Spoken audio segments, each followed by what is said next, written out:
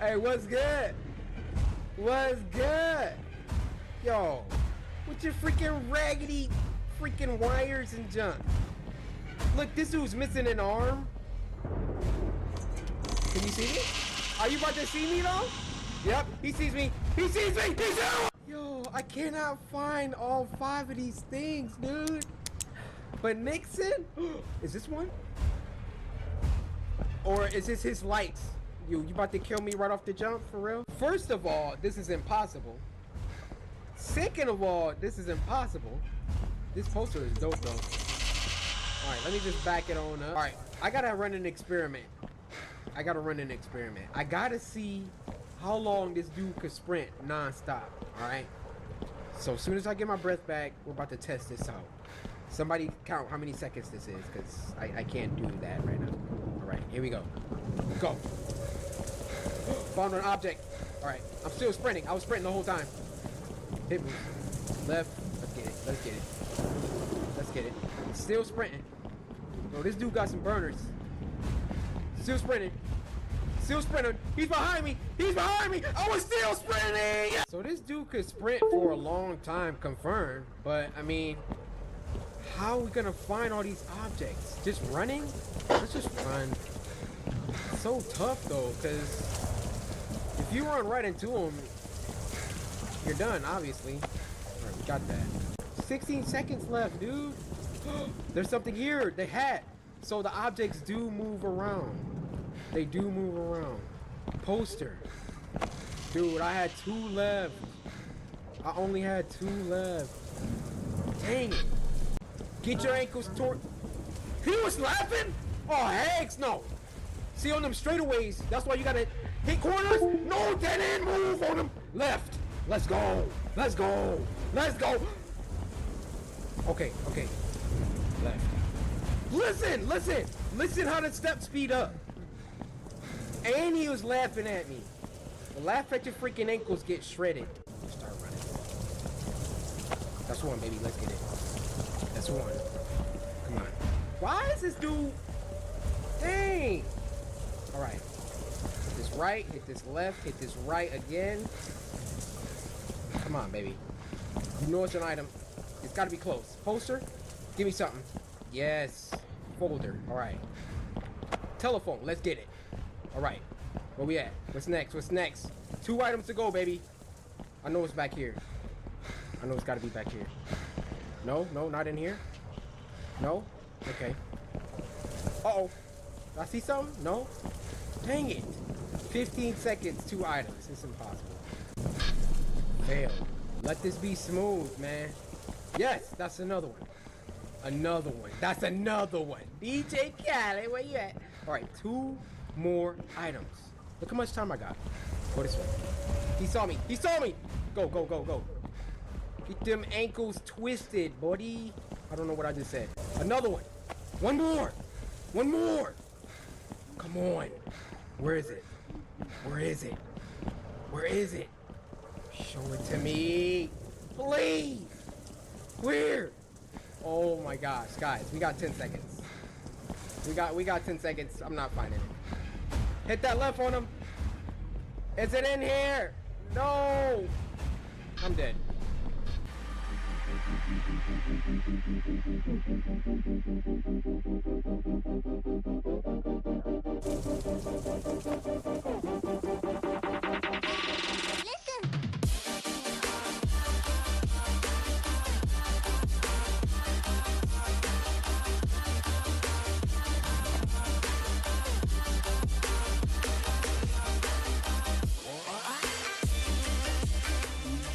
One more.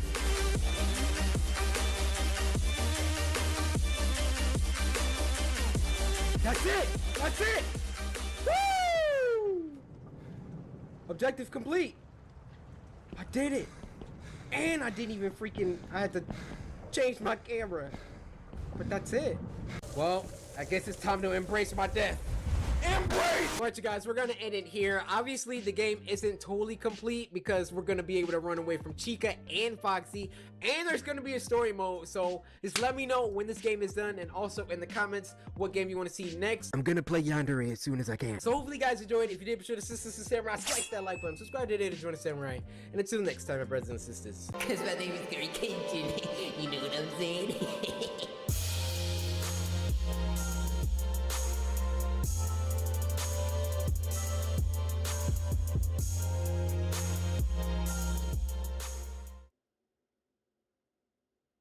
No. There it is! Sup YouTube, what's going on? Corey Kitchen here, and welcome back to the Joy of Creation Reborn. Also known as T-Jock R. Alright, as you can see here, last time we beat the Freddy free roam, but now you guys told me about this Foxy update. Woo-hoo-hoo. What up, Foxy? Ready to get your ankles, bro? That's weird. I don't think the game is supposed to do that.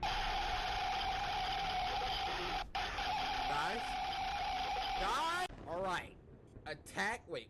Attic. Ignited Foxy. I thought I said attic. I'm sorry. Alright. Collect 5 objects within 1 minute 30 seconds. Oh my gosh! Are you serious?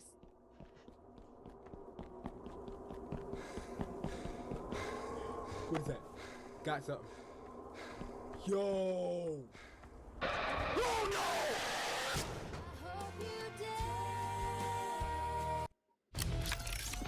Death is not an option. Sound sensor out. Pull them to their grave! Perfect.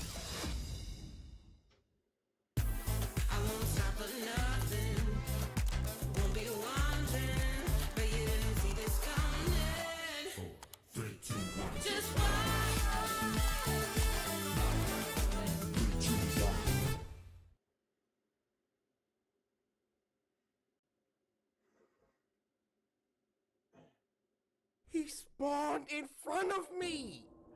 Yo. Okay. Alright, here we go. Oh, no! This time I'm not doing nothing. I'm not moving, I'm not breathing. See? What the freak? Hold on, okay. Alright, as you can see, he spawns right in front of you, right? And now he's just standing there. Now he's just, what is he doing? Now he's just standing here.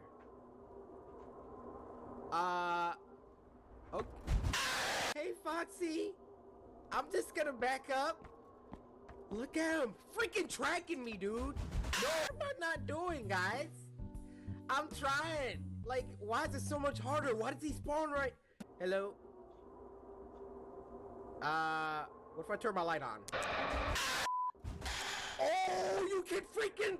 Oh, give it here. Okay, you can freaking stun him. I couldn't think of the word. So you don't want to have your light... No! Okay. He tracks you, but you don't want to have your light on either. Can I get out of this window? No. No! I choked on myself. So he spawned in. He's gonna walk right in front of me. Hey. What's good? So freaking menacing. Wait till he turns his light on. Turn your light on. My hand wasn't on F. Best gamer ever. My finger wasn't even on the flashlight key. It's like if hold on. It's like if a burglar came into your house, right? And then you're just watching him skulk around. He's stealing this, and you're standing there with your shotgun, right? And then you're just waiting until he sees you, and then soon as he sees you, you're like, yeah, you messed up, buddy. And then you freaking pull the trigger, and there's no bullet in there. That's kind of how that was like. So you can no, okay, run. So I'm glad that we get a couple extra seconds now. Last time it was like 30. See, look at him. Can he see me in the light? This light right here. No, but we could get a good look at him. What are you looking at? Look at his jaw. Nope, I'm out. His jaw was freaking quivering, like he was hungry for his next snack. Well, I'm sorry, buddy. I'm not that. I'm not it. No! What's this? No! Woo! I saw something. I messed up. I messed up. I messed up. No, I didn't. All right. Hey, Foxy. Hey. Hey. No, no, no, no, no. You think you slick? No, no, no, no, no, no. Just start running. Listen to his footsteps. When he starts running, that's when you got to turn around and do work. Wait. Wait, wait. Am I in a dead end? Chill out. He's coming, he's coming. Woo! Get wrecked. Okay, keep going, keep going. Next clue, next clue. Where you at, boo-boo? Not this way. All right. No, no, no, no. He trying to be slick. I'm in a dead end, though. I'm in a dead end room. I'm in a dead end room. I'm in a dead end room. Oh, man. I'm ready. I'm ready to get it in. I'm ready. Where's he? Where's he? Come on, come on, come on. Uh-huh. Come to the flashlight work. All right, what's next? What's next? There we go. There's a clue. There. Turn it on! Oh my goodness! Woo! Okay, okay. Hit this left. Yep, yep, yep. Got another clue. Where you at? He's behind me. He's behind me. Keep running. Keep running. Uh-huh. Uh-huh. Here he comes. Here he comes. Oh my gosh. Where are the clues? Why can't I find? Got it. That's another one. We got 32 seconds left. 2 more clues. 2 more clues. Where's it at? No. Coming up from behind. Yep. Come on. 2 clues left. Where? 18 seconds. 18 seconds. Come on. Come on. Run into a wall. Nope. Get wrecked. Yo, I'm not gonna beat it. Why? Are these clues? I literally had one more, bro. Free.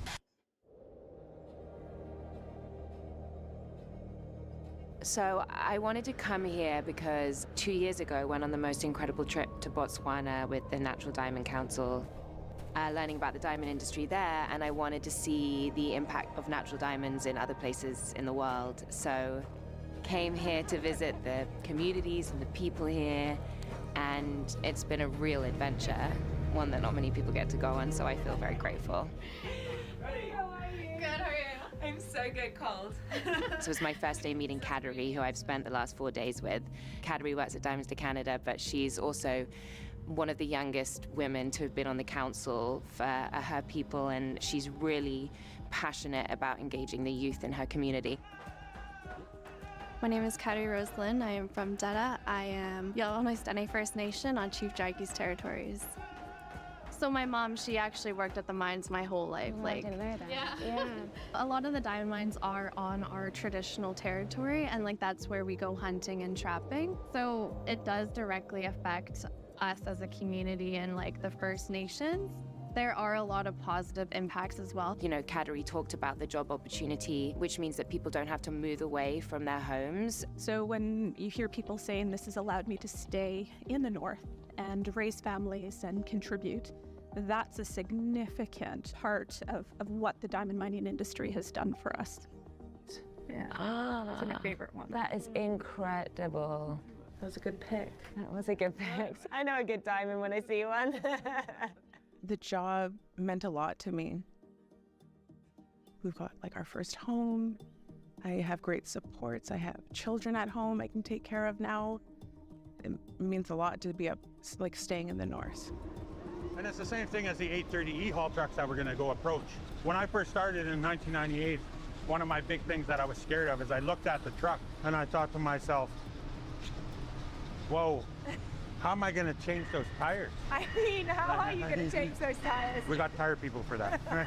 You'd have to experience it for the 26 years that I've been in this role just to see the value. There's so many of us employed, and that money rolls back into the communities or the city of Yellowknife. It's our future.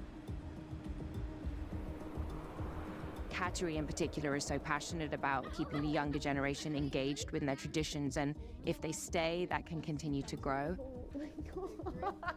This is really surreal. It does feel like a webfish. Okay. I'm really trying my Kateri is beautiful inside and out, incredibly inspiring. Shake hands. Yeah.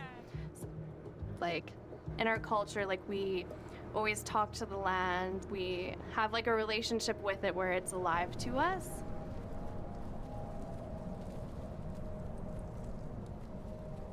So Mason Elwood, been with De Beers Canada for 9 years, and I'm currently the environmental superintendent at the Gatchaqui mine. We traveled along the ice roads looking for the caribou. Part of his role there is to make sure that any impact that the diamond mine has on the natural habitat is mitigated as much as possible. So basically the animals take precedent. It's their home first, and obviously the diamond mines there's only a finite amount of diamonds down there. Once they've got them out, the priority is to get the habitat back to, so as if when you come back in the future, you'll never know that the mine was there. Wow. So that was really fascinating to me. You know, I really think natural diamonds are empowerment in a lot of ways, right? They really provide, a way for the natural resource of this landscape to give back to the people that are from here and have been here for a long time. And it's really an incredible opportunity to work in a unique, fantastic place and provide opportunity for folks living here to lead long and fulfilled lives. At a certain point with the light, you couldn't see where the ice met the clouds, met the sky. It was completely mind-blowing. I mean, when the powdered snow kind of moves off in the wind and you just see this deep blue, thick, kind of cracked ice, it's not surprising when you see the beauty of the landscape here that these beautiful diamonds come from here. It makes sense. I'm just worried I'm gonna drop it. There we go. Should I hold it? Okay, cool. So this is a very special gift from the earth to the surface. These diamonds were formed way before the dinosaurs. Wow. Way back in time. Were you saying this is kind of a volcanologist's dream? Like, not everyone would get to hold something like this? No way. This is like a museum piece. Absolutely. Yeah. They are really special things, right? Mm-hmm. People really need to understand the difference between natural diamonds versus synthetics. Yeah. It's night and day. Like, you're buying a story. Yeah. Right? A miracle, really. Yeah, absolutely. I'm gonna give it back to you. I don't know, I might be the only one, but I think that diamonds are even more beautiful in this rough state. And perhaps it's because it feels like you're very lucky to see them like that, because it's a part of the process of a diamond being turned into a gem that not everyone has the privilege of getting to see.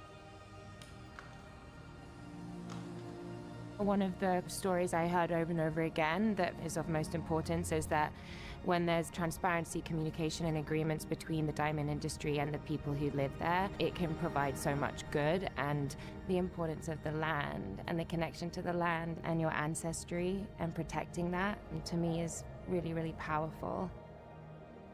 My grandmother always wanted to see the Northern Lights. She never did in her lifetime, so I feel like there's one thing that was really moving to me, you know. When the Northern Lights show themselves to us, that's our ancestors there. Yeah. It's like they're dancing with us while we dance. Yeah.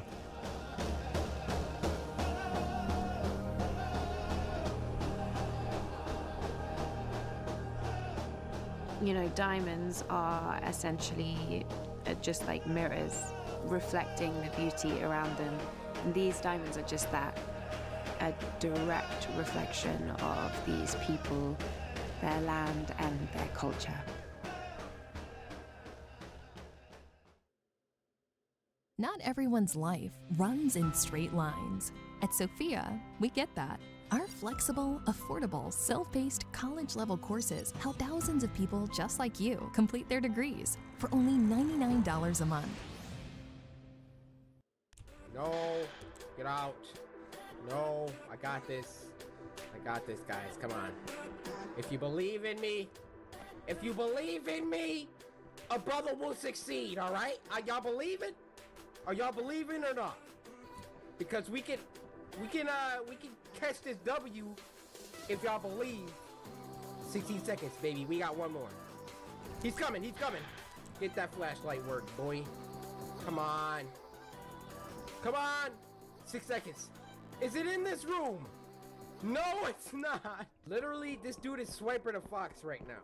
Y'all know on a Dora the Explorer, like, as soon as Swiper's about to do something, you just say, Swiper, no swiping.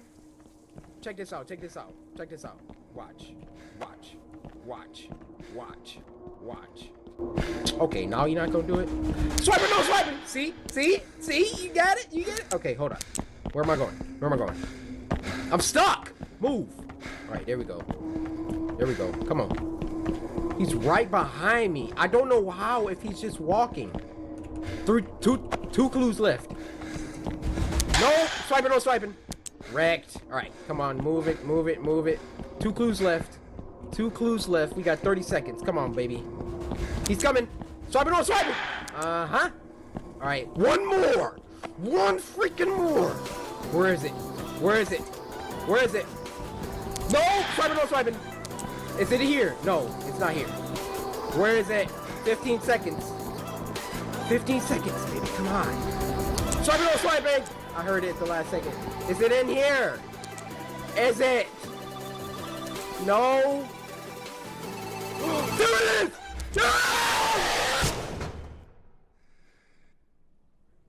What happened? I beat it. That's a W. I'm counting it. We count it, baby. We count it.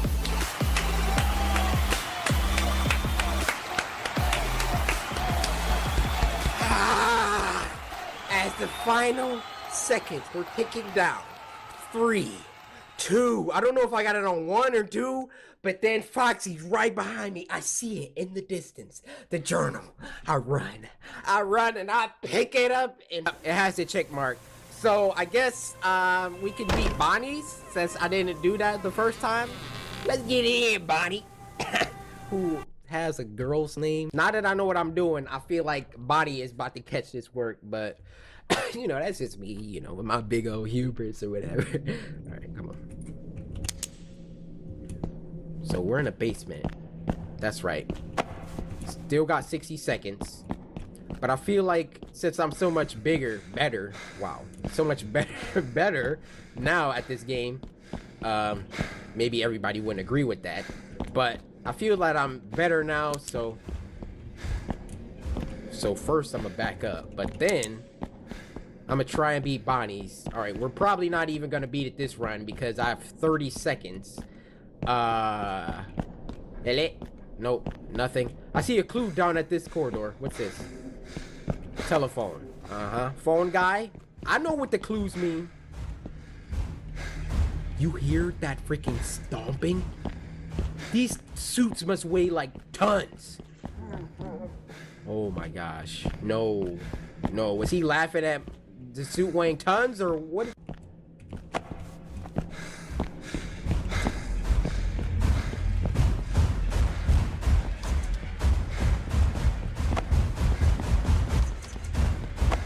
Yo, as long as I don't hit a dead end right now, it's looking real good. Yo, just keep running. There's an imposter, bro. We got one more. We got one more. Come on, best run ever. If I can finish this off. Come on, come on, come on. Where is it? Yes, got it. Yo, Bonnie just got smoked. And find me. So now if we go to the menu, check, and check. Are you boys out here doing work, feeling hype right about? Hey Sam, hey, we hype? No, hey, we hype. Yo, you gotta look his freak. Shut up. What you freaking hating for? Alright, you guys, if you would like me to play the Chica and I guess the story mode when that comes out, let me know down in the comments.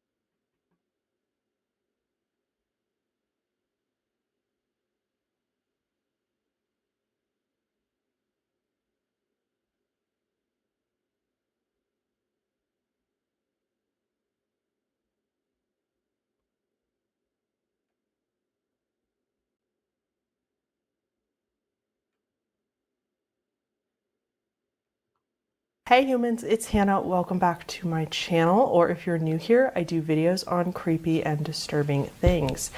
And today is episode 2 of Disturbing Things That Happen to Real People, also known as Can't Look Away series. On February 22nd, 2017, a man named Shane A. Schindler was caught on video repeatedly approaching what appeared to be a sleeping homeless man on a Las Vegas street corner. He loiters around the man for several minutes, approaching the figure and walking away and approaching again. He even stands over the figure and looks around before walking away yet again. Finally, he is then seen pulling out a ball-peen hammer from a bag that he was carrying. He approaches the figure on the ground and aims for the head, hitting 2 swift, violent bashes. Police showed up immediately and out of nowhere arrest him, to Shane's total shock. Turns out the whole thing was a setup. Police were the ones who set up the camera, and they were watching Schindler the whole time. The homeless man that was covered in blankets on the ground that the police watched Shane hit in the head was not actually a person at all. It was, in fact, a mannequin that was covered in blankets and placed there on the ground to look like a man that was homeless.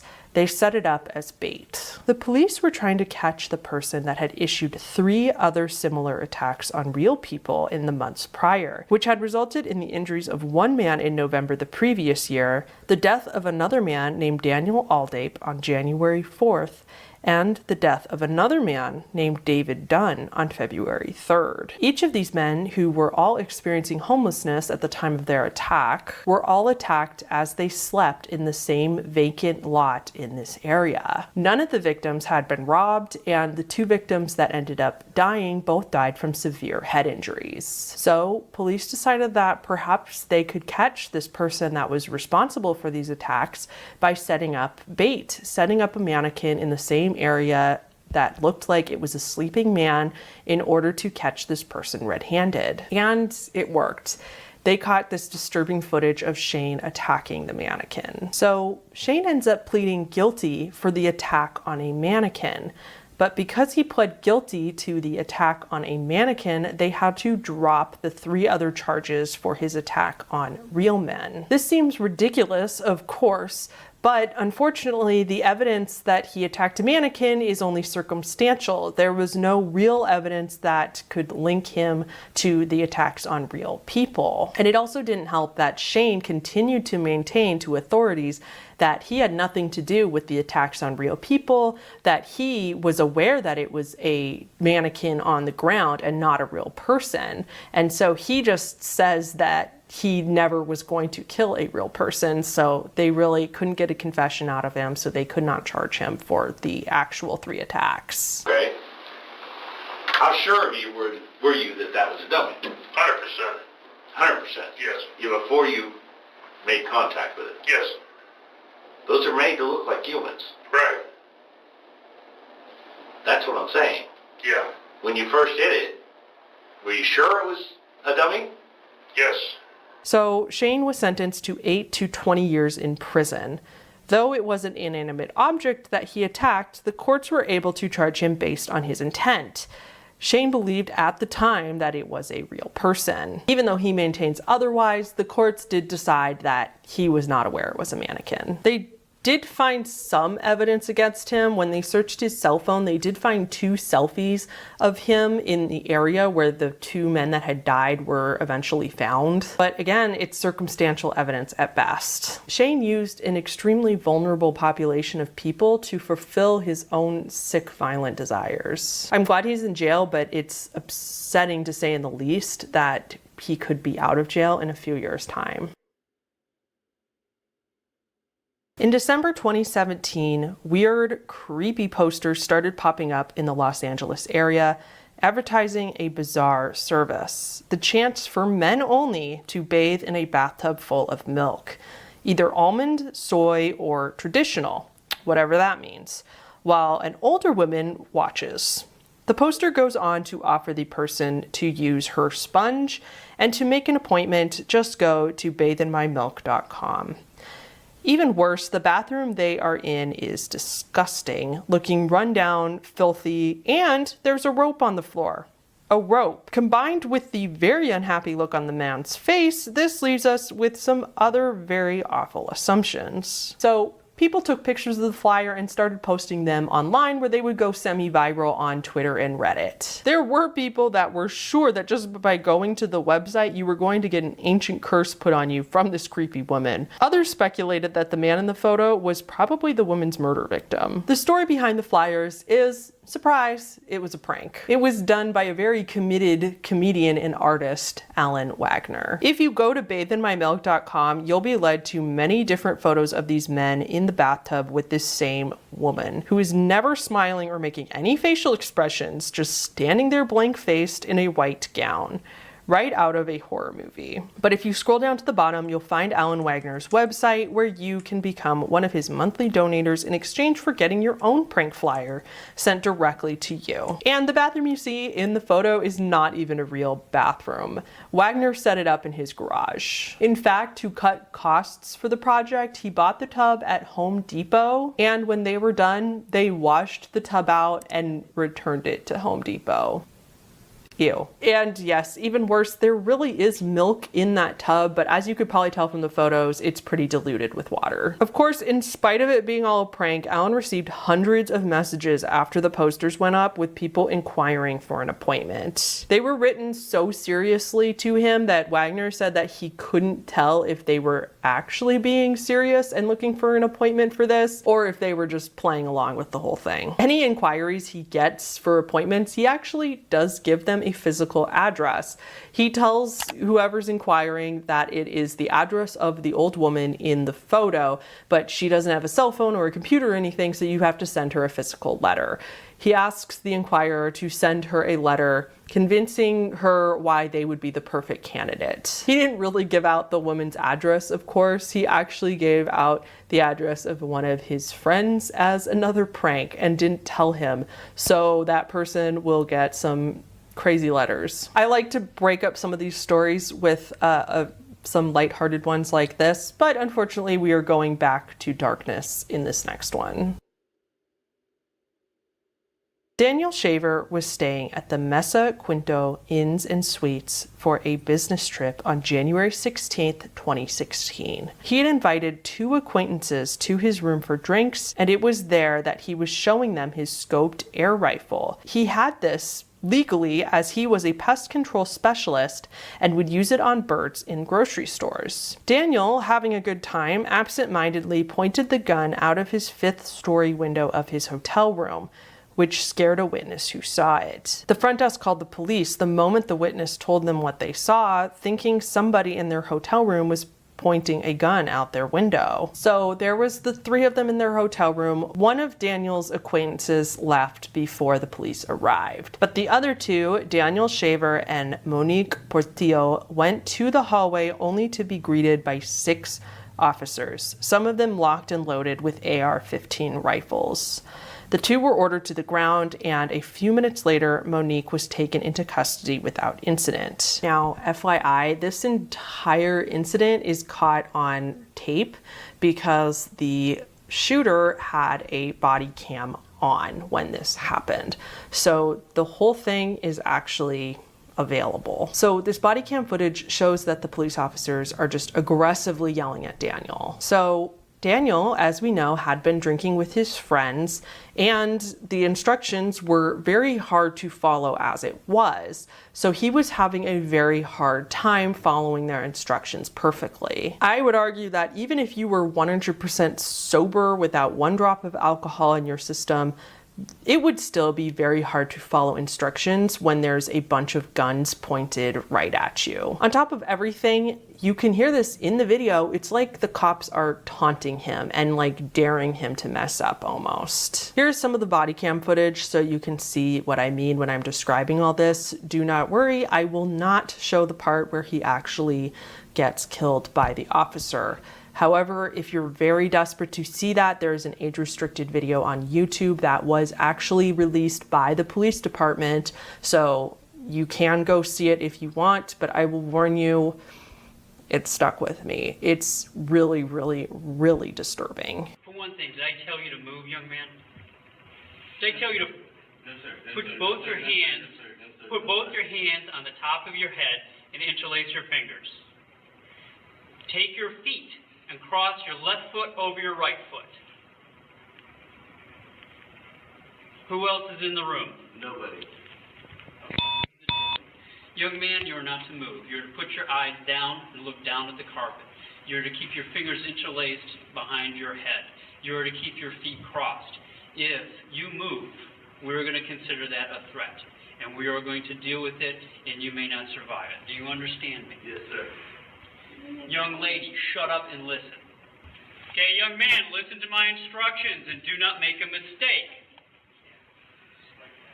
You are to keep your legs crossed. Do you understand me? Yes, sir. You are to put both of your hands palm down, straight out in front of you. Push yourself up to a kneeling position. I said keep your legs crossed! I'm sorry. I didn't say this in conversation. Put your hair! Hands up in the air! You do that again, we're shooting you. Do you understand? Do not shoot me. Then listen to my instructions. I'm trying to just do what you Don't talk! Listen! Hands straight up in the air. Do not put your hands down for any reason. You think you're going to fall, you better fall on your face. Your hands go back in the... As you heard, the officers tell them to shut up on multiple occasions, and what's most upsetting is that they're clearly not a threat to the officers. They are both obviously about to shit their pants from fright, and they're trying their best to do what they're told.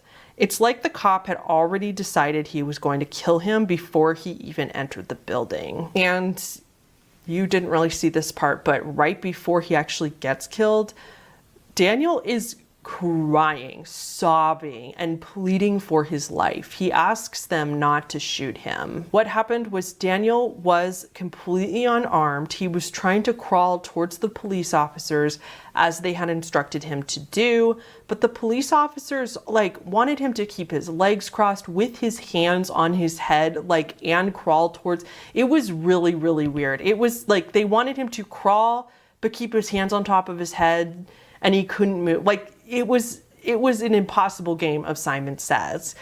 Daniel at one point reaches back to his waistband, we believe, because his shorts were falling down and he didn't want them to fall down.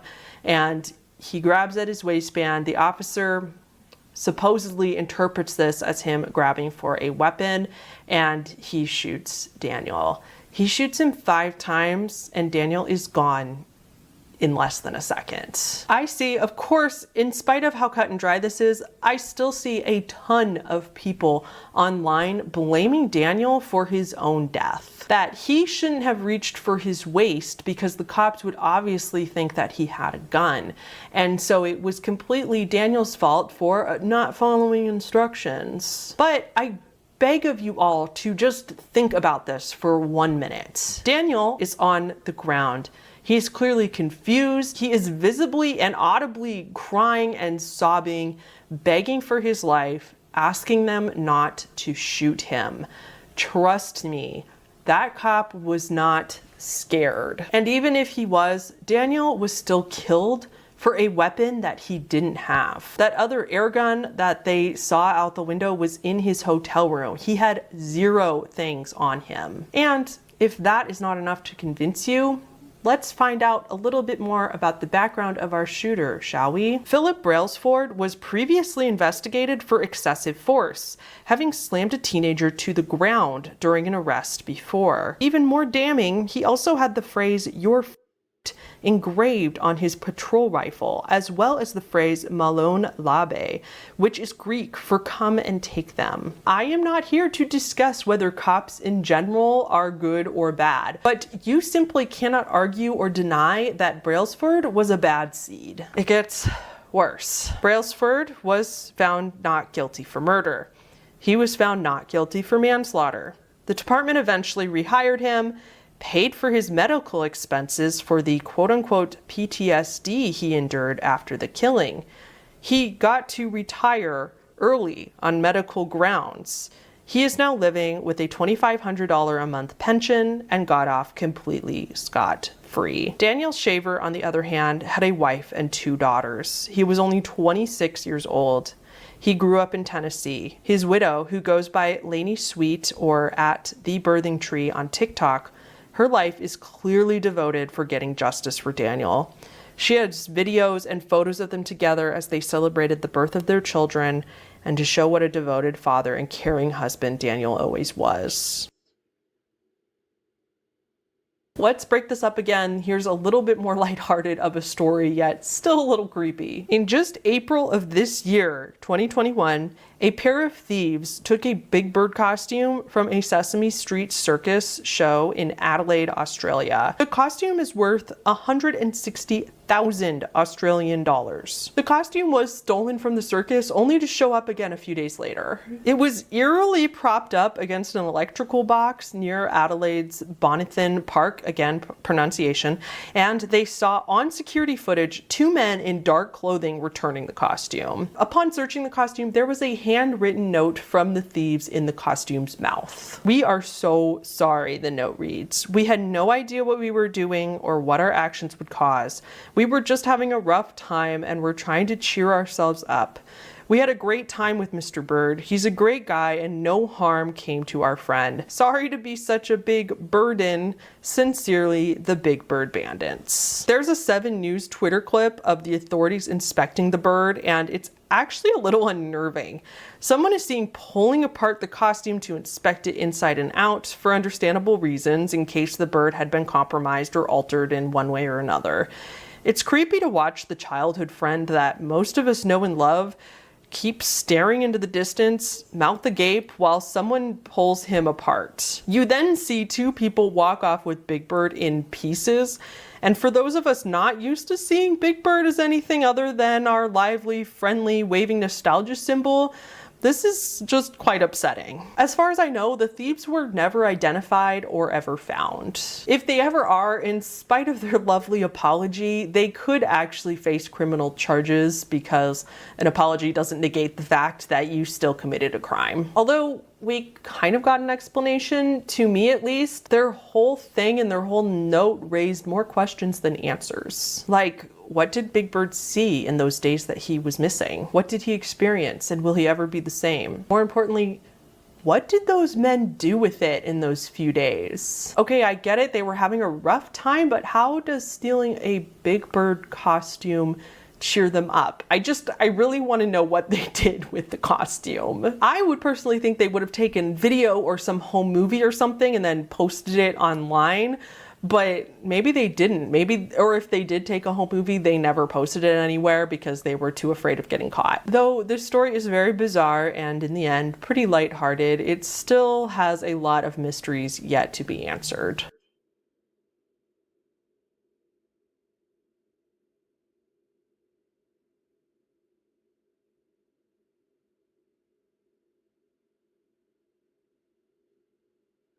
I'm really sorry to end this video on a sad note, but our last story is about drowning victim Marie Joseph. Marie Joseph and some of her neighbors went to the pool on June 26th, 2011. It was a scorching hot day and many people went to the Vietnam Veterans Memorial Pool located at Lafayette Park in Fall River, Massachusetts to cool off. There's a photo from that day showing Marie holding her friend's child as she stands in the pool.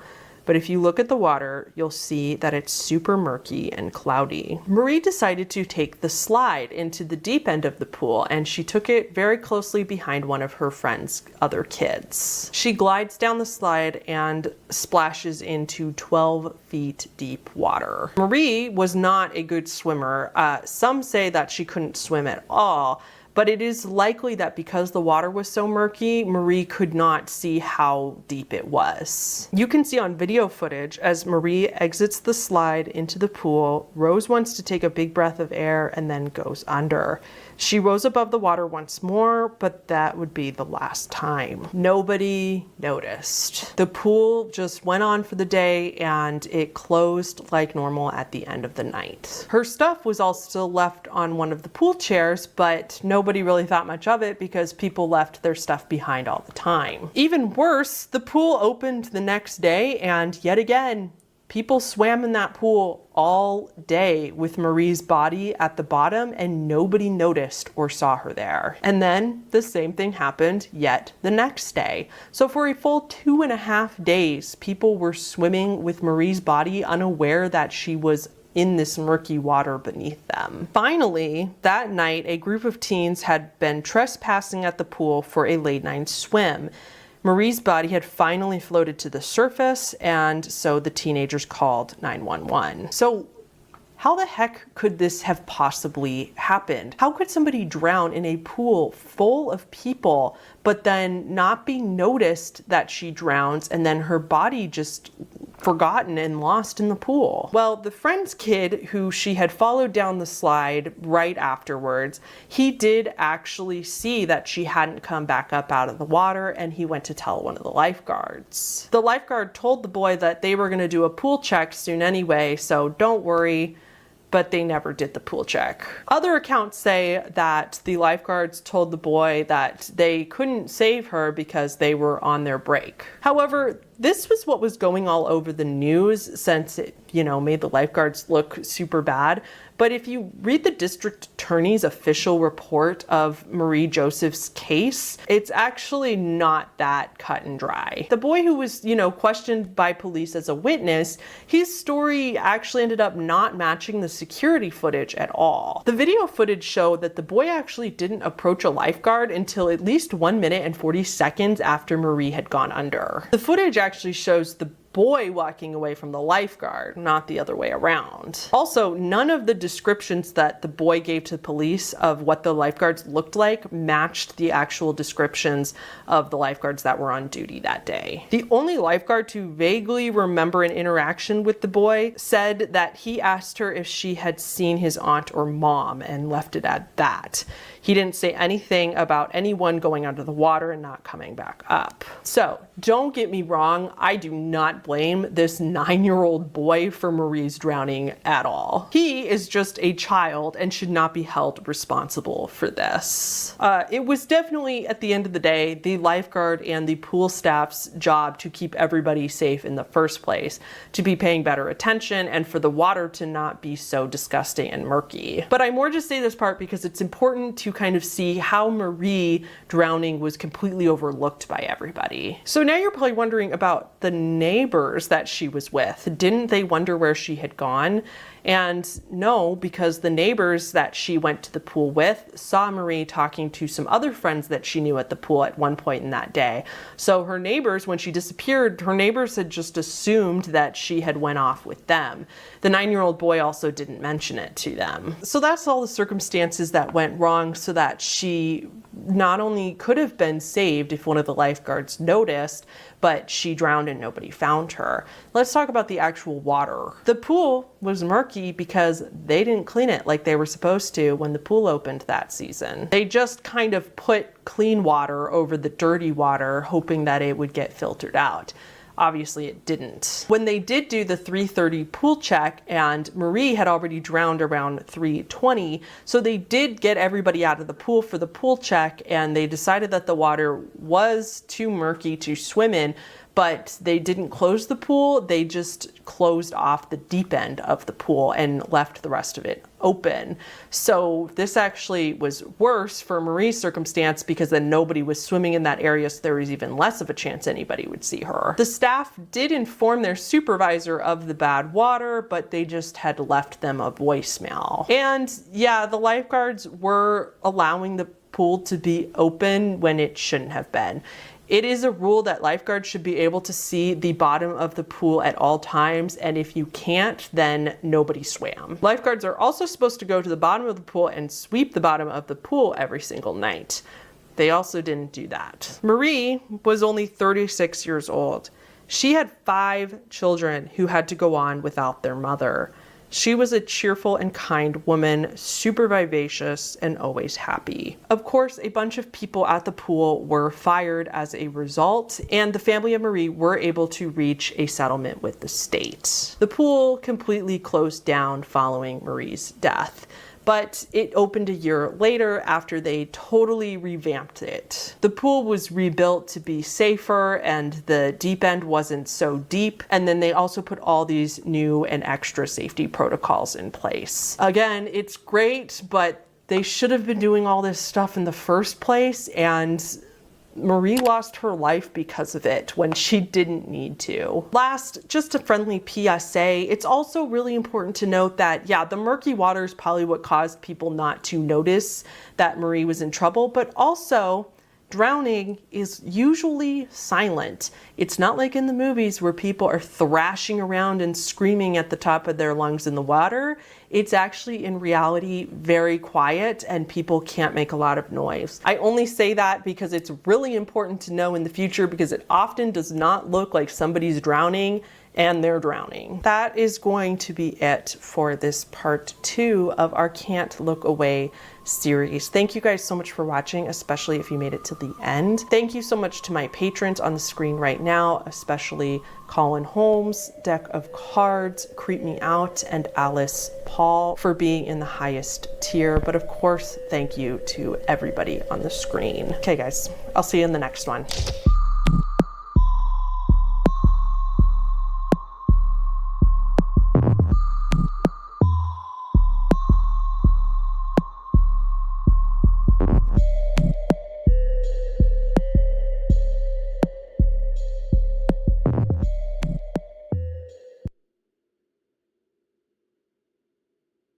Step into Wix Studio, where agencies and enterprises design, develop, and scale.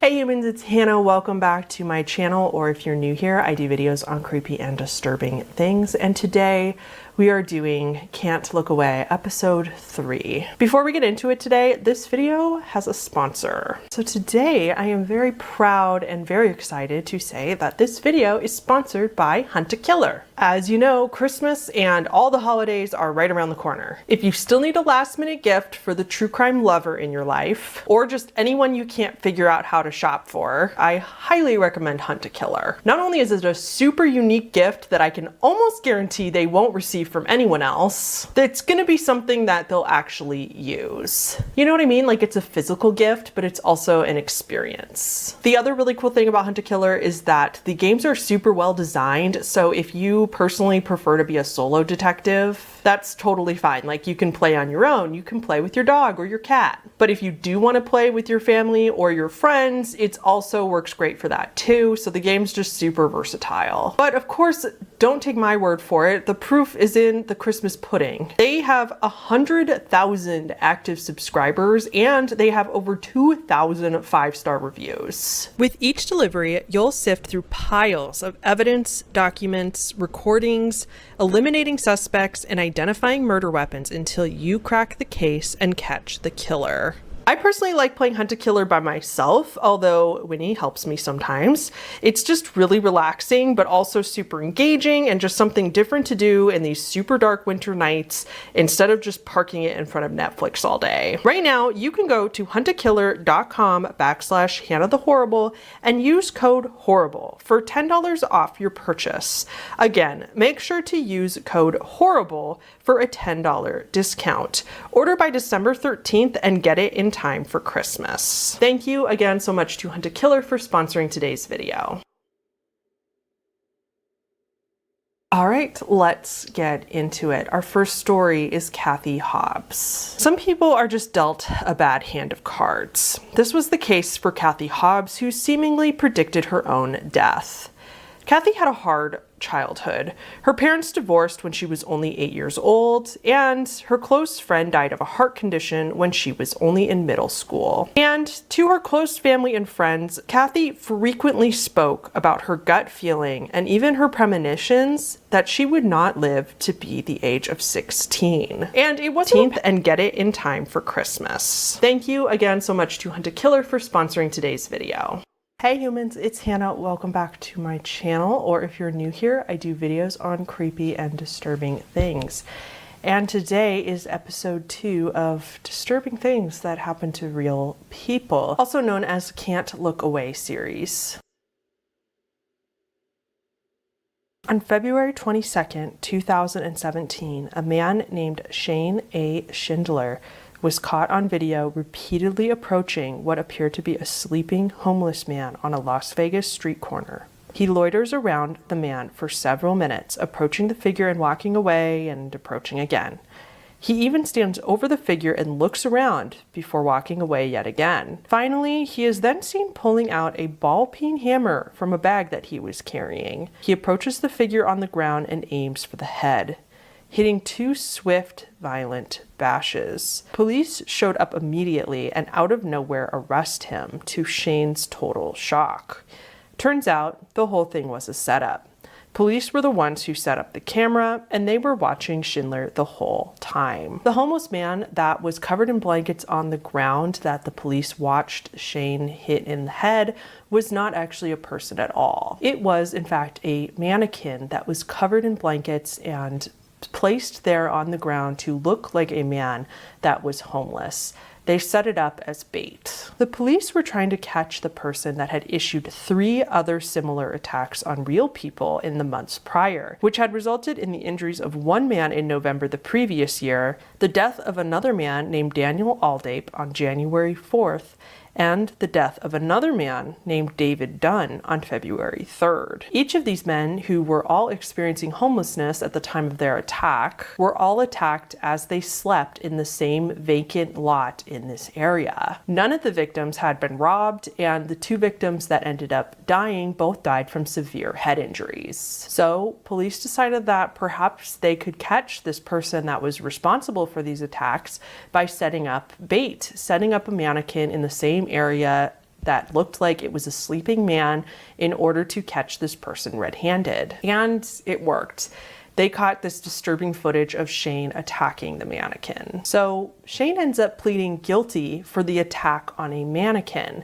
But because he pled guilty to the attack on a mannequin, they had to drop the 3 other charges for his attack on real men. This seems ridiculous, of course, but unfortunately, the evidence that he attacked a mannequin is only circumstantial. There was no real evidence that could link him to the attacks on real people. And it also didn't help that Shane continued to maintain to authorities that he had nothing to do with the attacks on real people, that he was aware that it was a mannequin on the ground and not a real person. And so he just says that he never was going to kill a real person, so they really couldn't get a confession out of him, so they could not charge him for the actual 3 attacks. Okay. How sure of you were you that that was a dummy? 100%. 100%? Yes. Before you made contact with it? Yes. Those are made to look like humans. Right. That's what I'm saying. Yeah. When you first hit it, were you sure it was a dummy? Yes. So Shane was sentenced to 8 to 20 years in prison. Though it was an inanimate object that he attacked, the courts were able to charge him based on his intent. Shane believed at the time that it was a real person. Even though he maintains otherwise, the courts did decide that he was not aware it was a mannequin. They did find some evidence against him. When they searched his cell phone, they did find 2 selfies of him in the area where the 2 men that had died were eventually found. But again, it's circumstantial evidence at best. Shane used an extremely vulnerable population of people to fulfill his own sick, violent desires. I'm glad he's in jail, but it's upsetting to say in the least that he could be out of jail in a few years' time. In December 2017, weird, creepy posters started popping up in the Los Angeles area, advertising a bizarre service: the chance for men only to bathe in a bathtub full of milk, either almond, soy, or traditional, whatever that means, while an older woman watches. The poster goes on to offer the person to use her sponge, and to make an appointment, just go to bathinmymilk.com.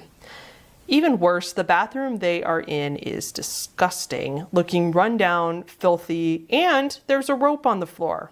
a rope. Combined with the very unhappy look on the man's face, this leaves us with some other very awful assumptions. So, people took pictures of the flyer and started posting them online, where they would go semi-viral on Twitter and Reddit. There were people that were sure that just by going to the website, you were going to get an ancient curse put on you from this creepy woman. Others speculated that the man in the photo was probably the woman's murder victim. The story behind the flyers is, surprise, it was a prank. It was done by a very committed comedian and artist, Alan Wagner. If you go to bathinmymilk.com, you'll be led to many different photos of these men in the bathtub with this same woman, who is never smiling or making any facial expressions, just standing there blank-faced in a white gown.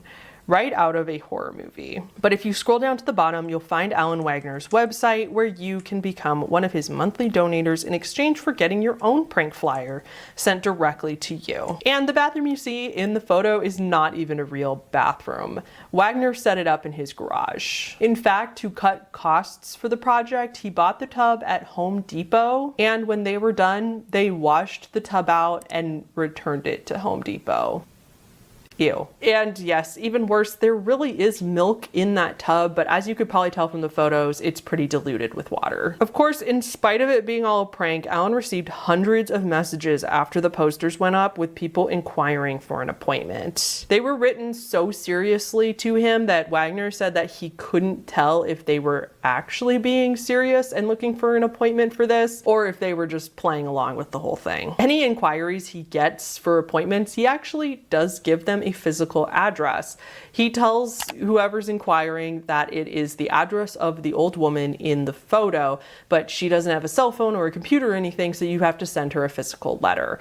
He asks the inquirer to send her a letter convincing her why they would be the perfect candidate. He didn't really give out the woman's address, of course. He actually gave out the address of one of his friends as another prank and didn't tell him, so that person will get some crazy letters. I like to break up some of these stories with some lighthearted ones like this, but unfortunately we are going back to darkness in this next one. Daniel Shaver was staying at the Mesa Quinto Inns and Suites for a business trip on January 16th, 2016. He had invited 2 acquaintances to his room for drinks, and it was there that he was showing them his scoped air rifle. He had this legally, as he was a pest control specialist and would use it on birds in grocery stores. Daniel, having a good time, absent-mindedly pointed the gun out of his 5th-story window of his hotel room, which scared a witness who saw it. The front desk called the police the moment the witness told them what they saw, thinking somebody in their hotel room was pointing a gun out their window. So there was the 3 of them in their hotel room. One of Daniel's acquaintances left before the police arrived. But the other 2, Daniel Shaver and Monique Portillo, went to the hallway only to be greeted by 6 officers, some of them locked and loaded with AR-15 rifles. The 2 were ordered to the ground, and a few minutes later, Monique was taken into custody without incident. Now, FYI, this entire incident is caught on tape because the shooter had a body cam on when this happened. So the whole thing is actually available. So this body cam footage shows that the police officers are just aggressively yelling at Daniel. So Daniel, as we know, had been drinking with his friends, and the instructions were very hard to follow as it was. So he was having a very hard time following their instructions perfectly. I would argue that even if you were 100% sober without 1 drop of alcohol in your system, it would still be very hard to follow instructions when there's a bunch of guns pointed right at you. On top of everything, you can hear this in the video, it's like the cops are taunting him and like daring him to mess up almost. Here's some of the body cam footage so you can see what I mean when I'm describing all this. Do not worry, I will not show the part where he actually gets killed by the officer. However, if you're very desperate to see that, there's an age-restricted video on YouTube that was actually released by the police department, so you can go see it if you want, but I will warn you, it stuck with me. It's really, really, really disturbing. For one thing, did I tell you to move, young man? Did I tell you to put both your hands put both your hands on the top of your head and interlace your fingers. Take your feet and cross your left foot over your right foot. Who else is in the room? Nobody. Young man, you are not to move. You're to put your eyes down and look down at the carpet. You're to keep your fingers interlaced behind your head. You're to keep your feet crossed. If you move, we're going to consider that a threat, and we are going to deal with it, and you may not survive it. Do you understand me? Yes, sir. Young lady, shut up and listen. Okay, young man, listen to my instructions and do not make a mistake. You are to keep your legs crossed. Do you understand me? Yes, sir. You are to put both of your hands palm down straight out in front of you. Push yourself up to a kneeling position. I said keep your legs crossed! I'm sorry. I didn't say this in conversation. Hands in the air! Hands up in the air! You do that again, we're shooting you. Do you understand? Please do not shoot me. Then listen to my instructions. I'm trying to just do what you Don't talk! Listen! Hands straight up in the air. Do not put your hands down for any reason. You think you're going to fall, you better fall on your face. Your hands go back in the... As you heard, the officers tell them to shut up on multiple occasions. And what's most upsetting is that they're clearly not a threat to the officers. They are both obviously about to shit their pants from fright, and they're trying their best to do what they're told. It's like the cop had already decided he was going to kill him before he even entered the building. And you didn't really see this part, but right before he actually gets killed, Daniel is crying, sobbing, and pleading for his life. He asks them not to shoot him. What happened was Daniel was completely unarmed. He was trying to crawl towards the police officers as they had instructed him to do, but the police officers wanted him to keep his legs crossed with his hands on his head and crawl towards. It was really, really weird. It was like they wanted him to crawl but keep his hands on top of his head, and he couldn't move. It was an impossible game of Simon Says. Daniel at one point reaches back to his waistband, we believe, because his shorts were falling down and he didn't want them to fall down. And he grabs at his waistband. The officer supposedly interprets this as him grabbing for a weapon, and he shoots Daniel. He shoots him 5 times, and Daniel is gone in less than a second. I see, of course, in spite of how cut and dry this is, I still see a ton of people online blaming Daniel for his own death. That he shouldn't have reached for his waist because the cops would obviously think that he had a gun. And so it was completely Daniel's fault for not following instructions. But I beg of you all to just think about this for 1 minute. Daniel is on the ground. He's clearly confused. He is visibly and audibly crying and sobbing, begging for his life, asking them not to shoot him. Trust me, that cop was not scared. And even if he was, Daniel was still killed for a weapon that he didn't have. That other air gun that they saw out the window was in his hotel room. He had 0 things on him. And if that is not enough to convince you, let's find out a little bit more about the background of our shooter, shall we? Philip Brailsford was previously investigated for excessive force, having slammed a teenager to the ground during an arrest before. Even more damning, he also had the phrase, "you're f***ed," engraved on his patrol rifle, as well as the phrase Malone Labe, which is Greek for come and take them. I am not here to discuss whether cops in general are good or bad, but you simply cannot argue or deny that Brailsford was a bad seed. It gets worse. Brailsford was found not guilty for murder. He was found not guilty for manslaughter. The department eventually rehired him, paid for his medical expenses for the quote-unquote PTSD he endured after the killing. He got to retire early on medical grounds. He is now living with a $2,500 a month pension and got off completely scot-free. Daniel Shaver, on the other hand, had a wife and 2 daughters. He was only 26 years old. He grew up in Tennessee. His widow, who goes by Lainey Sweet or at The Birthing Tree on TikTok, her life is clearly devoted for getting justice for Daniel. She has videos and photos of them together as they celebrated the birth of their children and to show what a devoted father and caring husband Daniel always was.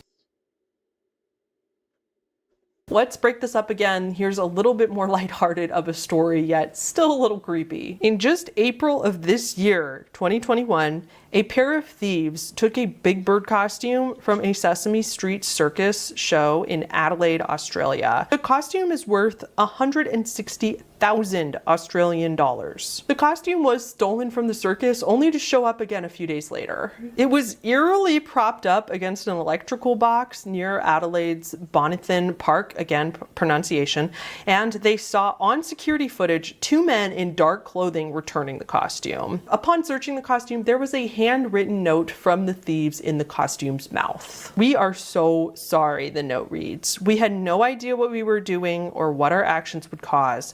We were just having a rough time and we're trying to cheer ourselves up.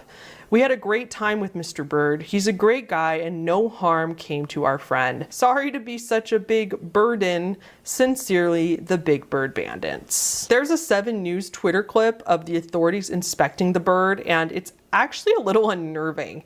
Someone is seen pulling apart the costume to inspect it inside and out for understandable reasons in case the bird had been compromised or altered in one way or another. It's creepy to watch the childhood friend that most of us know and love keep staring into the distance, mouth agape, while someone pulls him apart. You then see 2 people walk off with Big Bird in pieces. And for those of us not used to seeing Big Bird as anything other than our lively, friendly, waving nostalgia symbol, this is just quite upsetting. As far as I know, the thieves were never identified or ever found. If they ever are, in spite of their lovely apology, they could actually face criminal charges because an apology doesn't negate the fact that you still committed a crime. Although we kind of got an explanation, to me at least, their whole thing and their whole note raised more questions than answers. Like, what did Big Bird see in those days that he was missing? What did he experience, and will he ever be the same? More importantly, what did those men do with it in those few days? Okay, I get it, they were having a rough time, but how does stealing a Big Bird costume cheer them up? I really want to know what they did with the costume. I would personally think they would have taken video or some home movie or something and then posted it online. But maybe they didn't. Or if they did take a home movie, they never posted it anywhere because they were too afraid of getting caught. Though this story is very bizarre and in the end pretty lighthearted, it still has a lot of mysteries yet to be answered.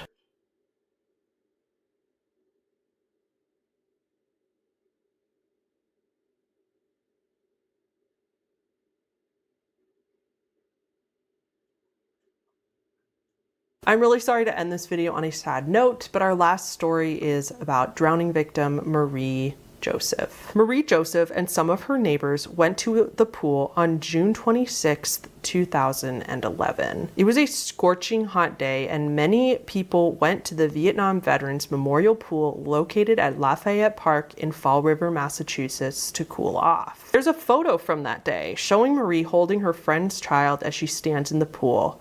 But if you look at the water, you'll see that it's super murky and cloudy. Marie decided to take the slide into the deep end of the pool, and she took it very closely behind one of her friend's other kids. She glides down the slide and splashes into 12 feet deep water. Marie was not a good swimmer.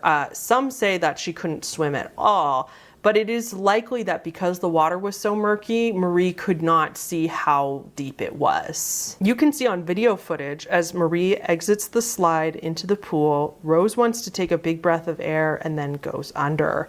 She rose above the water once more, but that would be the last time. Nobody noticed. The pool just went on for the day and it closed like normal at the end of the night. Her stuff was all still left on one of the pool chairs, but nobody really thought much of it because people left their stuff behind all the time. Even worse, the pool opened the next day and yet again, People swam in that pool all day with Marie's body at the bottom and nobody noticed or saw her there. And then the same thing happened yet the next day. So for a full 2.5 days, people were swimming with Marie's body unaware that she was in this murky water beneath them. Finally, that night, a group of teens had been trespassing at the pool for a late night swim. Marie's body had finally floated to the surface, and so the teenagers called 911. So how the heck could this have possibly happened? How could somebody drown in a pool full of people, but then not be noticed that she drowns, and then her body just forgotten and lost in the pool? Well, the friend's kid who she had followed down the slide right afterwards, he did actually see that she hadn't come back up out of the water, and he went to tell one of the lifeguards. The lifeguard told the boy that they were going to do a pool check soon anyway, so don't worry, but they never did the pool check. Other accounts say that the lifeguards told the boy that they couldn't save her because they were on their break. However, this was what was going all over the news since it, made the lifeguards look super bad. But if you read the district attorney's official report of Marie Joseph's case, it's actually not that cut and dry. The boy who was, questioned by police as a witness, his story actually ended up not matching the security footage at all. The video footage showed that the boy actually didn't approach a lifeguard until at least 1 minute and 40 seconds after Marie had gone under. The footage actually shows the boy walking away from the lifeguard, not the other way around. Also, none of the descriptions that the boy gave to police of what the lifeguards looked like matched the actual descriptions of the lifeguards that were on duty that day. The only lifeguard to vaguely remember an interaction with the boy said that he asked her if she had seen his aunt or mom and left it at that. He didn't say anything about anyone going under the water and not coming back up. So don't get me wrong, I do not blame this 9-year-old boy for Marie's drowning at all. He is just a child and should not be held responsible for this. It was definitely, at the end of the day, the lifeguard and the pool staff's job to keep everybody safe in the first place, to be paying better attention, and for the water to not be so disgusting and murky. But I more just say this part because it's important to kind of see how Marie drowning was completely overlooked by everybody. So now you're probably wondering about the neighbors that she was with. Didn't they wonder where she had gone? And no, because the neighbors that she went to the pool with saw Marie talking to some other friends that she knew at the pool at one point in that day. So her neighbors, when she disappeared, her neighbors had just assumed that she had went off with them. The 9-year-old boy also didn't mention it to them. So that's all the circumstances that went wrong so that she not only could have been saved if one of the lifeguards noticed, but she drowned and nobody found her. Let's talk about the actual water. The pool was murky because they didn't clean it like they were supposed to when the pool opened that season. They just kind of put clean water over the dirty water, hoping that it would get filtered out. Obviously it didn't. When they did do the 3:30 pool check, and Marie had already drowned around 3:20, so they did get everybody out of the pool for the pool check, and they decided that the water was too murky to swim in, but they didn't close the pool, they just closed off the deep end of the pool and left the rest of it open.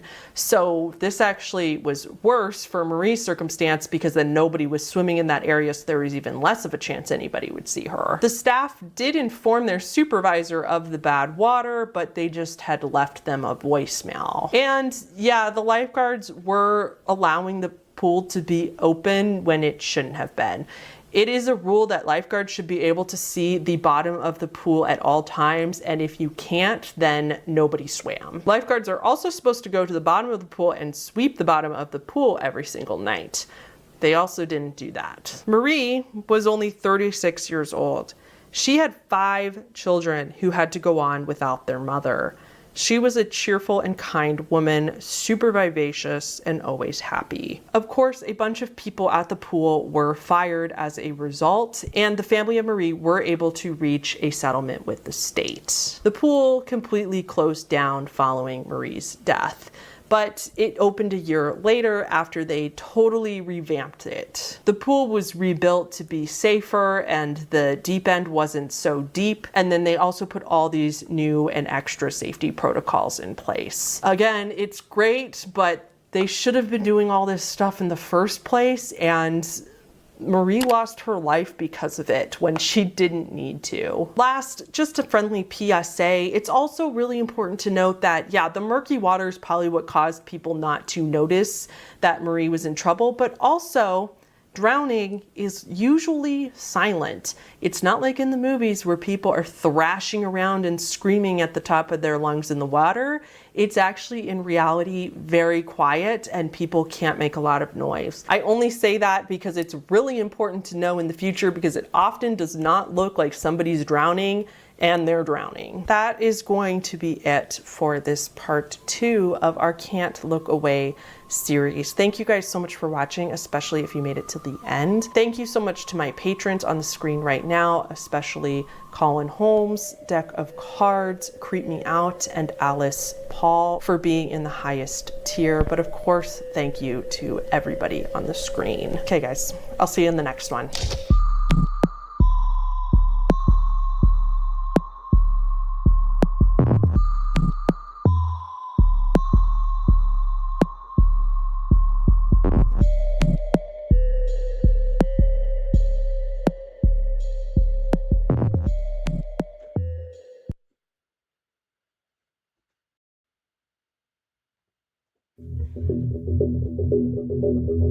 Hey humans, welcome back. Today starts a new series on my channel where we explore disturbing events that happen to real people. Today's video will include 5 true stories that will unsettle your mind. As the disclaimer stated at the beginning and the name of this video implies, these stories are disturbing. They include clips and videos that may be upsetting to some viewers, so please, if that bothers you, click off now.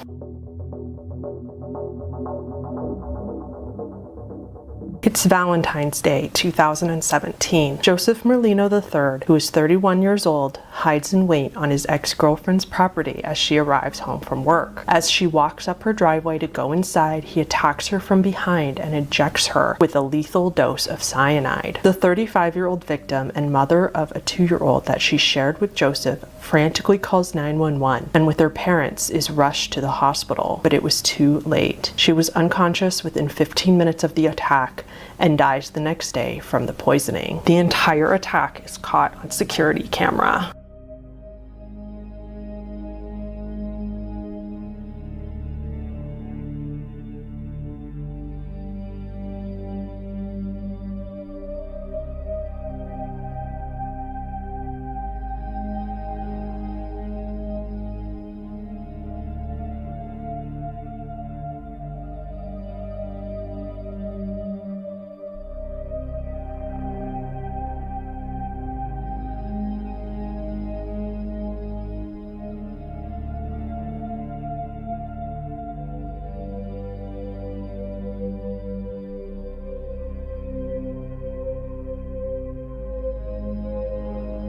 So why would a monster do something like this? Well, apparently the two were in the midst of a complicated custody battle, and Joseph, already prone to violence and abuse, was angry that he didn't have custody over his daughter. Ellie installed this camera on her property specifically because she feared Joseph after he had tried to break into her home on a previous occasion. He had also threatened her life in the past. Joseph was arrested for the crime, but he adamantly denies any involvement with her death to this day. Luckily, all the evidence was against him and we were able to get some justice for Ellie. On January 24th, 2017, just a few weeks before, they had discovered Joseph had Googled searches such as, how many milligrams of cyanide will kill you? And what if cyanide gets injected? On that same day, ordering a $68 stainless steel syringe on Etsy. They also caught him trying to send coded messages to his girlfriend in China as well as family members, apparently trying to get them to feign a chat log that would give him some sort of convincing alibi. You can also see in the video that he's wearing a reflective vest, what investigators believe was an attempt to distort the camera's picture and cast doubt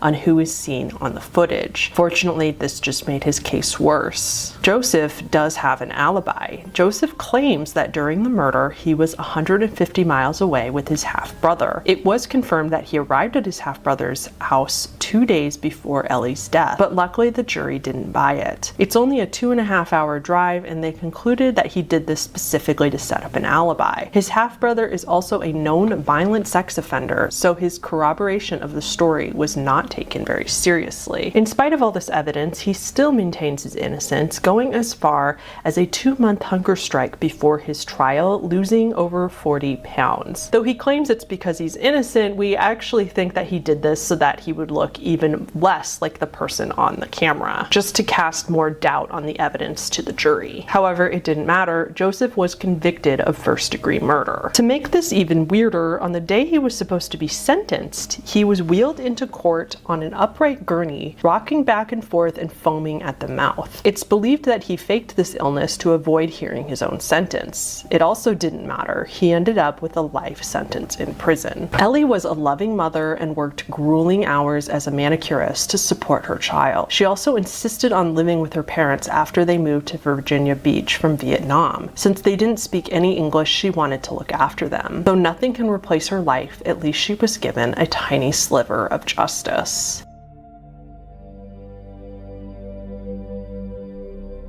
Until recent decades, it has actually not been widely known and accepted that infants under the age of 1 can experience pain. Until 1987, babies, mostly newborns, going in for surgeries weren't given pain medication or anesthesia, only paralytic drugs. Let that sink in for a moment. Until 1987, babies were given drugs to make them paralyzed so they couldn't move, make noise, cry, do anything, but could feel everything being done and were completely conscious through the entire procedure. This included common surgeries done on babies, such as open heart surgeries and abdominal surgeries. Part of the reason for this was studies done in the 1940s where infants seemed like they didn't respond to pinprick tests. The medical community truly believed that newborns didn't experience pain, at least not in the same way adults do. Doctors also worried that anesthesia in newborn babies would do more harm than good to such a little body. But many of the people operated on as babies in this way went on to have post-traumatic stress disorder. As adults, they would also experience depression, anxiety, hostility, be very vulnerable to stress, and often have a high distrust for other people. A preemie baby named Edward Harrison suffered from hydrocephalus, which means his brain would become enlarged from a buildup of fluid. The surgery to help the condition involves inserting a shunt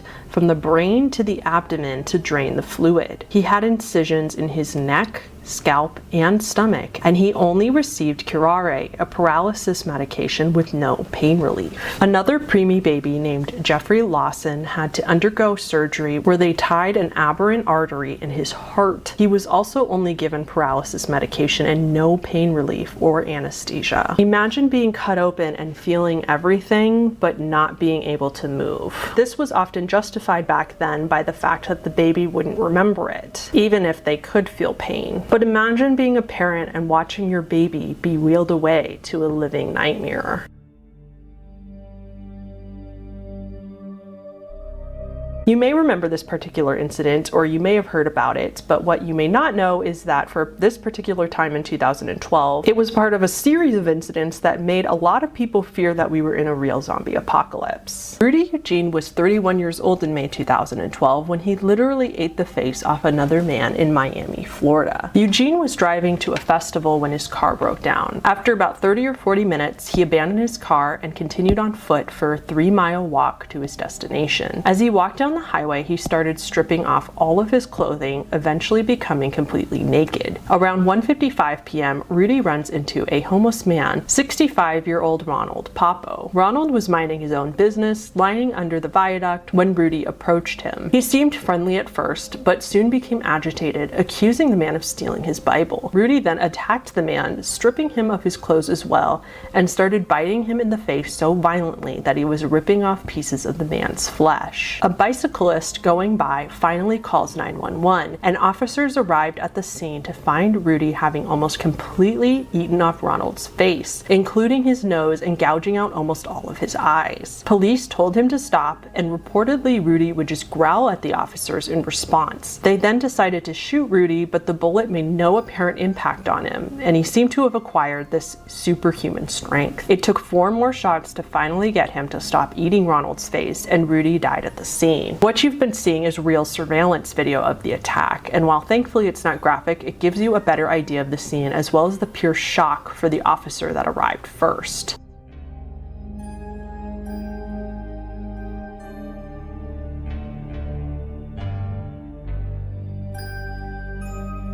Ronald actually survived the attack. He was rushed to the hospital and was left permanently blind and disfigured. It's estimated that 75 to 80% of his face was gone. So why did Rudy do this? We still don't know for sure. An autopsy found some undigested pills, but those have still never been identified. The toxicology report only came back positive for marijuana. Police suspected the drug bath salts, which, if you don't know, is a drug that can make people super overheated to the point where they strip off their clothes.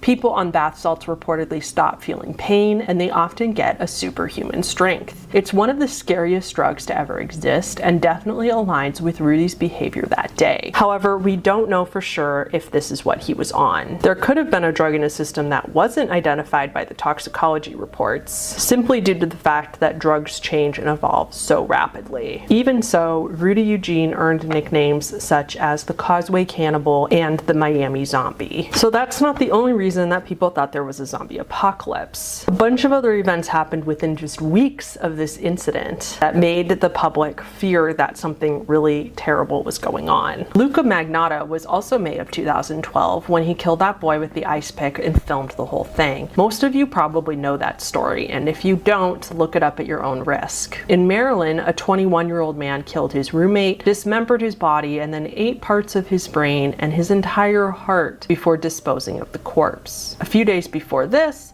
a high school in Florida was infected with a mysterious rash that caused people in hazmat suits to go investigate, causing a huge scare. Additionally, the source of the rash was never discovered. Near Orlando, a man named Dr. Zachary Bird went berserk on police officers, spitting blood on one of their faces and banging his head against the patrol car repeatedly until he was bleeding severely. Then a man named Wayne Carter from New Jersey had the police called on him after barricading himself in his bedroom with a knife and threatening self-harm. When the police kicked in the door and told him to drop the knife, Wayne instead stabbed himself in the abdomen, neck, and legs. The police pepper sprayed him, but this only seemed to agitate him further. Wayne then started throwing pieces of his intestines at the cops. They finally got him to the hospital, where he remained in critical condition. All of these events occurring within weeks of each other made people start to panic. The CDC even came out to deny the existence of zombies, just to calm people down. Thankfully, this seemed to be just an odd string of morbid coincidences, but nonetheless, for many it seemed like mankind was about to face a very violent end.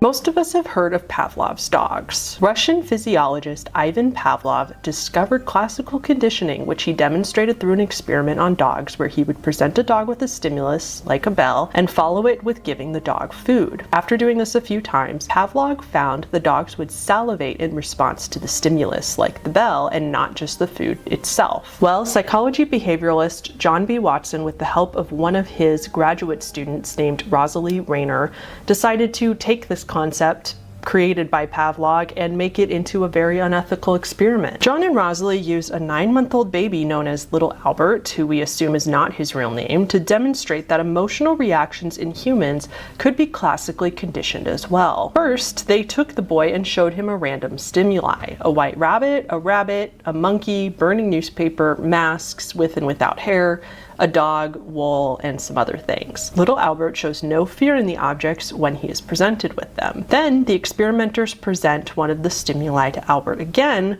showing him the white rat and encouraging him to play with it. But this time they scare the crap out of Albert by hitting a metal pipe with a hammer every time he touched the rat. This subsequently made Albert associate his fear with the rat. He would begin to cry at the mere sight of the rat after that point. Not only that, but he seemed to generalize this fear of white white rats to other white furry objects as well. They published their findings in 1920. And if that's not all creepy enough, this story also has a tragic ending. First of all, let's talk about how we are not 100% sure who Albert really was. Albert's mom allegedly worked in the same building, and it was believed by many that John Watson would actually kidnap her child and use him for the experiment without his mother knowing. This was later disputed, and then it was said that mom was actually a wet nurse at the hospital where Albert was. And though she knew about the experiment, she was definitely pressured and coerced into participating. John Watson also supposedly had plans to reverse this fear of these furry objects in Albert by conditioning him even more. But mom moved little Albert away before they could do this, and they never heard from them again. The little boy's identity was most likely one of two people. Douglas Merritt, as his mother worked at the hospital as a wet nurse. He died from hydrocephalus at 6 years old and passed away. Or he was William Barger, who actually lived to be 87. He did have an aversion for animals, especially dogs, but didn't have any other major phobias other than that. Though this experiment would never be done again today due to the improved ethics standards we now hold, at least with these old experiments, we often get some helpful data on human behavior. Sadly, the experiment wasn't reliable or even good. There was no control group and only one test subject. Additionally, data was gathered through subjective rather than objective means, John and Rosalie simply gauging the baby's reaction themselves. If Albert was in fact Douglas Merritt,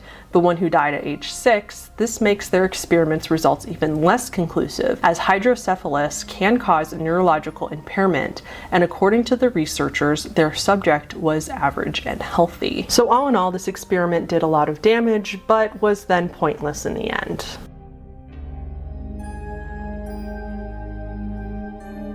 On June 5th, 2009, Deborah Jeter calls 911 to let the dispatcher know that she just killed her own children. The following recording is extremely disturbing. Hill County 911, what's your emergency? I just killed my children. Excuse me? I just killed my children.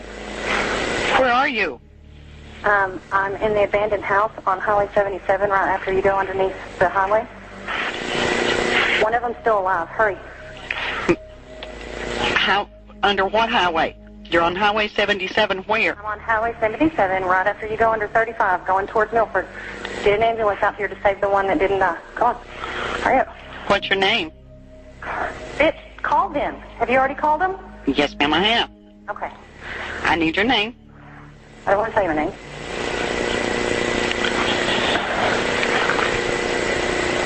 Hello? Hello? Are you still there? Yes, I'm still here.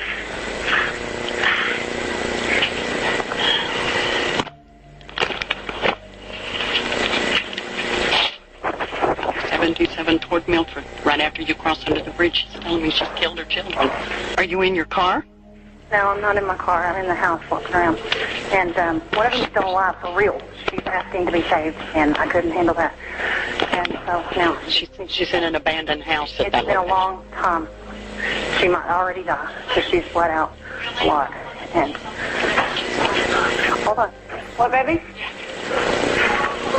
77 is Stay still. What did you say? I want to talk to 911. She said, please send to her. Okay. Well, we've got people en route. Get an ambulance, because one of them's still alive, she said. Can you tell me what happened? Ma'am? Hello? Ma'am? As you heard, Deborah calmly tells the dispatcher that she just stabbed her children with a knife and that one of them is still alive. As the call goes on, it gets more unsettling as she stays relatively calm and matter-of-fact throughout the whole conversation, but at the same time demanding that they hurry up to save the one that didn't die, as if she forgot that she was the one who inflicted the injury. So here's what happened. In May of 2009, Deborah's husband Lee filed for divorce. After this happened, she did attempt suicide and and then was given psychiatric care. Lee actually got a temporary restraining order over Deborah in fear that she might hurt the children since her behavior lately had been so erratic. But after she was released from this psychiatric care, unfortunately the judge lifted the restraining order. The very next day, Deborah got back her visitation rights. She picked up the children around 6 p.m. and told them that she had a surprise for them. And so the girls said goodbye to their father and excitedly went with their mother. Deborah drove them to an abandoned ranch house where she would take them inside and attack both of her daughters with a knife. Little 12-year-old Kelsey died from her injuries right there after her mother slashed her throat. Kirsten, the older sister, also had her throat slit, but also had stab wounds in her back. She reportedly was trying to shield her little sister from their mother during the attack. After all this, Deborah decided that she wants the older one to live after all and calls 911. Additionally, Deborah was a nursing student and she still didn't tend to her daughter's wounds while they waited for help to arrive. Instead, Deborah walked around the house while she was on the phone with the dispatcher. Deborah claims that she did it because she was heartbroken over the separation, as well as stressed about the custody battle that they were going through. Deborah did plead guilty, and because of that, she avoided the death penalty. This also made it so that the older daughter, Kirsten, did not have to testify in court, saving her a lot of trauma. Kelsey Jeter was a Girl Scout. She absolutely loved to read. She was an honor roll student and loved playing in her school's band. The day before her murder, she wrote on her MySpace page one more status update. "I get to see my mom tomorrow. Yay."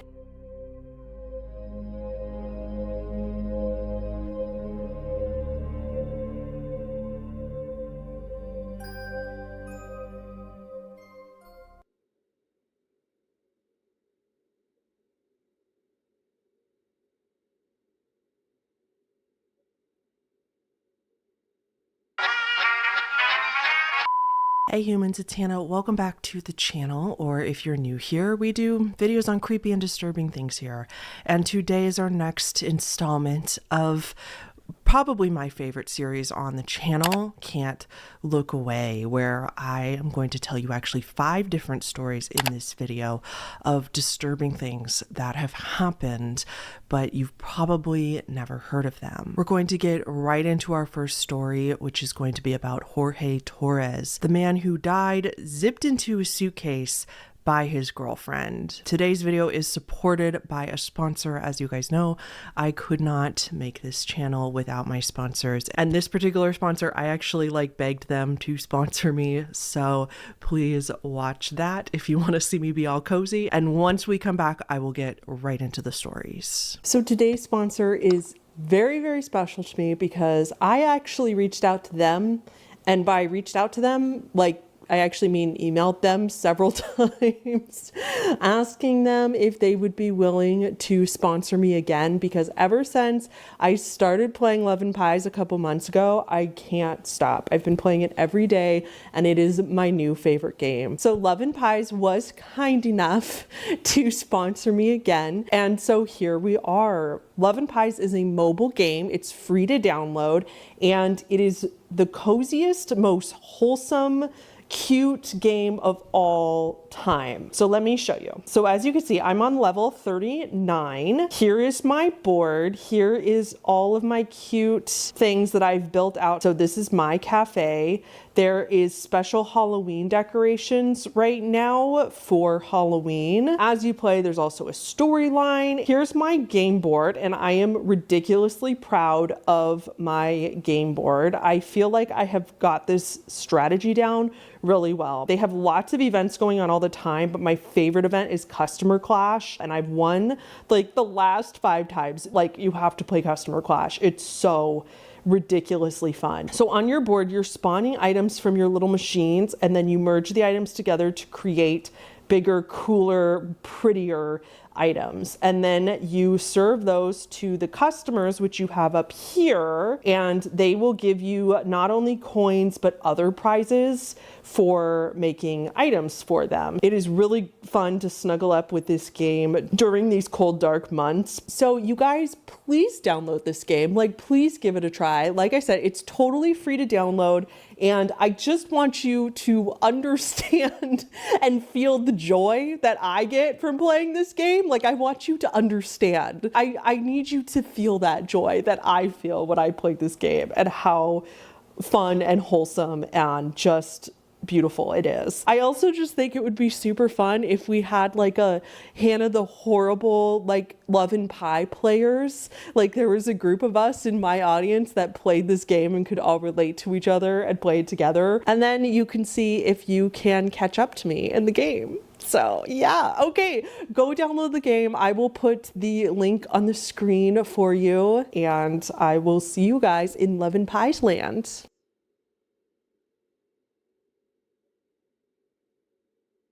So this first story about Jorge Torres was actually an email suggestion that I got from a subscriber. I don't have the name of the subscriber, but still, thank you for the email. This one takes place on February 25th, 2020 in Winter Park, Florida. 911 dispatch received an incredibly strange emergency call. It was from 42-year-old Sarah Boone, calling to tell the police that her boyfriend was dead in their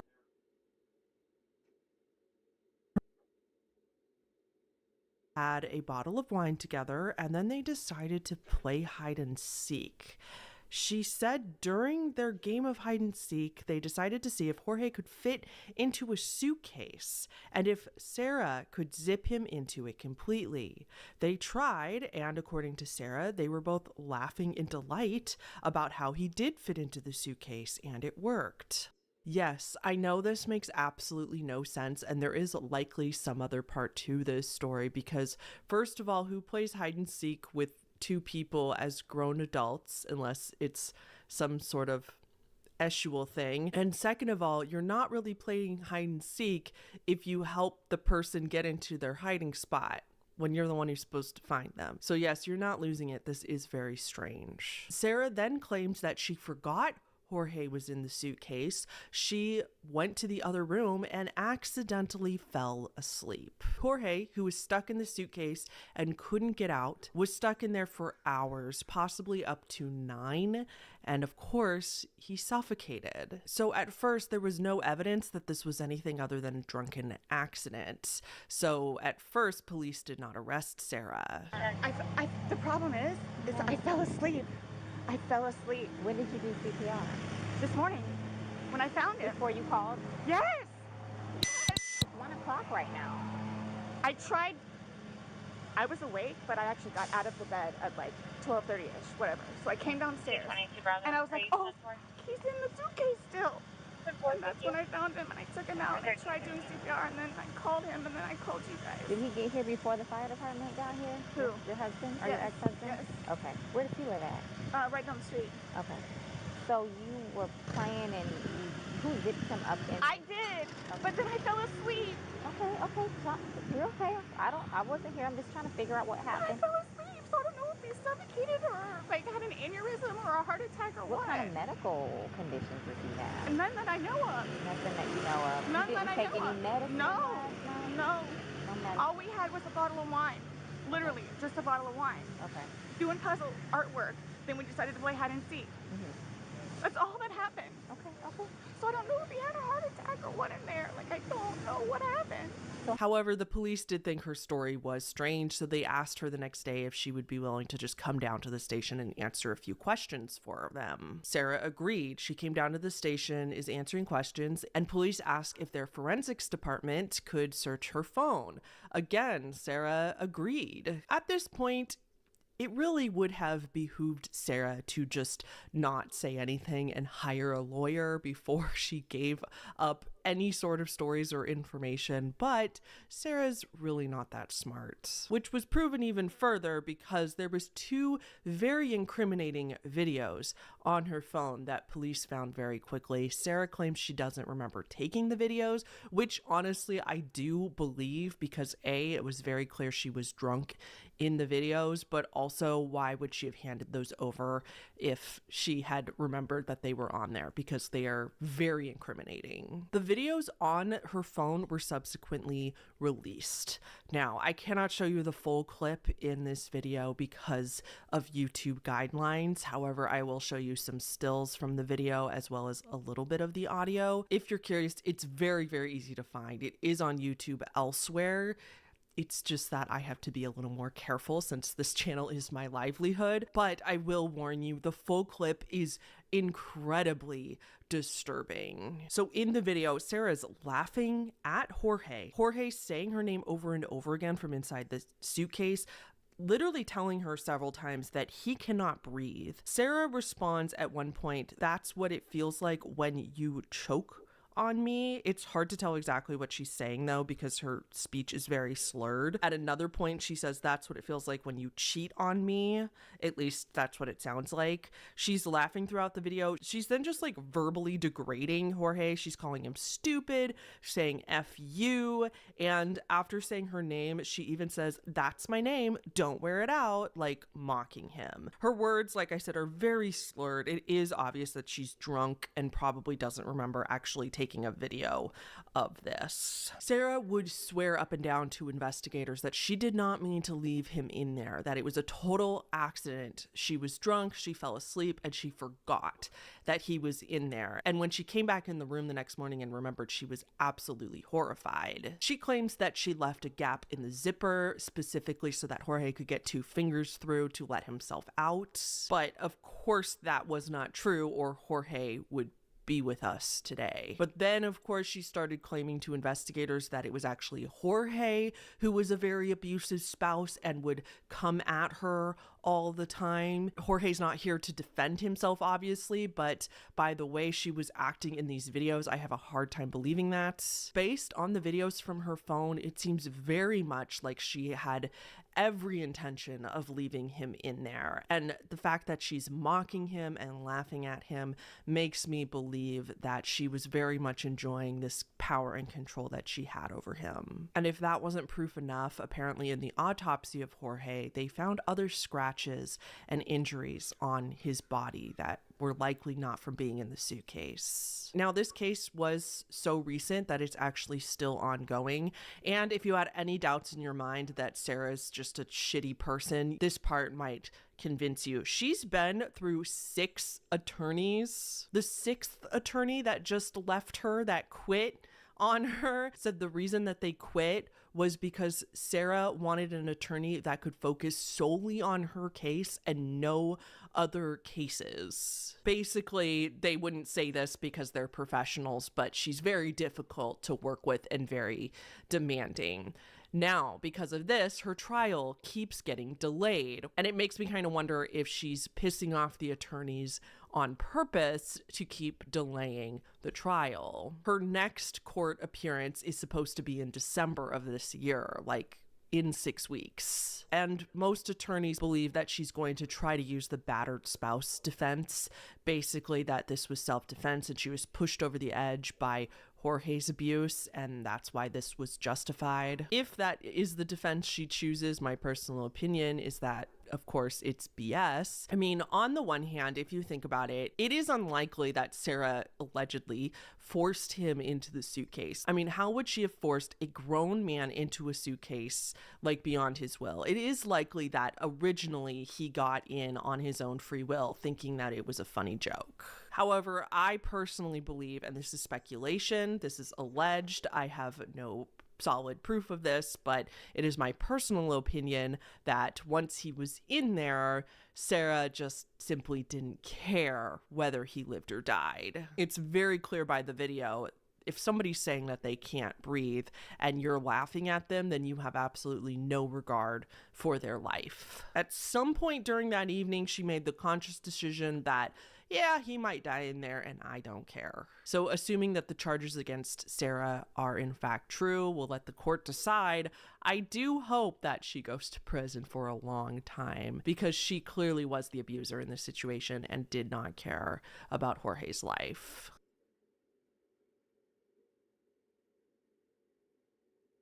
Kat McLean's story is also a suggestion that I got from a subscriber. Thank you so much to Katie who sent me the email about this story because it's wild. So Kat McLean is an artist from Salem, Massachusetts, and the owner of the small business Kat's Creepy Creations. She advertised her small business as a place to buy pieces that quote unquote shock the mind and shake the soul. She creates all things macabre, horror oddities, usually out of other things. One of the main things she creates is dolls. She takes existing dolls and makes them into creepier versions of those dolls, which is a great idea, and she does seem to do a great job. Here's some photos of her artwork, and she does seem like a very talented artist. Well, on February 9th, 2020, Kat posted this photo on her Instagram. The post read, "Throwback to the set of Hubie Halloween. This doll has been sold, and yes, that is a real human skull. If you're in the market for human bones, hit me up." Bunch of hashtags. Now, we've talked about this before on the channel, mostly about the controversial TikToker John's Bones, who claims to sell quote-unquote ethically sourced human bones. My personal opinion is that there's no way to ethically source human bones when the purpose is to profit from them. My issue with it is that often these bones end up sourced from impoverished parts of the world, and so this hobby is inherently contributing to classism and often racism. So that's first. Second, I have a hard time believing that any family member would be okay with their loved one's remains being sold literally as a prop and for profit. It feels so objectifying, disrespectful, and exploitative.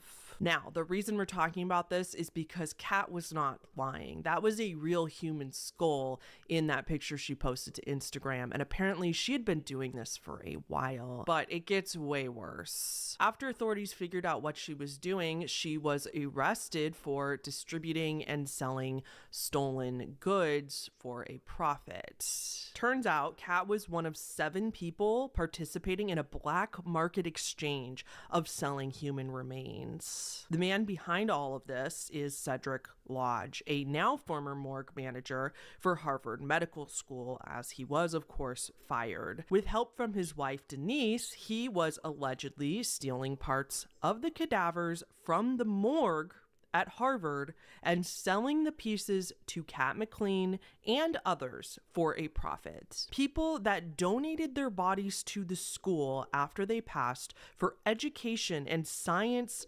purposes, and the morgue manager was looting the morgue and selling pieces of their remains for thousands of dollars.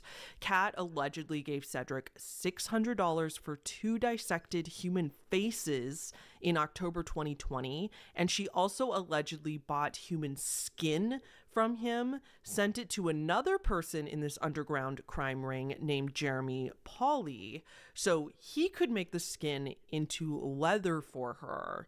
This happened in the summer of 2021. She then got more skin from Cedric to pay Jeremy with the skin instead of paying him money. This is straight out of the indictment document. In or about June and July 2021, Katrina McLean in Massachusetts shipped human skin to Jeremy Pauly in Pennsylvania and engaged his services to tan the skin to create leather.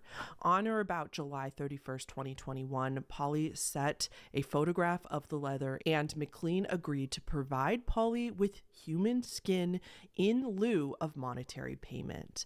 Katrina McLean then contacted Cedric Lodge and inquired about obtaining human skin to send to, quote unquote, the dude I sent the chest piece to tan. Cedric Lodge agreed to look for skin at Harvard Medical School for McLean to send to Pauly. Cedric would even allegedly allow Kat and others into the morgue themselves to shop for what they wanted from the cadavers. Among the remains that Cedric sold, according to the indictment document, he sold brains, skin, bones, and heads. So this is despicable for reasons that we already discussed. Like, I just cannot believe the disrespect and the objectification and exploitation of like people's loved ones. It's not the dead person. Like, the dead person doesn't know. Like, I understand that. Like, I do think we should respect human remains in general, but it's the loved ones that loved that person and cared for them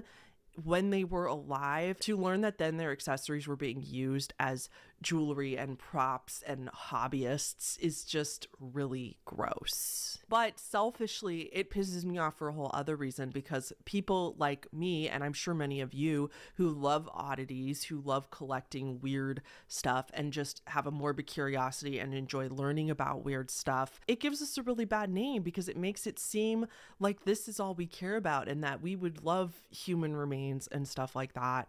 I would never collect any sort of human remains and display it in my house like a trophy. I'd find that so incredibly weird, and all I would be able to think about every time I looked at it is the person that I stole somebody's body parts. Like, please just don't think that like goth people are like this or people that like morbid things are like this, because we're definitely not. A lot of us think this kind of thing is really effed up. Anyway, Kat is facing up to 10 years in prison if she's convicted.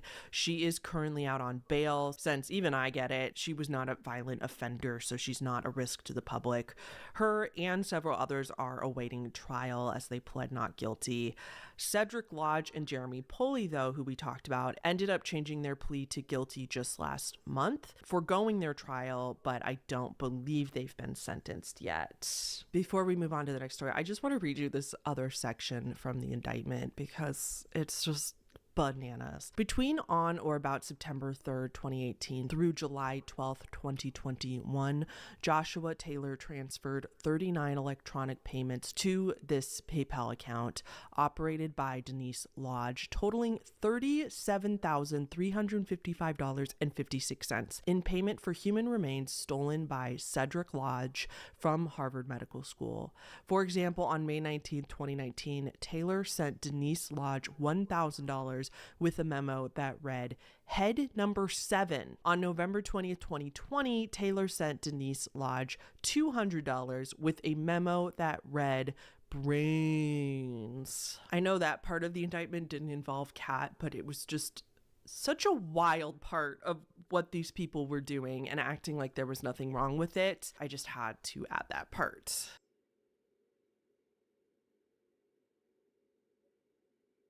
Our next story takes us to the Public University of El Alto in Bolivia on March 2nd, 2021 at 8 a.m. A large group of students are trying to get into a room in the Financial Sciences building for a meeting to organize a protest against the Economic, Financial, and Administrative Science branch of the school.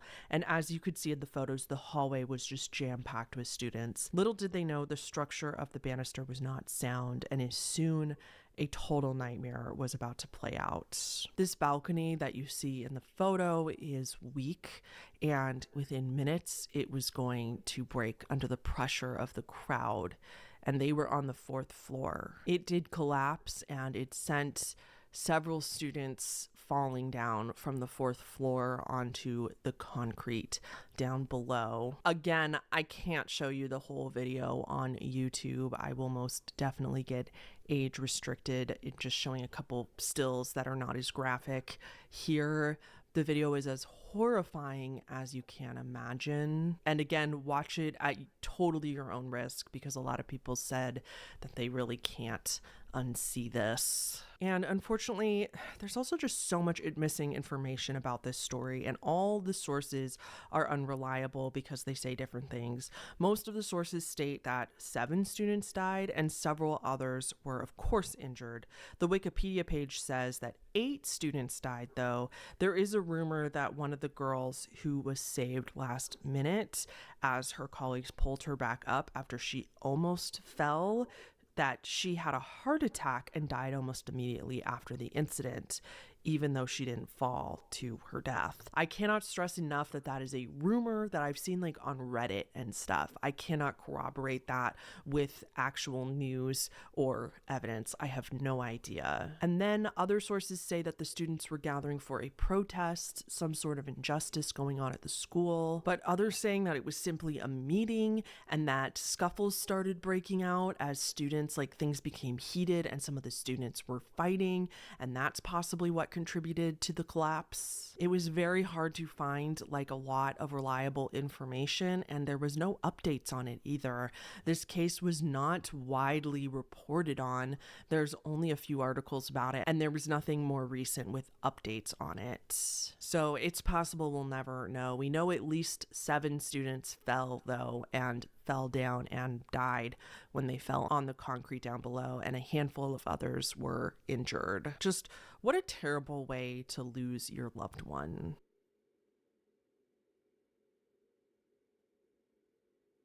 Tatike Kutsi was a 61-year-old man from South Africa, a father of 6 who went to the hospital to undergo abdominal surgery. He was then transferred to a recovery ward in the Stellenbosch Hospital on October 5th, 2017. The surgery went well, and Tatike seemed to be recovering as expected.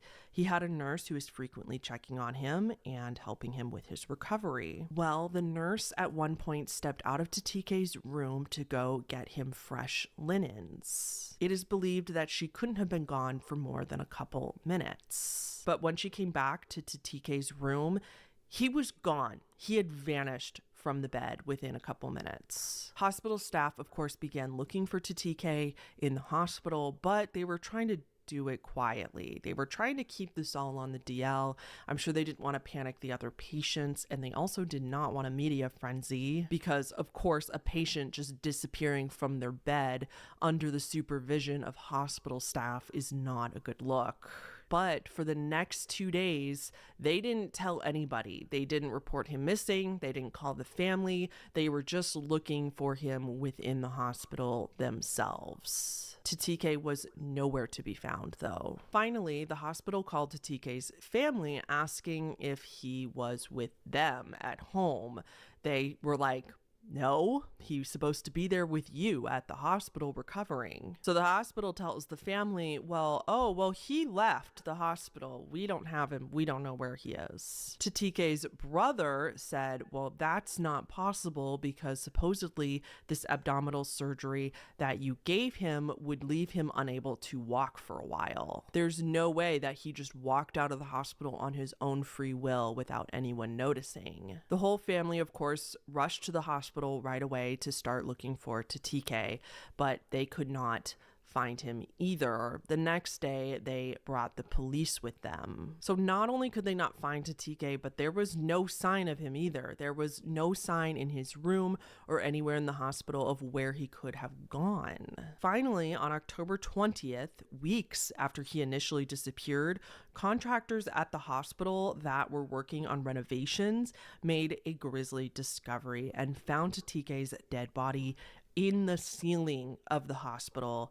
He was found, quote unquote, in an isolated area in the ceiling of the facility. An autopsy performed on Tatike shows that he did not die from complications of the surgery, and it was implied by the hospital staff to Tatike's family that Tatike didn't die from natural causes, implying that somebody killed him, as well as the fact that he was likely placed in the ceiling post-mortem. So many people believe that this is a legit case of teleportation, that there's simply no other explanation for how Tatike could have ended up in the ceiling. Of course, I don't really believe that myself, but I do understand how some believers might have gotten to that conclusion. It's almost inconceivable, but I suppose technically possible, that he just got up, walked away, was in some delirious state, and climbed up in the ceiling while recovering from abdominal surgery. The only real-world reasonable explanation is that he was murdered and moved up there. That just opens up a ton more questions.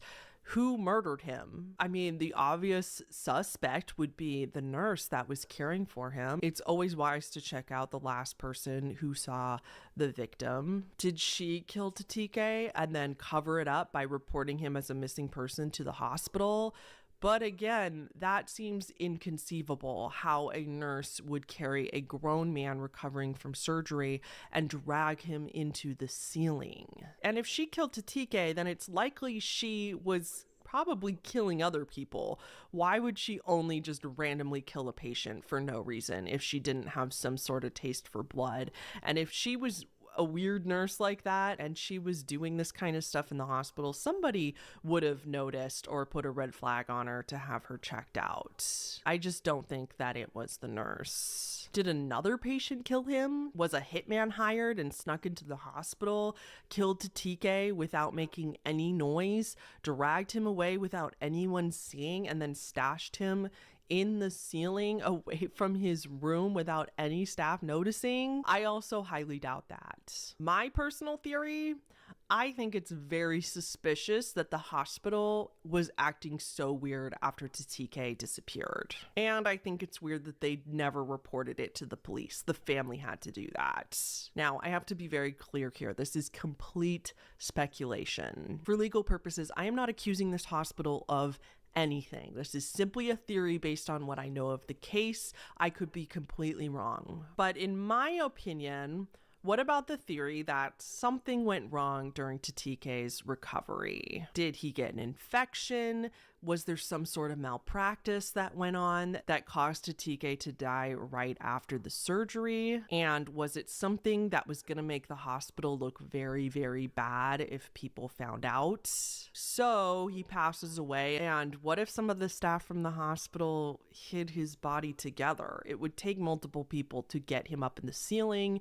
He was also put up there post-mortem. And then they had to come up with the nurse story, so they didn't tell the family for a couple days while they were all getting their story straight. It would explain the weird autopsy report and how vague they were being about the way that he died. It would explain why the hospital didn't call the police or report him missing or tell the family right away. And it would explain why nobody seemed to see anything, because anyone who did see something was in on it and was working with the story. So they all worked together to make sure that no random patients saw what was going on. Again, I cannot stress enough that that is speculation. I'm not accusing anyone of anything. I have absolutely no solid proof to back that up. It is simply a theory. Either way, this story is wild, and it's another one that I don't think is going to get enough investigation. I think it's going to be swept under the rug, and more investigation isn't going to go into it, and we're not going to get answers, which is frustrating for us. Just imagine how TK's family feels.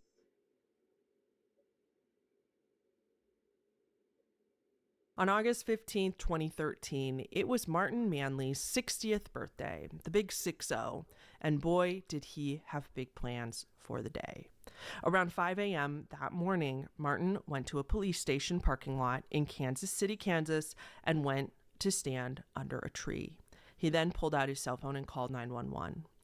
I want to report a at the south end of the parking lot of the Overland Park Police Station at 123rd and Metcalf, he said to dispatch. Then he hung up, pulled out his .380 pistol, and that was it. Martin Manley was a former sports writer for the Kansas City Star. He left the following note for officers.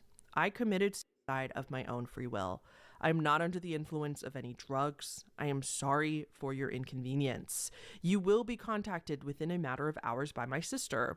She will find out about this by an overnight letter and or email I sent to her, which she will get this morning. In it, I explained the exact location of where I shot myself and gave her your phone number. At that time, she will tell you who I am. If you discover who I am prior to her call, please do not contact her. I do not want her or anyone else I sent letters to overnight to find out about it from you. I want them to find out about it from me. Thank you. In the note, he also left instructions for hopefully getting his organs donated. He asked them to destroy the weapon, ammunition, and the phone as they serve no purpose anymore, and the info for where he prepaid for his own cremation. While, of course, this seemed very planned, you don't know the half of it. Turns out they found an entire website that Martin Manley had been working on for months and months, all dedicated to blogging about not only his life, but his death. Turns out, according to Martin, this was 14 months in the making.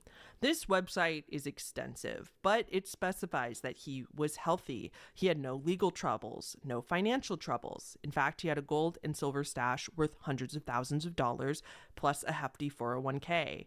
He did not feel lonely or underappreciated. He had a full life of activities and people to spend his time with. He said he didn't suffer some loss of someone in his life that was too much to bear. And most of all, he says he was not depressed. He said that his life was virtually stress-free and that he loved his job and his hobbies. So, why did Martin do it?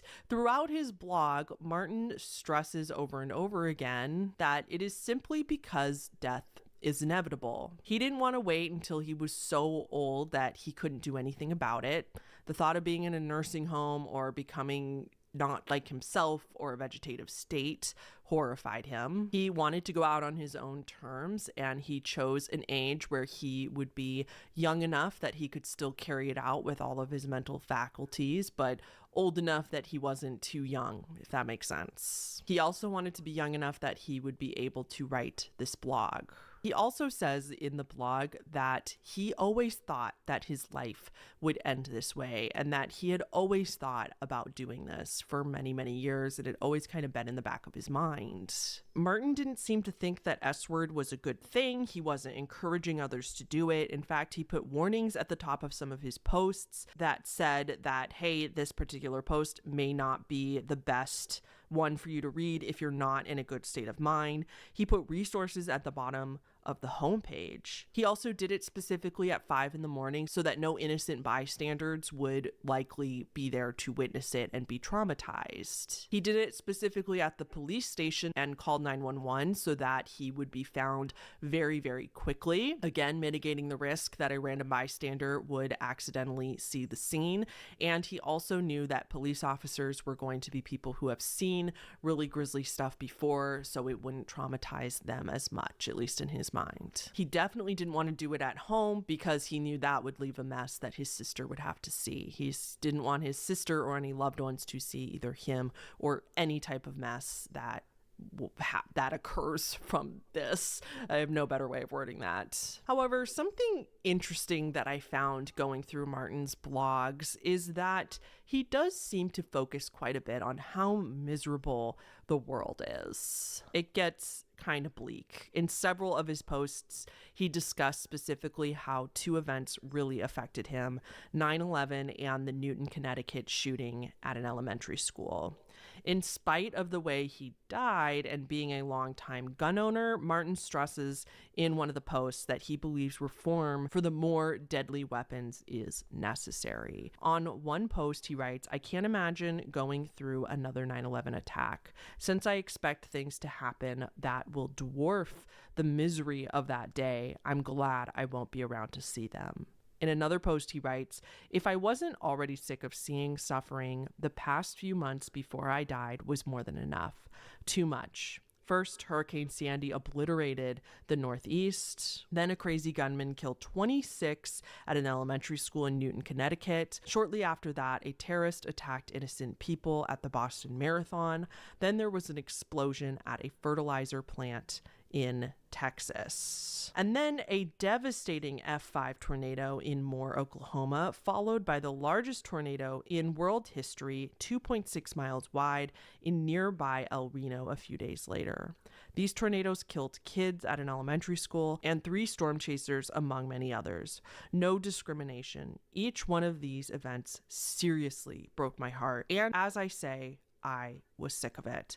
It hurt to watch, and I decided I was watching no more." He then goes on to say, "Unfortunately, it is likely to get worse, a lot worse. I honestly believe I would have seen a dirty bomb go off in a big city, or a virus sweep the world, or a nuke in the hands of terrorists. I honestly believe I might have seen a tsunami wipe out an American coast, or a volcano destroy half of Mexico City or Seattle.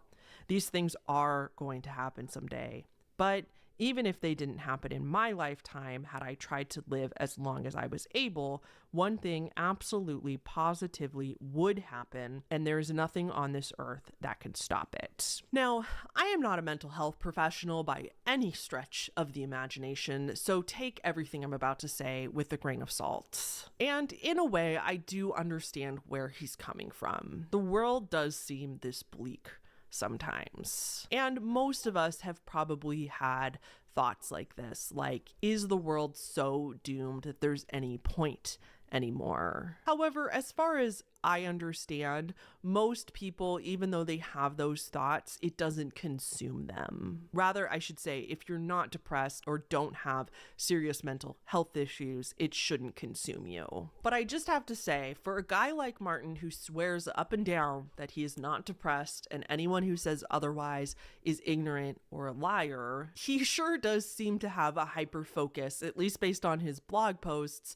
of the concept that we're all doomed and there's no point. Have you ever listened to the podcast miniseries S-Town? If you haven't listened to it, highly recommend. Again, if you're in a good state of mind, it is sad. No spoilers, but the main focus of that podcast is a man from a small town who does clearly have major depression issues. And it's just interesting because in the podcast, in his interviews, he would talk all the time about how doomed the world is and how people are just so inherently evil and how many terrible things happen to good people. He would talk about this stuff in that podcast several times and seemed to be hyper focused on it, and it seemed to be a huge part of his depression. Again, I am not a mental health expert and do not claim to be, but I just have a hard time believing that Martin had absolutely no mental health issues like he claims when he seems so focused on how the world is hopeless. I just think as somebody who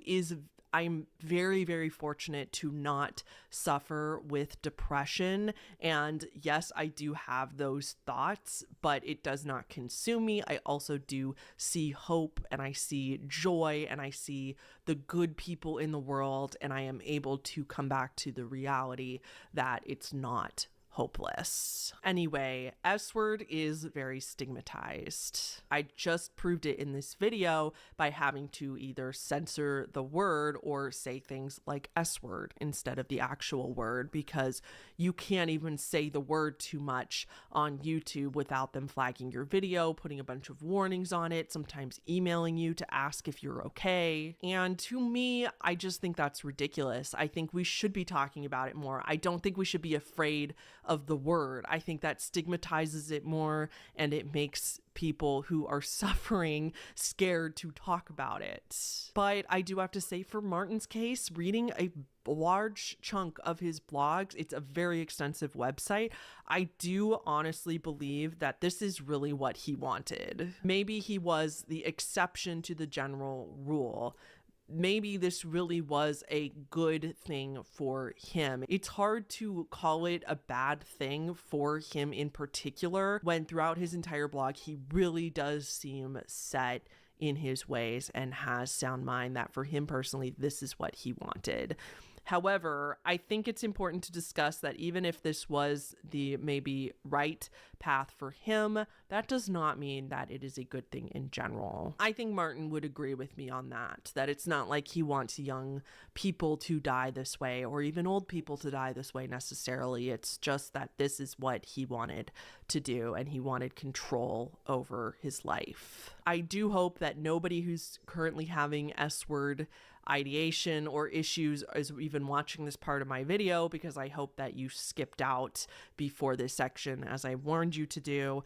But if you did and you're watching, I am putting resources below. And I just want to say that in spite of the fact that Martin's story is definitely an anomaly, I am glad that you're still with us and I am glad that you're still here. All right, guys, that is going to be it for today's video. Please like the video just to help the channel out, and I will see you all in the next one. Big shout out to all of our Patreon supporters on the screen right now, with our top tiers being Colin Holmes, The Deck of Cards, Michelle Valavinos, Tom L, Little Kittle Cat, Mitchell Schaefer-Meyer, Mike, Alice Paul, Brittany Phillips, Momo Neon, Marita144, Sage K, Elderly Hipster, The Puppy Hag, Rebecca Jackson, Toby, Carter, Kawakan Anime and Gaming Convention, Sarah the Crazy Fish Lady, Maxie, Ellison Luna, Tiny Mighty Bookworm, A Bunny apparently, Leon Vanek, Elliot Fink, I Am In Your Walls, Habomania, Cyberdog Investigations LLC, Vicky Cat, Amy B, Tick Urch, Dead Without the E, Ball, Olivezilla, Chara, MH Dave, Ami, Lindsay R, Miss T, Lou Raccoon, Shayna R, El Magnificoco, Victor Schmiel, Laura Winter, Lilith, Dana, Ashes, Arsenic Ghost, Goshzilla, Gabriella L, Aria Anomaly, Ghosty Girl, Mel Miller, and our newest, Jessica Cook.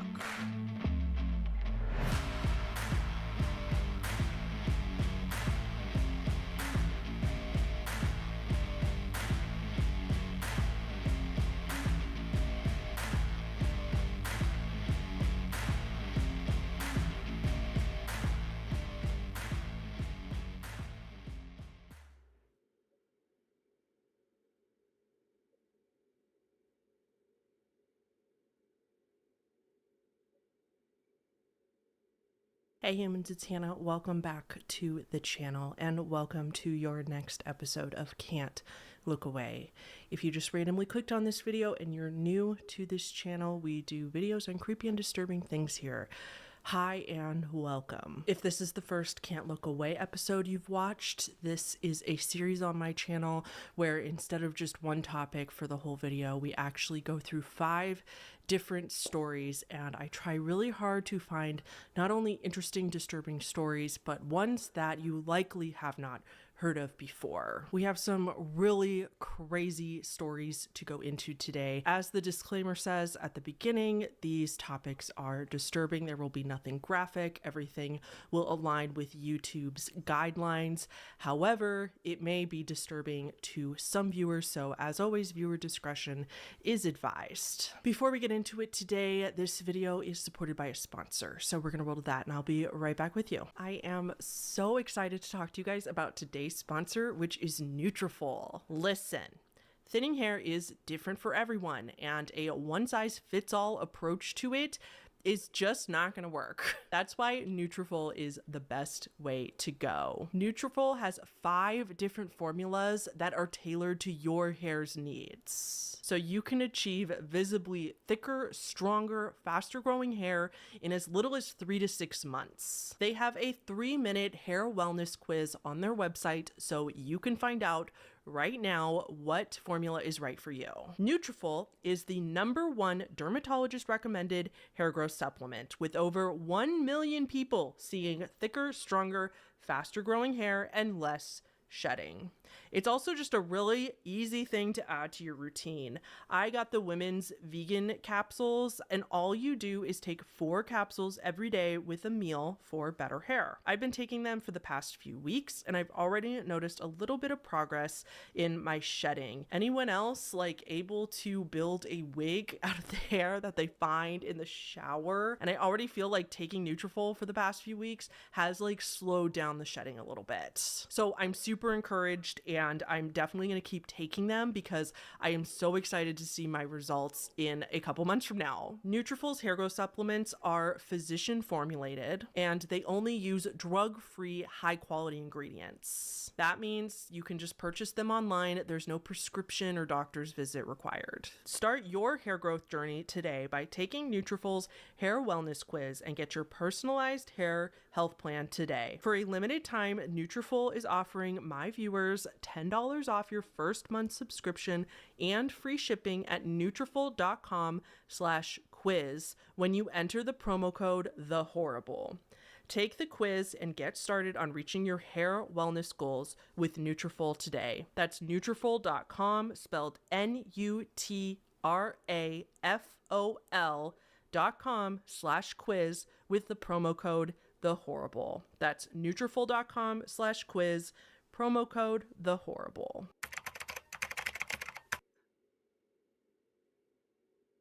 On September 27th, 2014, 19-year-old Jansen McGee returned to his home with his girlfriend in Springville, Utah. Immediately, something felt off. Really off. He entered his house and it was quiet. Too quiet. The type of quiet that you never want to experience yourself because it's the type of quiet that is deafening. There were no sign of his parents or 3 younger siblings. He goes upstairs to check his parents' bedroom, but the door is closed, and when he turns the doorknob, he can't open it. Something was definitely wrong. He could feel it. Instead of forcing it open, the boy called his grandmother. His grandmother, Valerie Sudweeks, came right away and forced the door open. Inside was this teenager's 5 family members, his parents and his 3 siblings. However, they were no longer alive. Maureen Ledbetter, who was a family friend, she was called over. She was probably close by and came as well. The grandmother, Valerie, was in absolute hysterics, so she could not do anything. So Maureen called 911. Valerie can be heard in the background of this call screaming. Maureen tells the dispatcher the whole family has killed themselves. The family killed themselves. The address. And the scene was grisly, for lack of a better word. Benson Strack, who was 14 years old, along with his younger sister, Emery, who was 12 years old, were both laying next to each other on a mattress near their parents' bed. 11-year-old Zion, the 3rd sibling and the youngest, was cuddled up with his parents on their bed. He was under the blankets with his mother, but his father, who was also in the bed with them, was over the blankets. The father, Benjamin Strack, is thought to have passed away last because he was not under the blankets. Christy was the mother who was holding her son Zion in the bed. When authorities came to process the scene, the biggest thing they found was drugs. A lot of drugs. I'm going to actually read this quote directly from a Washington Post article because I don't want to mess it up. They found empty containers of cold and flu medication, allergy medication, sleeping medication, pain reliever, and cherry-flavored liquid methadone. And they found a plastic sand pail filled with a lethal yellowish-orange concoction, a mixture of the drugs. Now, before we go on, just a quick note. I know people are going to ask. If you know, you know. Methadone is a drug that is often used to treat heroin addiction. So that is the reason why methadone was in the home. It was in the home legally. It was prescribed to Christy, who had suffered from heroin addiction in the past, as well as Benjamin, her husband. At the autopsies, doctors found that all 3 children had lethal doses of a concoction of these drugs in their systems. Christy had these drugs in her system as well. However, she also had dextrofan, which is a cough suppressant, as well as doxylamine, which is a sleep aid. Benjamin, the father, seemed to have just OD'd on heroin. Both Benjamin and Christy, the parents, their cause of death was listed as suicide. But 11-year-old Zion and 12-year-old Emery, their cause of death was both listed as murder. It was determined that they were too young to consent to this suicide pact, so it seemed, and so it was determined that their parents actually murdered them. Interestingly enough, though, is that it was not the same for 14-year-old Benson. His cause of death was and has been always listed as undetermined. They apparently couldn't decide whether he was old enough to consent to all this, and if he actually made this decision himself or not. My extremely personal opinion, and I am not an expert in this field whatsoever, so take my opinion with a grain of salt, but I personally think that he could not have consented to this if he wasn't brainwashed by his parents, which we'll learn about in a minute. I don't think that this would have happened. I don't think Benson would have carried this out if it weren't for his parents. So I personally believe that his cause of death should be murder as well. However, it is a confusing part of this story because 14-year-old Benson, he was the only one in the family that left a note.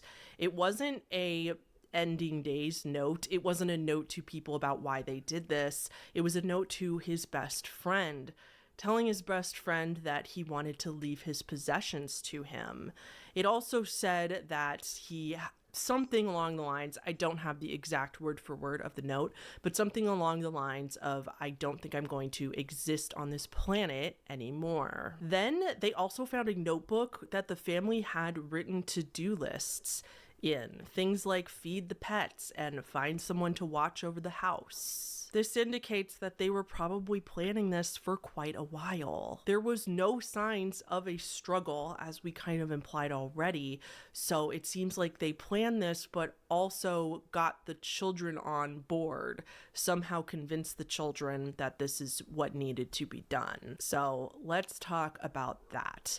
Why? Why did Christy and Benjamin do this? Well, it was later determined that the two were extremely religious, not in the healthy way. They were afraid that the world was just evil, and they were certain that a pending apocalypse was just around the corner. Friends and families did confirm that Christy and Benjamin would talk about a pending apocalypse quite often. They kind of knew that this horrific tragedy could be part of their plans in the future, but they kind of hoped that it wasn't going to go that far. The way they talked about it, it seemed more like they were just afraid of being in the general population when this apocalypse was supposedly going to happen, and it seemed more like they were going to pack up all their stuff and move away suddenly, just kind of disappear and move off the grid, so that when this apocalypse that they were convinced was going to happen happened, they would be safe. They would be away from everybody. But that's not what they did. They instead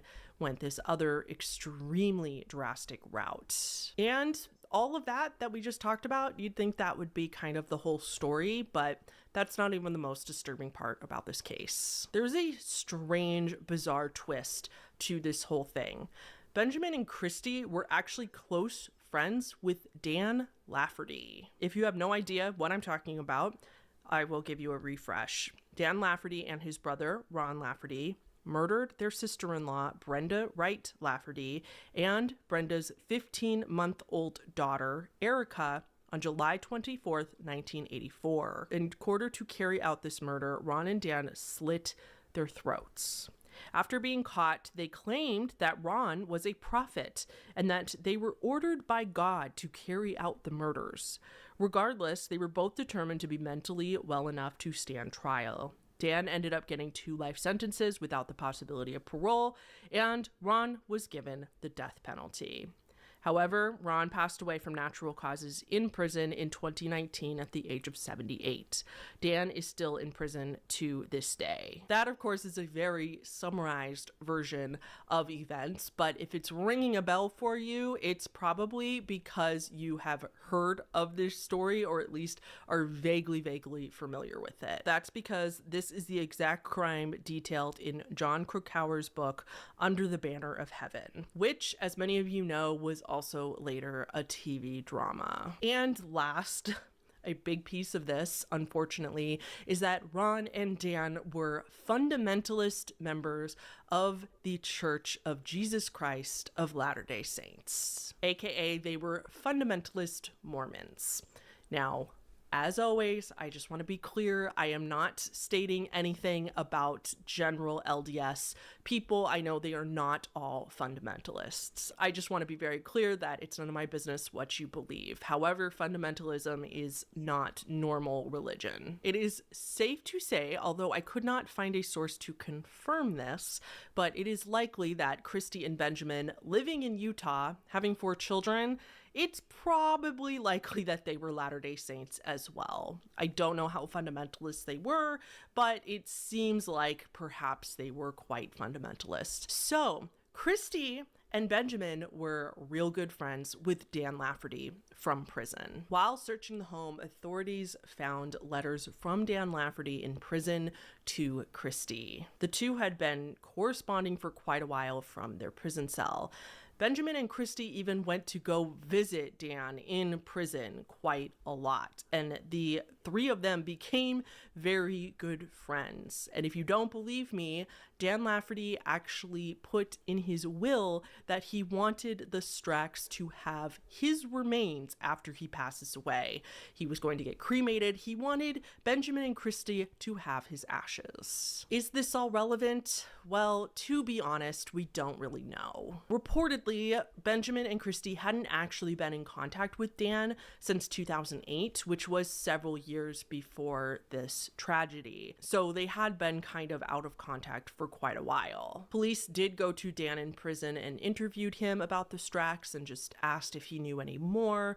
They were trying to figure out what really happened. Dan said that he had no idea that they were planning this, and he actually seemed genuinely sad that they were gone. So is it relevant? Again, we don't know. However, I do think it's important to note because it really shows us the kind of mental state that Benjamin and Christy were in. They were clearly not mentally well. It's really unhealthy to become obsessed with a killer in general, let alone make actual contact with them and then become friends with them. And again, this is speculation, but in my opinion, I kind of wonder if Christy really felt that connection with Dan because she felt that she was getting a similar calling from God to carry this out to her family in order to be called back to God.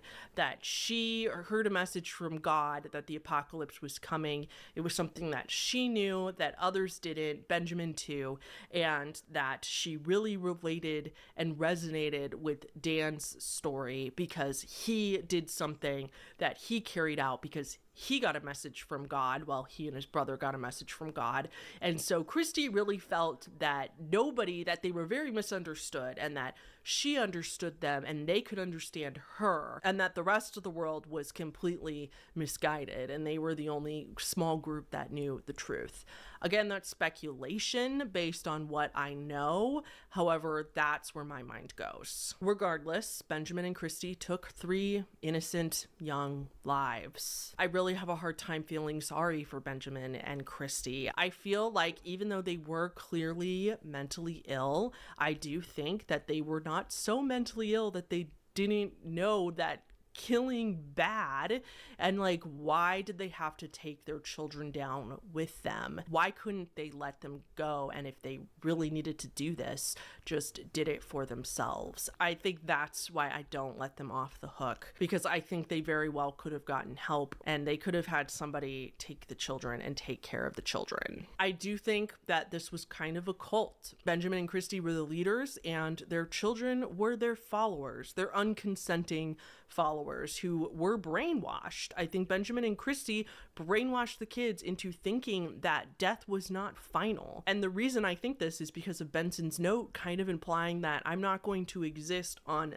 this planet anymore, not necessarily not exist in general. And I think the kids being so young could have easily brainwashed them. I mean, think about how much you understood about death at that age. And if your parents told you that we're not dying, we're going to another planet, or we're going to God, or we're going to this or that, they could probably convince the kids that this wasn't actually final like death is. The only solace we have is that the children, it was shown that they did go to sleep before they passed away. I know that's incredibly morbid, but it gives me a weird comfort to know that they did not seem to suffer. But either way, those kids deserved so much better.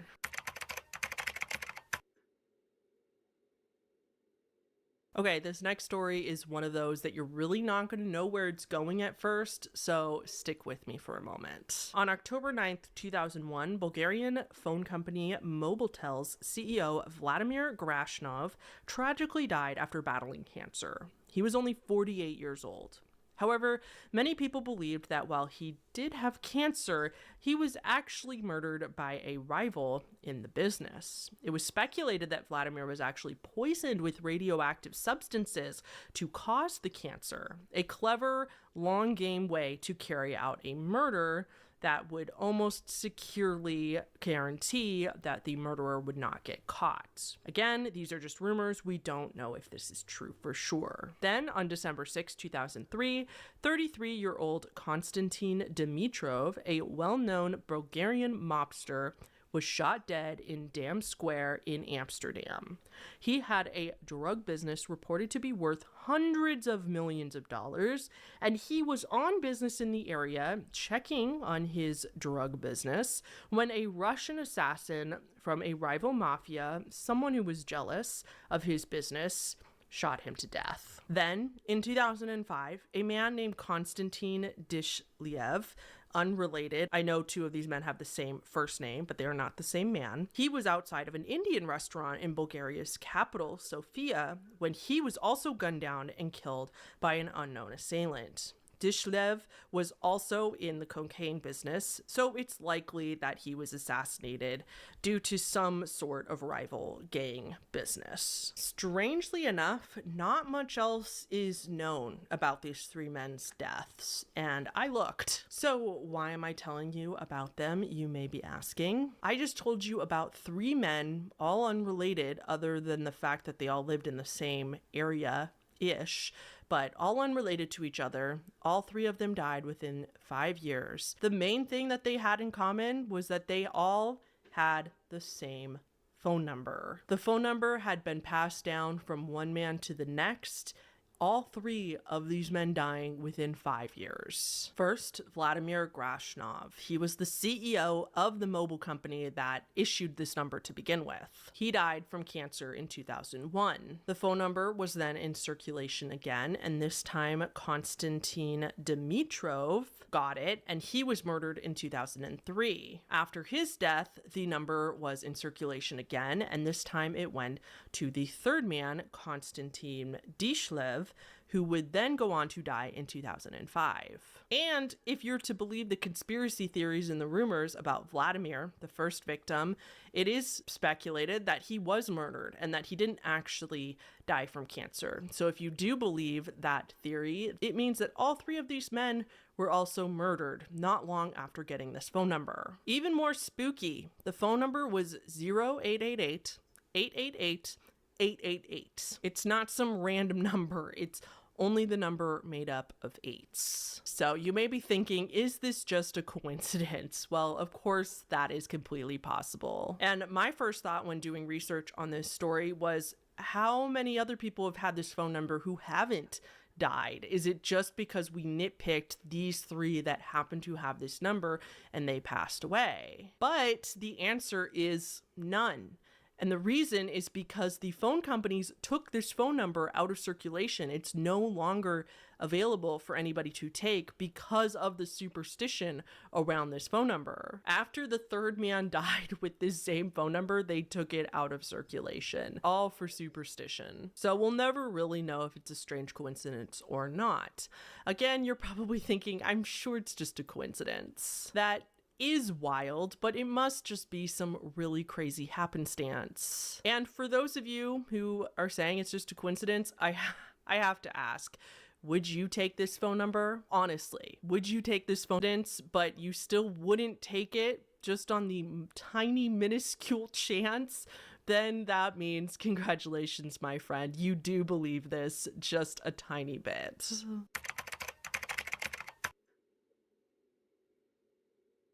Okay, we are now going to take our stories over to Poland. I want to apologize in advance because these people are from Poland. It's very hard to pronounce their names with my very, very American accent, so I do apologize in advance if I am saying these names incorrectly. I will, as always, try my best. This story was actually a tip-off from one of my subscribers, my subscriber Katzenel, and I hope I'm saying your name right, even though you wrote it out phonetically for me. Still hoping I'm saying it right. Thank you, Katzenel, for emailing me this submission and tipping me off to this story. Now, the reason that this next story is so disturbing is because there is a video of the entire thing going down. This is a video of a horrific murder-suicide that happened not only in broad daylight, but in public in the city of Poznan in Poland in July 2023. Now, obviously, and I'm sorry, but this is YouTube,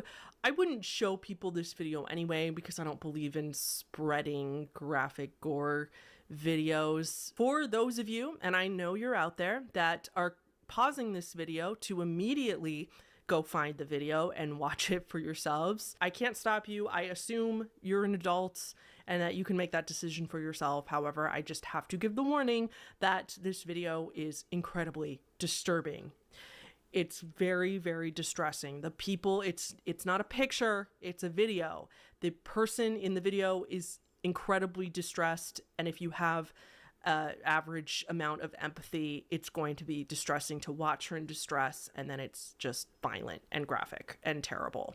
So that being said, I highly recommend not going to watch the video, especially because I'm going to tell you what happens in the video now in order to tell the story. So the video shows 3 people. They are outside of a hotel in Poznan. When the video starts, one of the men is already dead. So this was Gordon Domagala. He was the main victim of this case. He was either 30 or 31 years old. The sources are not clear on his age. So then we have 20-year-old Julia Harmasiniska.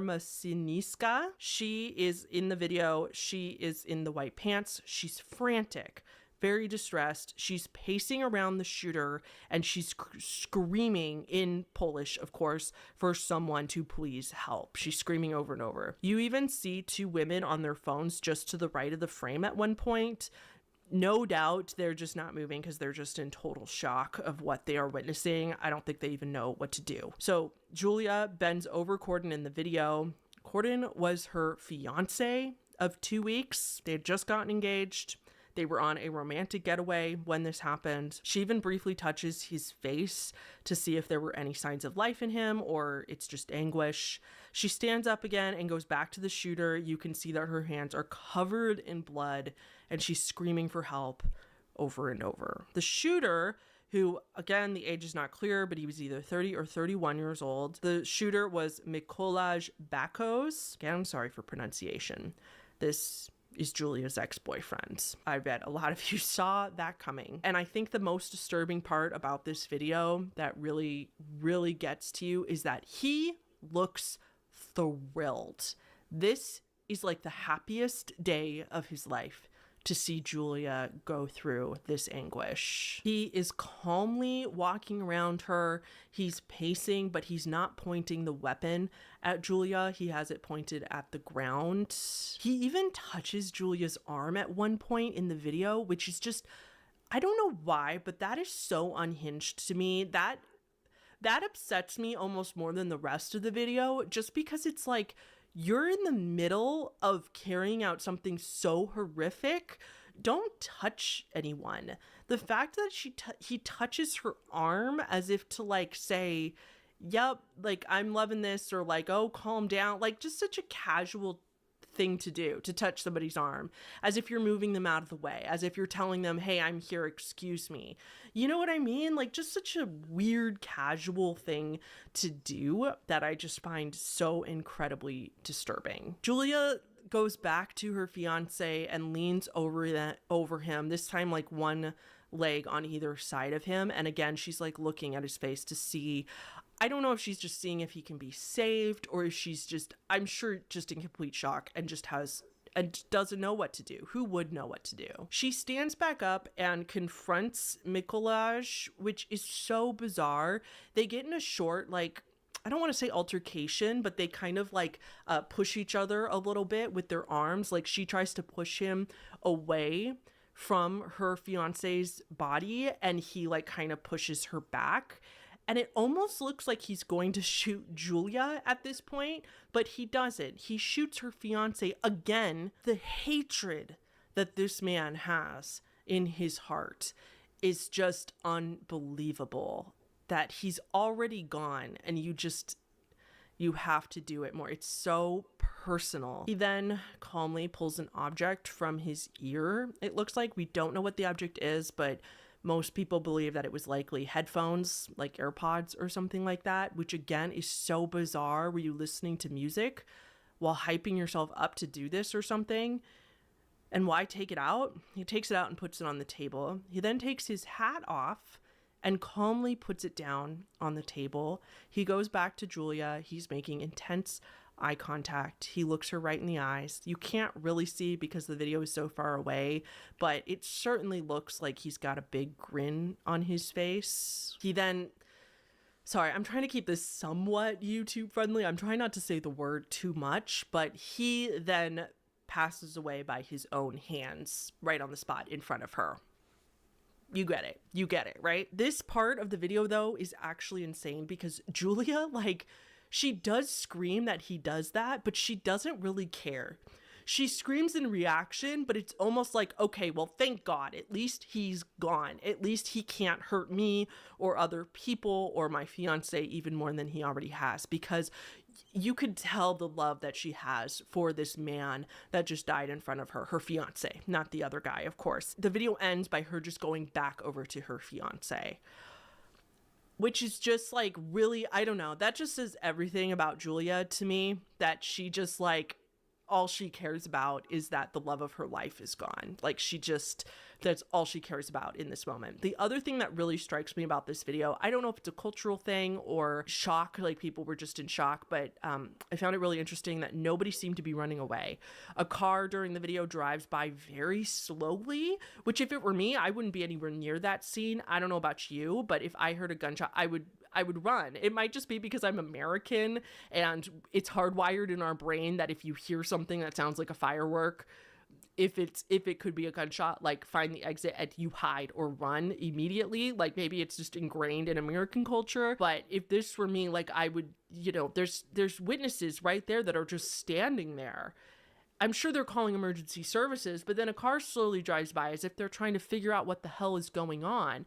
And then Julia herself doesn't run away. It's wild that Julia doesn't run away. He just, like, if you can't save your fiance, I don't think anybody would fault her for running away thinking that she was next. Again, I don't know if it was just utter shock, so much love and compassion for her fiance that she just could not leave his side no matter what. Like, I don't know if that's what it was, or she didn't care if he got her too because her life was over anyway. It's just so interesting. I love the human nature. I love observing human nature like this because she like goes and confronts the shooter and like even like shoves him a little bit to like tell him to get the fuck out of here.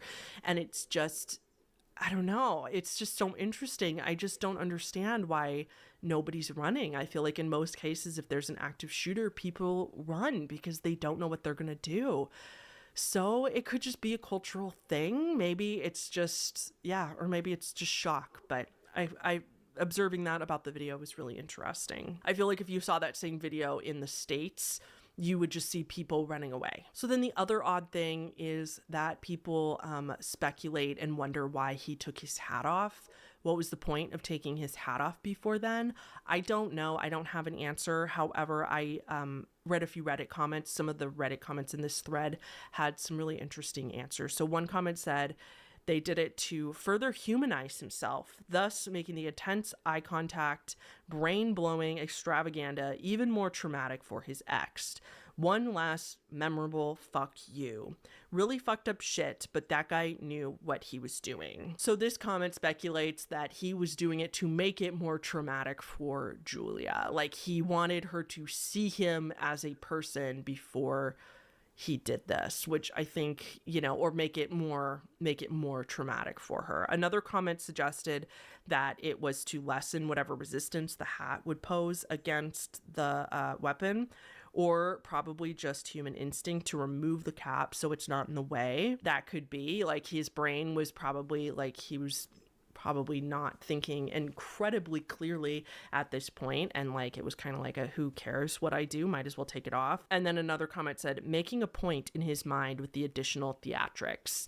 And yeah, I think that's similar to the first comment, but I would agree with that as well, that he was literally just doing it because the whole point of this was to put Julia through as much pain as he possibly could. Notice he doesn't kill her. He spares her life because he wants her to live with this instead. So, like you've probably figured out by now on your own, Mikołaj has never been over their breakup. Julia and Mikołaj used to date. He was mad that he was no longer with Julia, that she had broken up with him, and he handled it in the most cowardly, horrific way.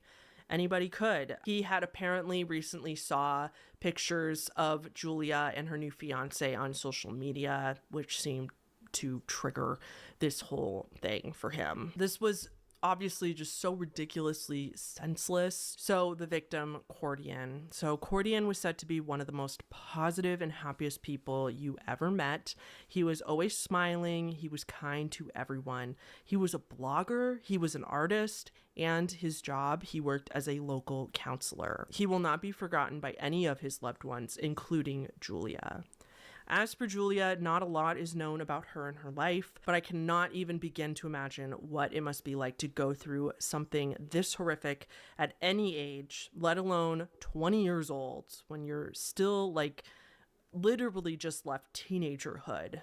I can't imagine. I do really hope for Julia that she is able to find therapy and help to heal through this. She deserves to go on and live a happy life and find joyful relationships. I really hope that she doesn't blame herself for this, because this is not anything she could prevent it. She didn't do anything wrong. All she did was move on with her life, and she had every right to break up with somebody for whatever reason.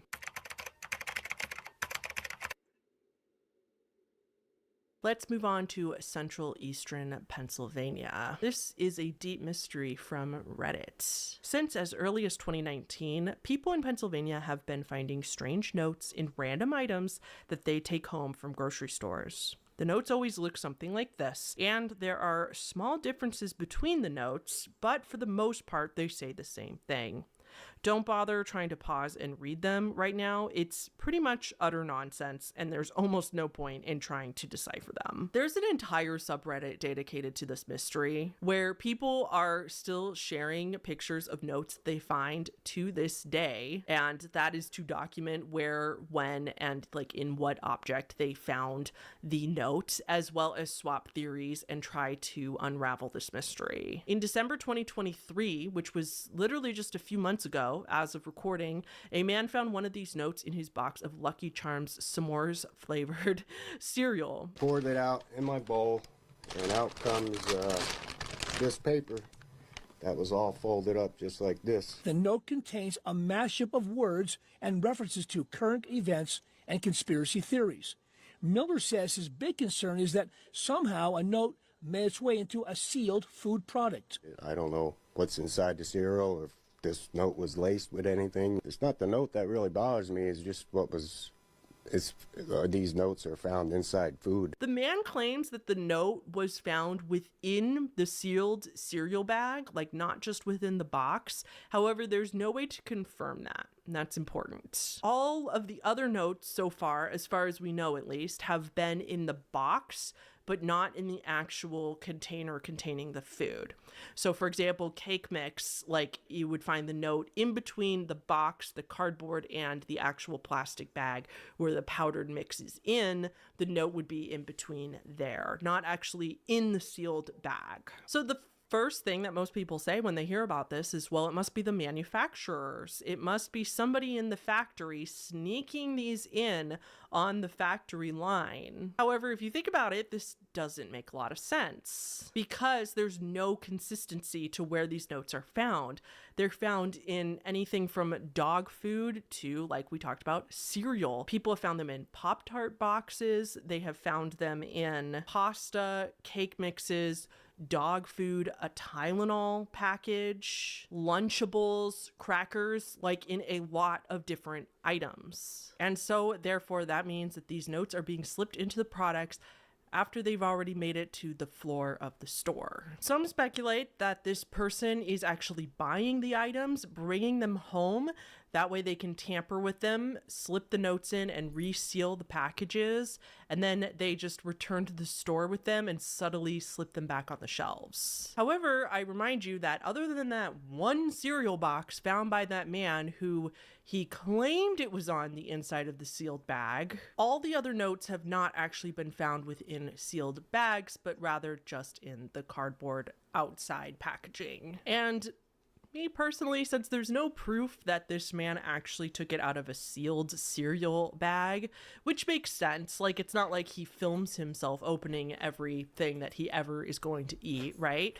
But I personally think that it's quite possible that the note was in between the bag and the box, and he opened the bag inside of the box without seeing the note.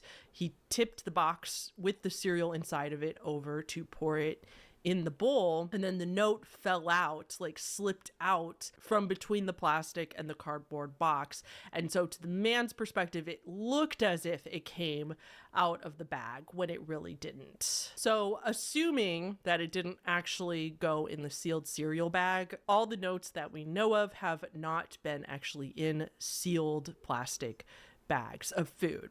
So therefore, it is possible that somebody is just going into the stores, picking random food items or home items, and then folding up the note and using their key or something flat and small to shove the note in between the cracks of the box. All you'd have to do is squeeze the box to look for a seam that would open, and you could slip it in there. People on Reddit have tried to do this themselves and have been able to do it with relative ease. And it's also not just food. People on Reddit are saying that they find these notes in the pockets of clothes that they buy from retail stores. They find them pinned to trees on walking trails, on the floor, just at random stores. They'll see it on the floor in the aisles. Whoever's doing this is taking it very seriously. And if this person ever gets caught, they could be responsible for some criminal charges. I mean, this is tampering with food. So if this case is not new to you and you have happened to hear about it before, you have probably watched Scare Theater's video on it. I'll link his video in the description because it's very, very well done. He does a lot more detailed analysis and a lot more detailed investigation. One of the things that Scare Theater does in his video is puts the notes text into ChatGPT, and then he asks ChatGPT to translate, to explain what the note says. That's why I told you there was no point in pausing the screen to try to read what the note says, because honestly, it's not that exciting. It's not like there's some hidden puzzle or secret message hidden within these notes. It's the theme of all the notes seems to be a lot of talk about secret societies, conspiracies, lots of Trump kind of QAnon stuff. This entire mystery has been named the Schuylkill Notes, named after the area in Pennsylvania where the vast majority of these notes have been found. Several people on Reddit have confirmed that the notes seem a lot like the thought patterns of either themselves or a loved one that they have witnessed go through some sort of psychotic or schizophrenic episode. So the weird grammar, the weird shortening of words, the weird punctuation, and just the ramblings themselves. And of course, I don't think anybody would think it's much of a stretch to assume that whoever is doing this is suffering from some sort of mental illness. I'm not here to diagnose, of course, but it's gotta be something going on. Something is happening. You are suffering from something to believe this stuff not only so deeply, but to believe that you are the one that needs to spread the message to the world by doing these things. And the mystery continues. Like, when you go to the subreddit, I mean, there's posts from as recently as a few hours ago to a day ago. Like, there's people that are still finding these notes everywhere. And just imagine how many people are finding these notes and just like tossing them. Not that they don't know about this entire mystery. They don't know about Reddit. They don't know about subreddits. So they just like see it and they're like, oh, that's weird. And then they toss it away. You know what I mean? So like, it's probably even more than what the Reddit is portraying it to be. Lastly, it's also important to note that of course there probably are copycats. Scare Theater goes more into this in his video. I'm sure there are people out there that have replicated the notes and done this exact same thing just to keep the mystery going. In any sort of popular mystery, there's always copycats. Scare Theater goes more into this in his video about how there likely are copycats, but he does have reason to believe that they are definitely not all copycats. Again, I will link his video down below in the description so you can go over there and watch his video after you finish this one. Overall, Overall, very, very strange. While technically this is a crime, tampering with food that you don't own, it is clear that whoever's doing this doesn't actually want to hurt anybody, because nobody, as far as we know, who have found one of these notes has ever gotten sick or suffered any ill effects. Like I said, I think this has to be somebody suffering from mental illness, and their mental illness is telling them that they need to spread this message around to the world, and that putting it in random containers of food is the only way to do it. And that is about all we know right now. Like I said, this is still going on and continues to go on. I would love for this to be solved one day. I wonder if somebody is ever going to get caught on CCTV, or just a random person catch them put something in the food and report it, and then I wonder if this person ever gets caught. They might get a little bit of jail time for this if they are convicted, but you know, since they're not hurting anybody, it probably wouldn't be that much. I would hope they'd get caught just so that they could get the mental health help that they need, because clearly there is something going on here. At the end of 1981 and the beginning of 1982, churchgoers and staff were finding mysterious notes when they went to Sunday services at the Christ United Methodist Church in Memphis, Tennessee. The notes were left in Bibles, in the church pews, around the kitchen and the bathroom, and they were all pleading. One note said, quote, "Please help me. My name is Leslie Gaddis. Call the police immediately. Call my father, George A. Gaddis. He is vice president of Fred G. Gaddis Company. I am in attic with the man who kidnapped me. Show this note to the police. They have been looking for me for a long time. I left this note on your desk when he wasn't looking. This is no joke. Thank you and God bless you. Leslie Gaddis, March 18th, 1982. Hurry, we come down at night, 10:30 or 11. So, several of these notes were found around the church by churchgoers over the months, and nobody investigated them. Leslie Marie Gaddis was a missing person in the area.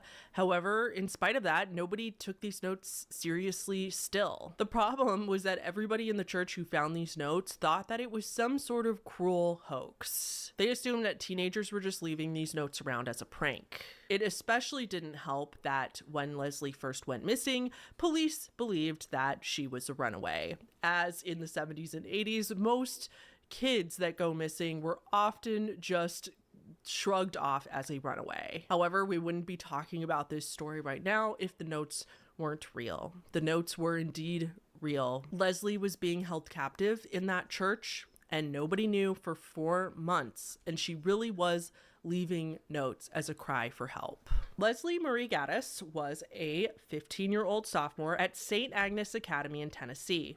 She came from a good home with good parents. She got good grades. She was a cheerleader. Her father was a well-known, very wealthy businessman in the area. On November 18, 1981, Leslie invited some of her church friends over for a prayer night. After her friends left her house, she got ready for bed and went to sleep. At approximately 2:30 a.m. on the morning of November 19th, while Leslie and her parents were fast asleep, a man named Ernest Stubblefield entered their home through a laundry room window. At first, he just loitered downstairs. He spent an hour downstairs just hanging out. Then he finally went upstairs to the only bedroom door that was open, which happened to be Leslie. He went into her room, he covered her mouth so that she couldn't scream upon waking up, and he threatened her with a knife. Leslie wakes up from a sound sleep to a man with yellow teeth over her bed. Very weirdly, the first thing Ernest asks her is, "Are you a boy or a girl?" And Leslie replies, "Girl." Ernest proceeds to put duct tape around Leslie's ankles and her wrists. And then at knife point, he picked her up and carried her to the family car. Not to his car, to the Gaddis' car. As he carried Leslie down the stairs, he needed to take a couple breathers. He needed to take a couple breaks. Leslie was only 118 pounds at the time, but Ernest was just a weak man. He couldn't carry her all the way. He put her in the family Cadillac and they drove away. He drove her the almost 3 miles to the Christ United Methodist Church at 4488 Poplar Avenue in Memphis, Tennessee. He put her in the choir's loft crawl space in the church in the attic, and he told her not to move. He then drove the car back to Leslie's house, left it there as if nothing happened, and then walked the several miles back to the church. And Leslie would be held captive in that church with Ernest for the next 4 months. So I guess you could look at it as a fortunate part of this story is that in those 4 months, Ernest never hurts Leslie. He never uses the knife on her. He never sexually assaults her, barely touches her other than maybe grabbing her arm. But he doesn't abuse her or hit her. Nothing weird happened other than the fact that he was holding her captive. Ernest, for lack of a better word, was always nice to Leslie. Leslie was kept in not so great conditions. During the day, she had to stay up in that choir crawl space, and it was a pretty small, dark space, so it was quite uncomfortable. But then at night, just like Leslie's notes indicated, around 10:30 or 11, Ernest would let her out and they would both go downstairs. That way, Leslie could use the bathrooms in the church. They raided the kitchens and ate a bunch of food from the kitchens. Ernest would make Leslie play Scrabble with him, I'm sure other games as well, and they would even watch television together. Initially, Ernest did tell Leslie that the whole point of her kidnap was for ransom.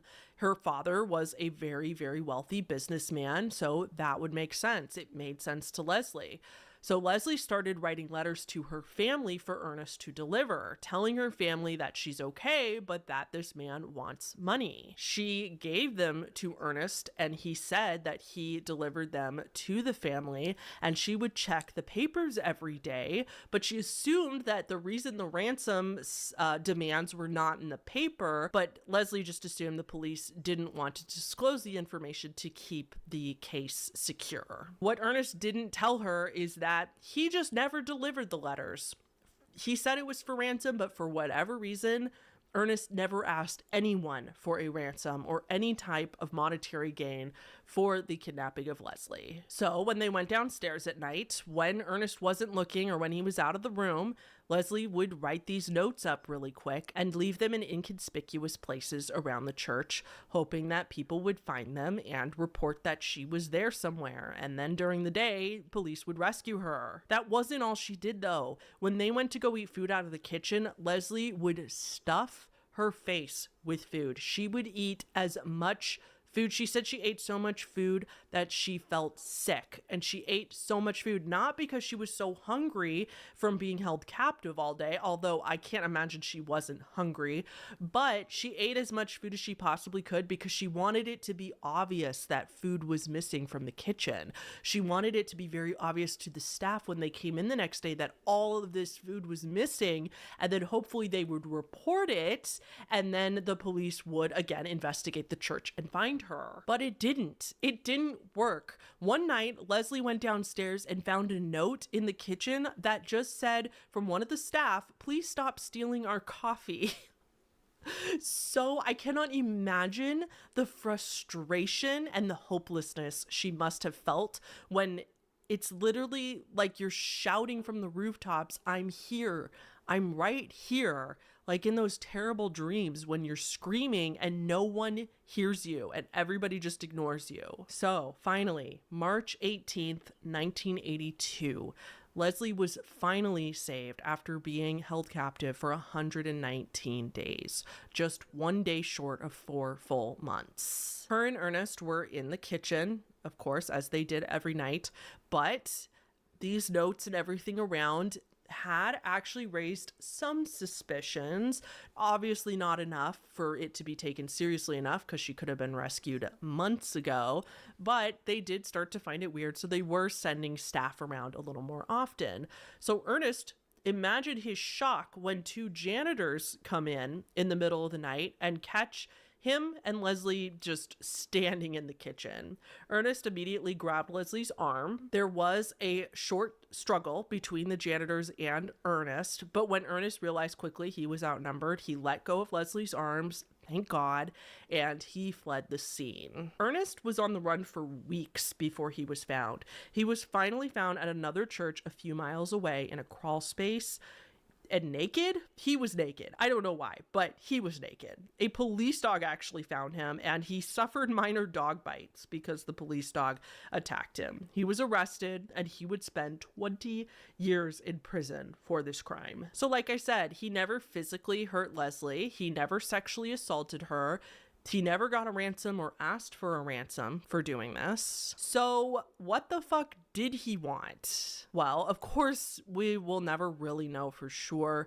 However, it's thought that he became quite attached to Leslie, and he did actually really enjoy her as a person and enjoyed her company. And he knew asking for a ransom, Leslie would be saved, and then that would end their, what in his mind was a friendship. Another theory that is similar is that Leslie kind of was a replacement for Ernest's own daughter named Patty. Ernest had been divorced from his wife, and according to his ex-wife, he really did not agree with the divorce. He did not want to get divorced, and he saw it as kind of like abandonment. He wanted the family to stay together. And Ernest's ex-wife would also say that there were some occasions where Ernest actually tried to take Patty, take her away, and kind of like kidnap her and take her to another state. And so it is thought by many that maybe Leslie, even though they didn't look much alike reportedly, that it was kind of a replacement so that he could feel like he still had a daughter since he didn't get to see his own daughter. Just because we have this speculated motive for this crime doesn't make it okay, obviously. Like, Ernest, I'm sorry you were lonely and sad, but like, you don't get to traumatize a child just because you're sad. That's not the way it works. So I personally think that 20 years in prison was a pretty adequate sentence for something like this, since he did not hurt her physically. 20 years is a pretty hefty sentence. I feel like a lot of people get less prison times for way worse crimes. So I do think that that's a pretty adequate sentence in my opinion. So Leslie, though, has a happy ending, and I'm glad to end this video with a happy ending. She was reunited with her family. She was returned unharmed. Of course, I'm sure she suffered very big emotional scars. I'm sure that it was many years of struggle to recover from something so unbelievably traumatic and terrifying. She's often referred to as the OG Elizabeth Smart, or the lesser known Elizabeth Smart. And I'm also happy to report that she is still alive and well today. She is thriving, and she is a lawyer. She wanted to be a doctor when she was a kid before this happened, but then after this happened, she decided she wanted to get into law and help others, and she became specifically a family attorney. So that is Leslie Marie Gaddis. So that's going to be it for our stories today. I hope you enjoyed this video. I know I always say that, but obviously I don't mean like enjoyed like these stories are happy, because they're not, and they involve real people and really terrible things that happen to them. So thank you guys so much for watching anyway, and please like the video just to support the channel. Don't forget our sponsor Nutrafol, and I'll see you all in the next video. Thank you so much to all of our patrons on the screen. Shout out to our newest alien top tiers, M. Kurtz and Mostly Good Vibes.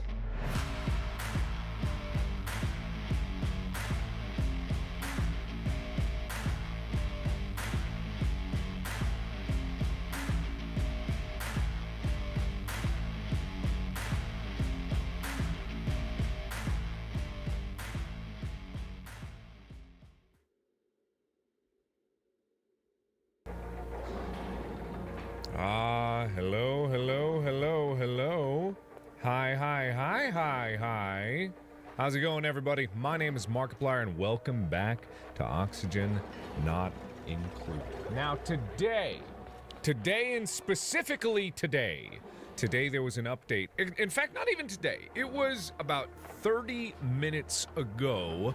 There was an update to this very game. Hello everybody.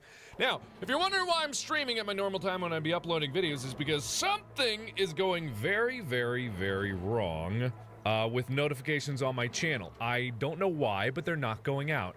So this is a completely different issue than the one that everyone always talks about, how like, oh, videos aren't going to sub boxes or whatever have you. This is just like, for some reason, and probably a lot of you guys have noticed, notifications just are unbelievably hit or miss on my channel right now. So I'm going to hold off on uploading a normal video, and I'm just going to stream with you guys because it's a nice way to hang out and I get to have fun, and I finally think I managed all the notification things or alerts things for the various members and stuff like that. So we're going to play some Oxygen Not Included. We're going to explore the new stuff that we have available, and as with most all of these updates, I can no longer play the old save game. I mean, I could, but at the same time, it's not necessarily going to be back. Yeah, it's back. It is back, baby. It is 100% back. Also, tomorrow, I've got a very, very special announcement. Something really important that we've been working on for quite a long time. I can't give you too many details about it until tomorrow actually comes by,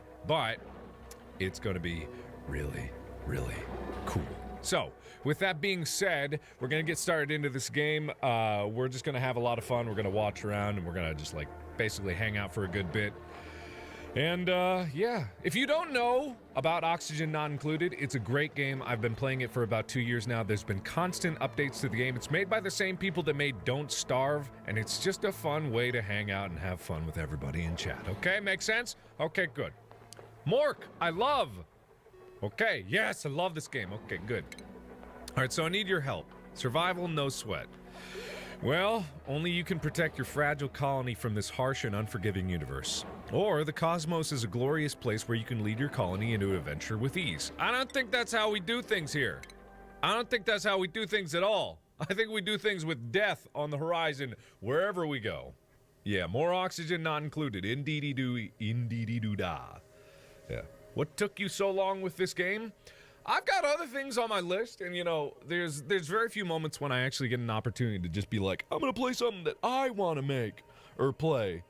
I want to do this, and this is really cool. This is really cool. Oh, thank you so much. Yeah. So I've got the alerts set up to be a little less overbearing. I've got various tiers of it, various different notification levels, and various different things that you can do when it comes by. So hopefully it'll be a little bit easier. Okay, so what the hell? That wasn't supposed to have what? What? Good luck, Mark. Thank you. 1,000 huff. What's a huff? That wasn't supposed to happen. That wasn't supposed to happen at all. That was supposed to happen. It was supposed to be, what's a huff?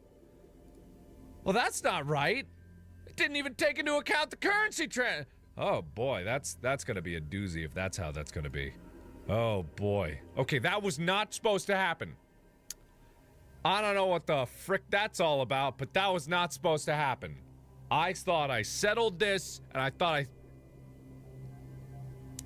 settled it. I thought I got it better. I thought I did the thing, but as usual, everything breaks the second I try to do anything relatively calm or understanding, and everything just goes all over the world, and everything just goes to crap the second that I get into the world. There we go. That's what it was supposed to do. There's different tiers so that they're not annoying. They're not horribly overbearing, but thank you. All right. And also, just trying to gently go through life without having any sort of crises. Make sense? So to summarize, something's iffy on my channel on the notification front. There's a big special announcement coming tomorrow that you guys are gonna like. It's a project we've been working on for a long time, and I say we because we've been working on it with someone that you know, and it's just really cool. Announcement tomorrow, gonna come out when things get a little less stressful. So we're just gonna relax, unwind, and just have a good old time playing some cool, good game. Okay, this one, I'm gonna keep this one. Slow learner's okay because apparently learning was already up. So Mary's staying. Marie. Lindsay, I need Ashkin. I'm gonna replace you. Bottomless stomach isn't good. Buff is good, but not that good. Germ resistant, no. No. Ooh. That's pretty good. Likes to dig. Okay, Otto, you're going to be the mole. And then, Airy, no. Turner? Yokel? I don't want too many yokels, but he's a real twinkle toes. Oh, thank you, Emily. Let's see here. Oh, God, hang on. Something just entirely broke in my interface here. There we go. Just like that, baby. Just like that. You're not a fan of Oxygen Not Included? You're out? Well, screw you then! We didn't need you here! We're having a great time by ourselves, like everything's good hunky-dory here, because we love Oxygen Not Included, and we are here to have fun. Thank you, Miss Frosty. Love you so much. Thank you for helping me through tough times just by being you and making great videos. Well, thank you so much. Alright, so... it's good enough. Now, what name? Shout out names. Give me names. Give me names for this. I need a name. I need names for the new colony. The other one was the Assy Happy, or the Ass Happy, or My Happy Ass, or some kind of hilarious ass, some funny ass, ass fun, be funny ass, the Assy Happy, the Assy Classy. That was it. Okay, Rudolph, Boodle Doodles. I like Boodle Doodles. The Goofy, Otto, Toodle Toot, Cheekaville, Suck Relay. What? Boob heads? I don't know about that. The Boner Cast, Happy Clappy, Yokel Barf. Oh, these are terrible. Some are terrible. Some are okay. Say My Name. Well, that's a weird one. Fetusity? Turd Nugget? Nope. Bubble Butt Gapaxia. Huh, We Dying Few. Now there's someone who's clever. We Dying Few. Now that's... Who said that? Who said that? Michael Brassel. Now that is what I call clever and ingenuitive. That's what I call clever, ingenuitive, and really, really cool. So, now, unavoidable death station. No, we got it. We got We Dying Few. We've got it all under control. We've got it. It's great. Got it. Okay. So, we got Otto, Turner, and Mary. Situation here is expected. Researchers scared deposits embedded beats, but wilds beneath the plant's surface. I will sell by duplicate survive if I investigate for what's went wrong. Okay. Is that meat? Oh, what is that? That is not supposed to be happening. Nothing has happened that warrants that. Why does that happen? That's not supposed to happen. Whatever's happening here is not supposed to be happening. I have no idea why it's happening. Okay. So, but thank you all so much for joining me on this adventure. Yeah. Also, I just want to point out, I don't know when the whole notification thing is going to be fixed. I sent a message out to YouTube because of it, and I don't know why. So hopefully it gets sorted out soon, because otherwise I'm just going to be stuck until I get some sort of semblance of support about this. The reason I know it's something bigger is because I recently had them go into my account and tweak some stuff, because I wasn't able to integrate anything with Discord, and I wasn't able to integrate anything with these lights. So they went into my account and they changed something, and now that something's broke. So my channel might just actually be broken, and wouldn't be the first time, but I might have to completely abandon this channel and start a new one all over again, which would be great, but not unexpected from YouTube. So, but look forward to that if we have to do that. That would be wonderful. Yeah. Why is this going by so fast? I don't know. I've got slow mode on, and it's just whatever it is. Okay, so we're gonna get this sorted. We got a lot of metal here. We got water down there, light bugs down there.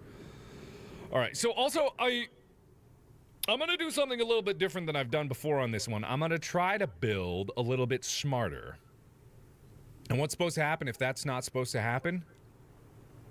Well, I don't know. Well, I have no idea. Look, I don't know why that's... Oh, no. I have no idea why that's all happening there, but I got the alert set up to be a little less obstructive. And that was like my only objective in the time being. So, I'm going to build out this way. That looks good to me. Hell yeah. Alright, so We Dying Few is off to a great start. Have you planned anything for Halloween? Oddly enough, no. Mostly because we're going to be traveling out for the tour in about 2 weeks now. We're going to be out and about.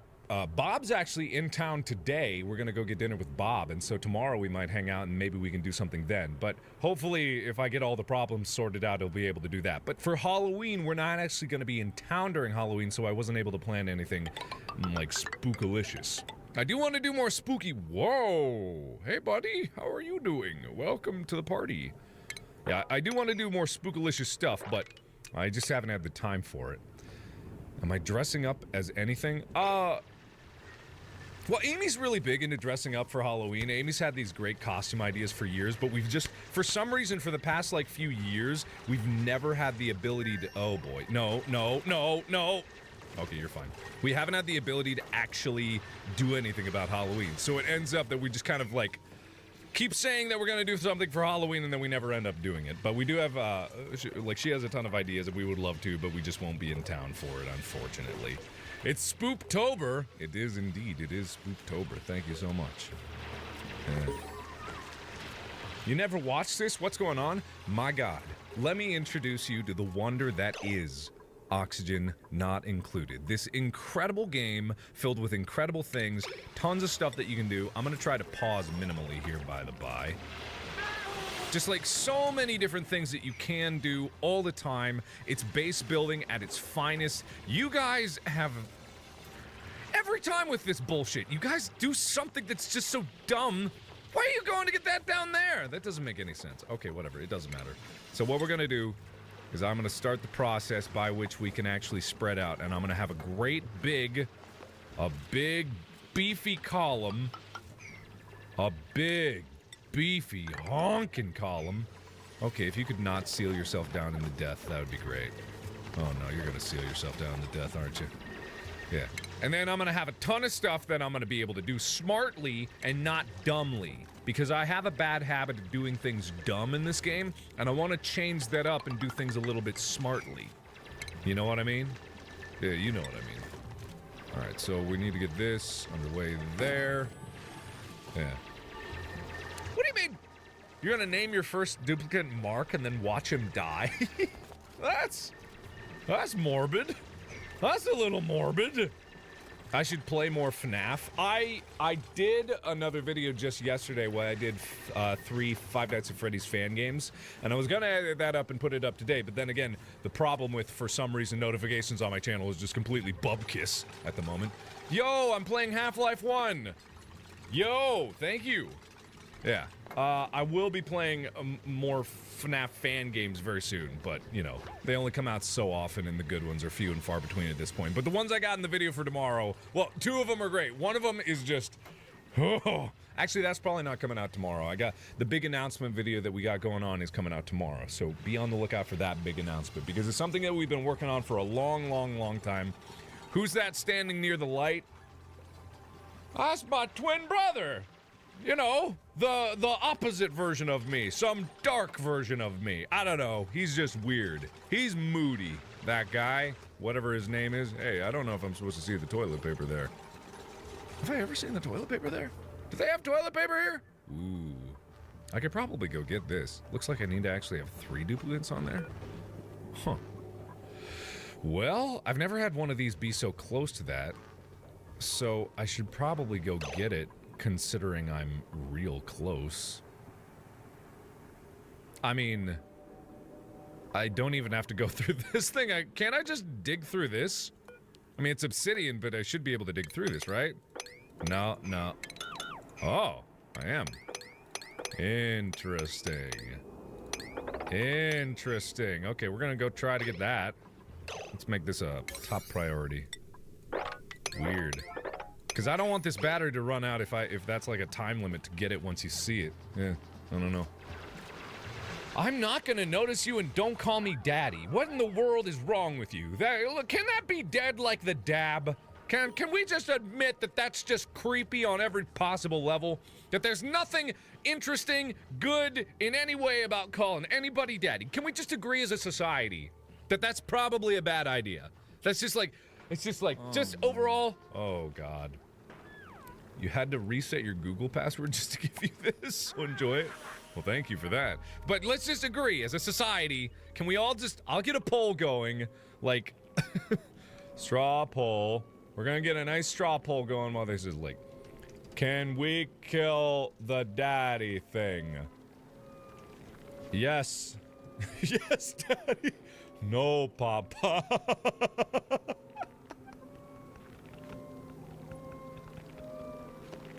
Alright, I got the poll. I think this one's gonna be somewhat skewed.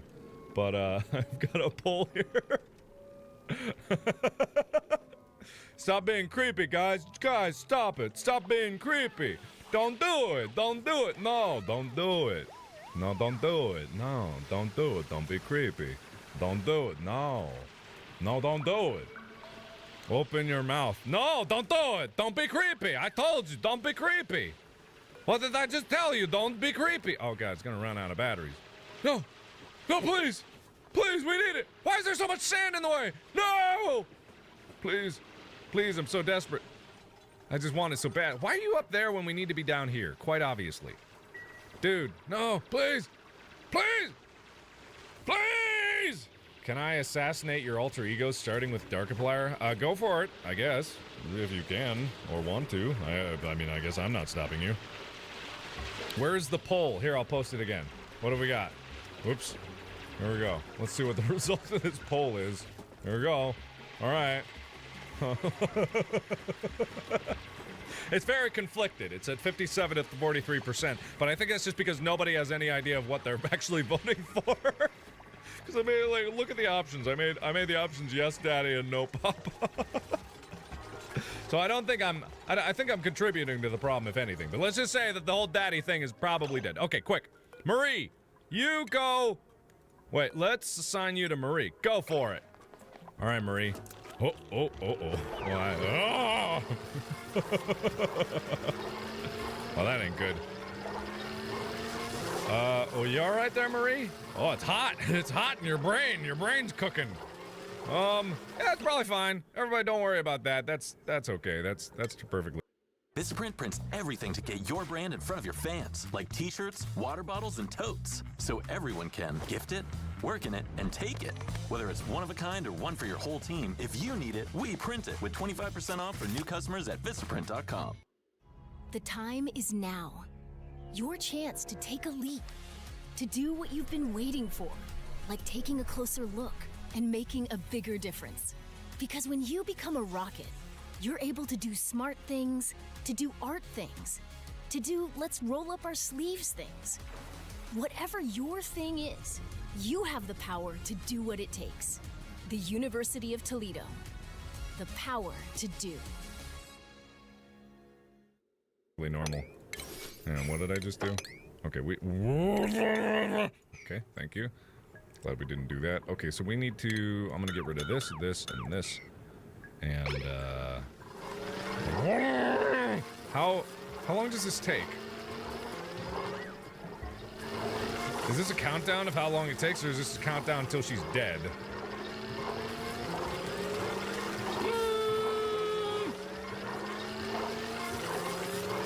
You're right there, Marie? Where's the poll? The poll! God damn it! I keep trying to post the poll. Why is that? That's not supposed to be happening. Why is that happening? Why? Why would that? Why is that a thing? That's not supposed to be a thing. I swear to God, it's not supposed to be a thing. Also, raise your hand in chat if you got a notification for the stream or if you just stumbled across it. Because I'm trying to get YouTube to help me out here. Because also for member-only stuff in the community posts, I know you guys haven't getting any notifications for that. So I think there's just something greatly broken, just like Marie's brain after what's going on here. Also, why the hell is this just... There's just a big brain here. Yeah, whatever. It's all good. Okay, so what we need to do is we need to very stupidly, and I mean very stupidly, drain the swamp. This is what I call draining the swamp. Yeah.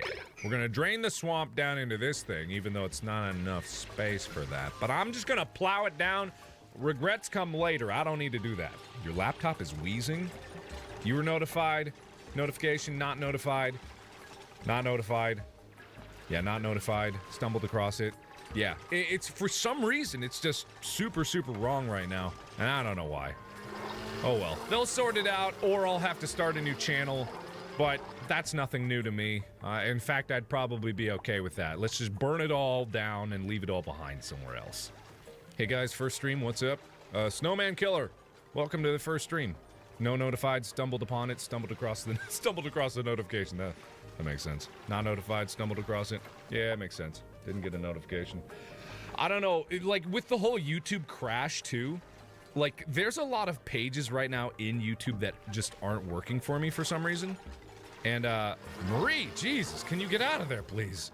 And so I don't know what the deal is. Oh, okay, now that's supposed to happen. That's supposed to happen, and as soon as the notification comes for that you'll see why. Because I've added little voice lines in, because I think I'm clever. Oh, wait. Oh, wait, you I could have just done that? Oh, that's bad. There it is. There it is. Thank you, John GG. Sorry, I'm at work. I wish I could watch this. Well, that didn't... Well, then why are you giving stuff to me? Yeah, whatever. Yeah. Wow, so fun. Yeah, so fun. Go on the brain squoosher. How do you recharge it? Awaiting duplicate delivery? No. Wait. What? What? Wait. Are you gonna suck something out of another duplicate just to put into another duplicate? Because that's horrible. That's horrible. That sounds horrible. You're gonna recharge it by sucking in another... Oh my god. Please tell me that's what that meant and not just like something where it's just like, oh, we got to deliver a brain to this thing. It's like, no. Oh. GGG, notice you? I did, Dowlin. Yeah. How do you donate? Don't even worry about it. Don't even worry about it. Don't worry about it. It's not good. We're just here to hang out and we're here to have fun. That's all we're doing. That's all the reason that we're here. So there's a shine bug trapped in there. So don't even worry about it. It's all good. Like, thank you for your consideration, but at the same time, not necessary in any way, shape, or form. Make a sense? Good. Don't notice me, Papa. Now there's something that I can get behind. If we can start calling everybody Papa, I think that's something that we can actually agree with. Calling people daddy is just weird and creepy, but calling people Papa, that's like a symbol of respect, right? That's like just something being like, hey, Papa, how you doing? But calling someone, hey, daddy, how you doing? How you doing? No, okay, all right. Actually, I like it less. For some reason, Papa is even worse. How is Papa worse than daddy? How in the world is Papa worse than daddy? Papa? What about Pop? Hey, what about Pop? Sup, Pops? There you go. That's pretty good. How about Father? Somehow that's even creepier. Somehow that's absolutely creepier. Somehow that is 100% creepier. Oh God, my lights.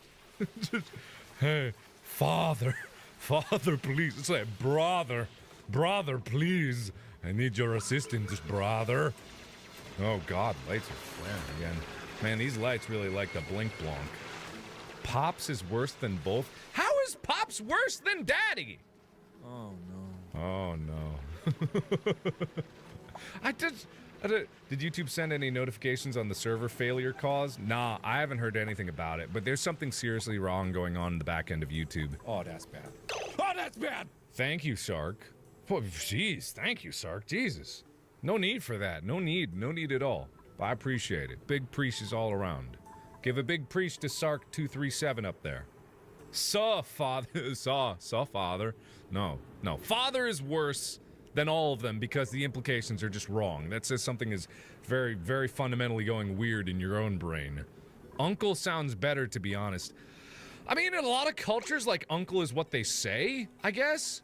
But at the same time, I don't know if I'm comfortable with any of these. I'm just providing a bunch of alternatives in the hope that you guys get confused and you don't know which one you're gonna use, so you use none of them, incidentally.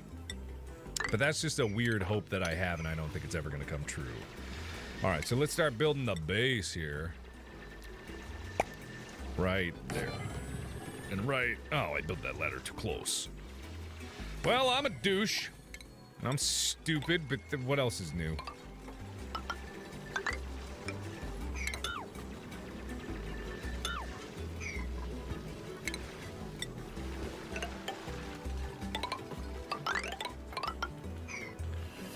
Okay. Nope. Alright. There. Okay. Dig that out if we can, which we can't.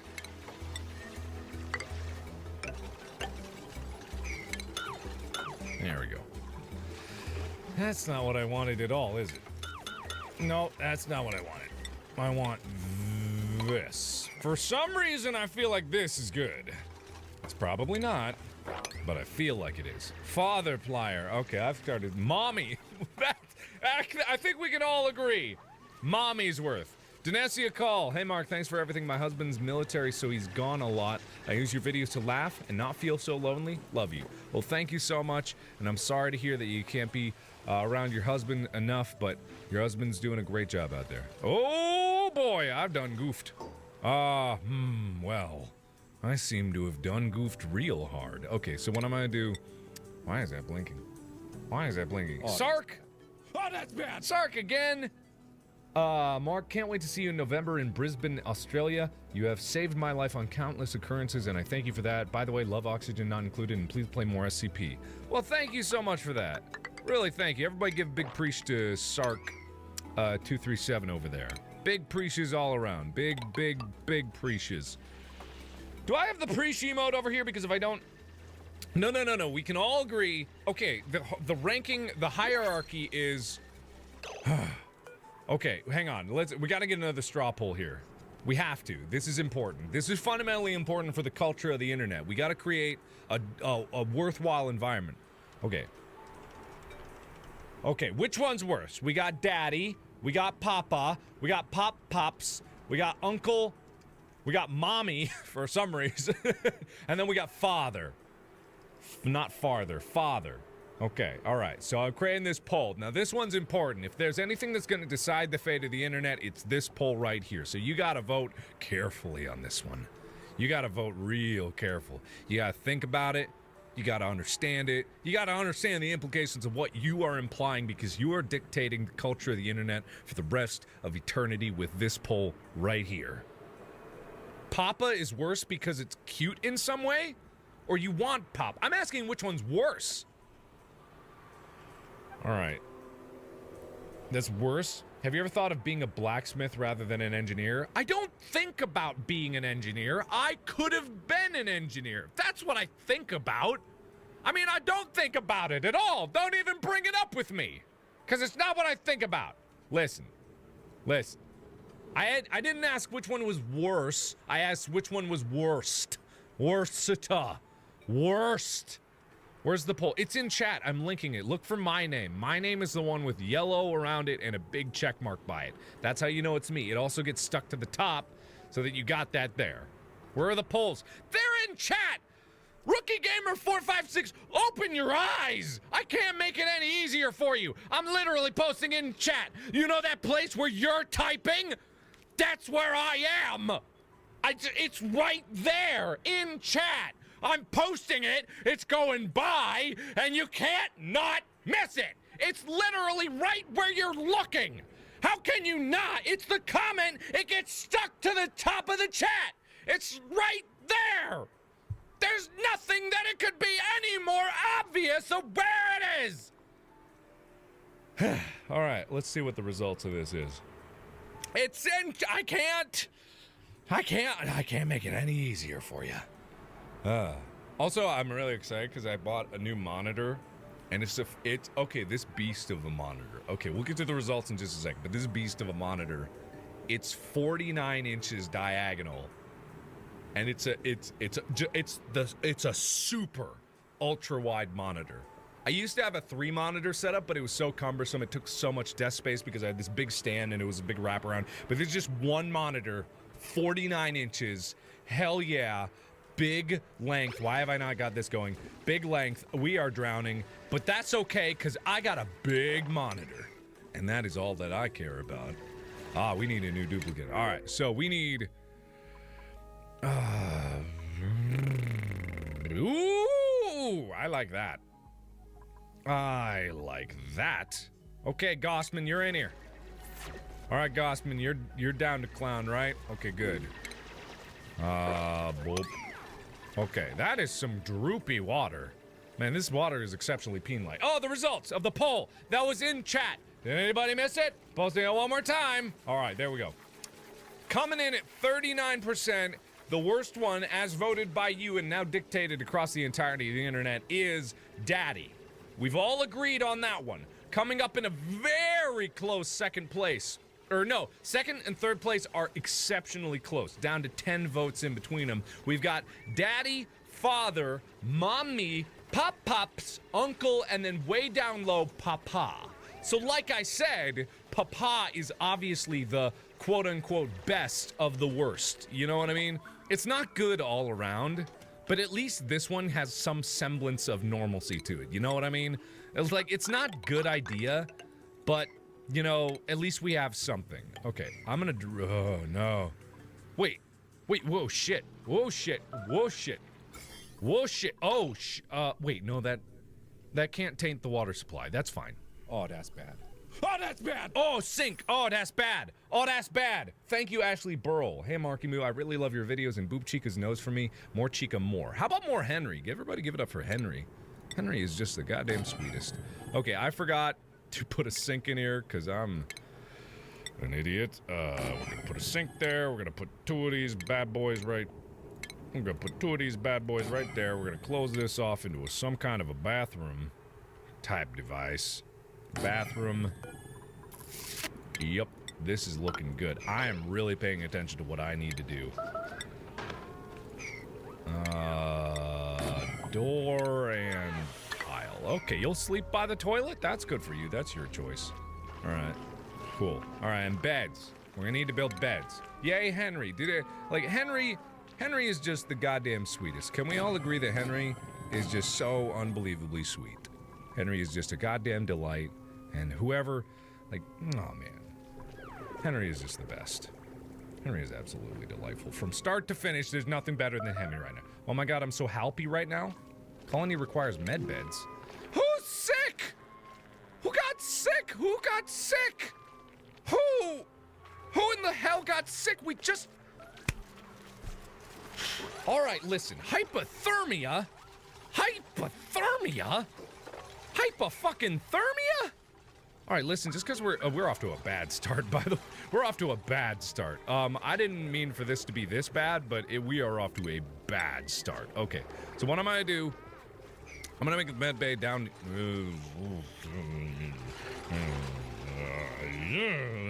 Okay, we're gonna make the med bay.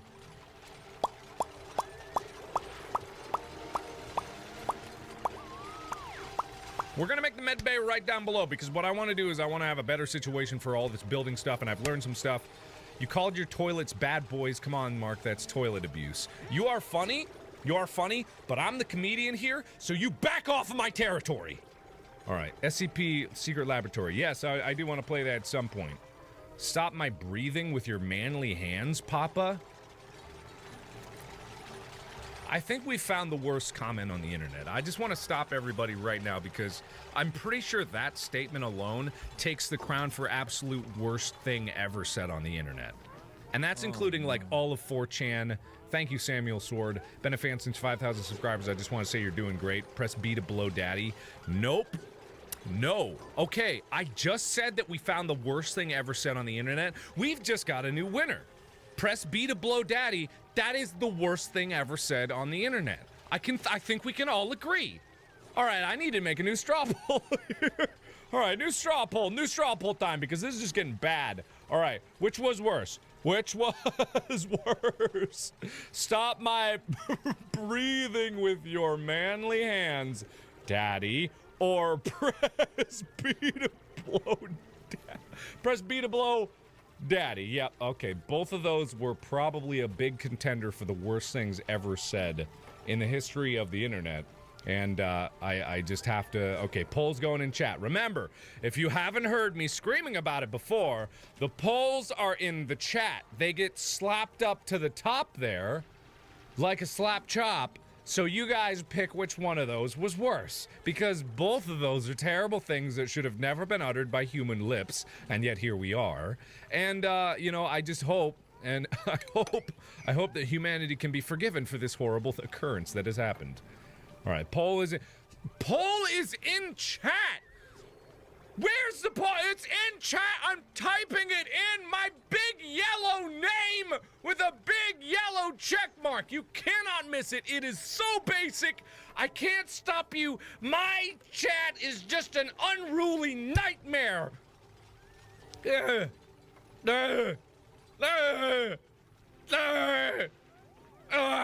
don't see it. I can't help you if you can't see it. Where is it on mobile? Okay, you have the same chat on mobile that you do on desktop. It's the same talkie-talkie. If you can't type it, I can't help you, but whatever. Dude, I'm gonna start banning people that ask where the poll is because I can't make this any easier for you guys. How about now? How about now? How about now? How about now? Oh, how about now? Do you know where the poll is? Oh, I don't know. Where's the poll? Where could the poll be? Oh, I don't know. Maybe everywhere. Maybe there's the poll. Ah, where are you doing? Okay, whatever. There, you got it, you sassy pieces of garbage. All right, well, what are the results? Which one's worse? Yeah, that's what I thought. That's what I thought. Okay, coming in at 62%, the far worse one is stop my breathing with your manly hands, Daddy. I think we've reached a new low in all of humanity, and I think we can all agree that this is just... This doesn't need to exist in any way, shape, or form whatsoever, so... I'm just very upset with all of you, and I think that we should all be upset with ourselves. And I think I've created a problem here because I don't think I can drain this. Someone's sick. Oh, God, someone's sick, isn't they? Oh, God, this has just gone to shit because I haven't been paying attention. And that's the only reason that it's gone to shit. No other reason besides that. Everything would have been fine if I'd have been paying attention and not been distracted by all the talk of the daddy and the such as like that. Let's put that right there. Oh, well, shit, can't build there. Why did I do this? I don't even know. I don't even know. Whatever, that's gonna be that. This is great. This is great. Nope, this is great. Everybody stop trying to top themselves with the worst thing ever said on the internet. Let's just agree that the worst thing has been said, and let's not try to beat it. That is like both the most admirable thing about humanity, and also, that's horrible. You don't need... What is causing this noise? You? Is it you? What do you have? Are we out of oxygen? Ah, tits. I am really screwing this up right now.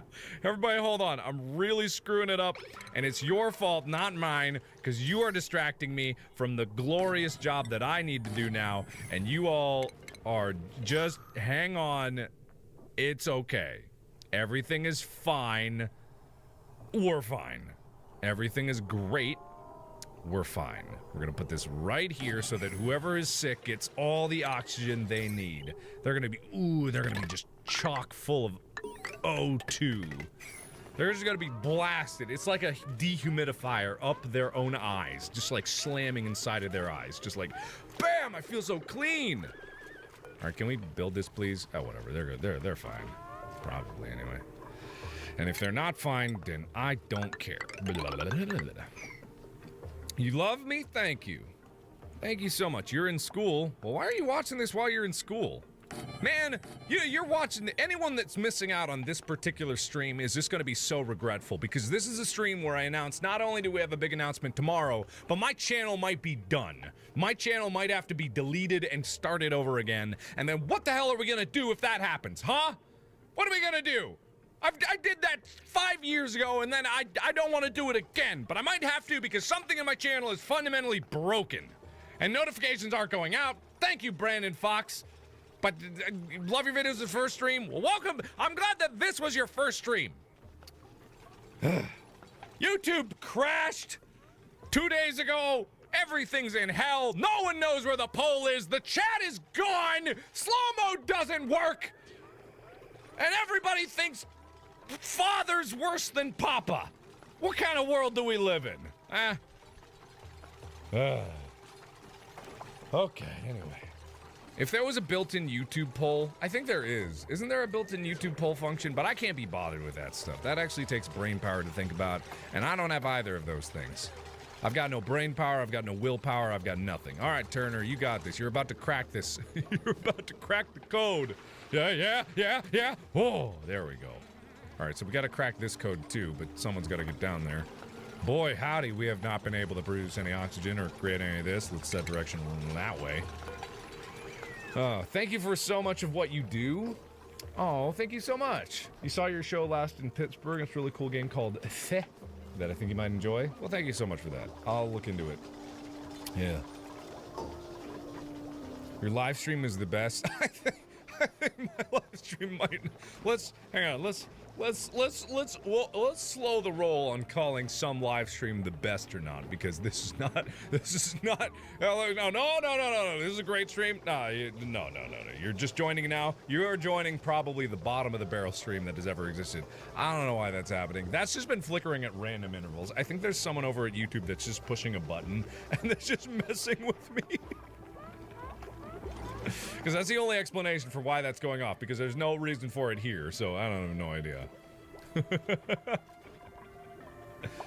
Stefan, say my name. Oh no, what happened? Oh, evening from Norway. Nice to meet you, Mark. Well, nice to meet you too.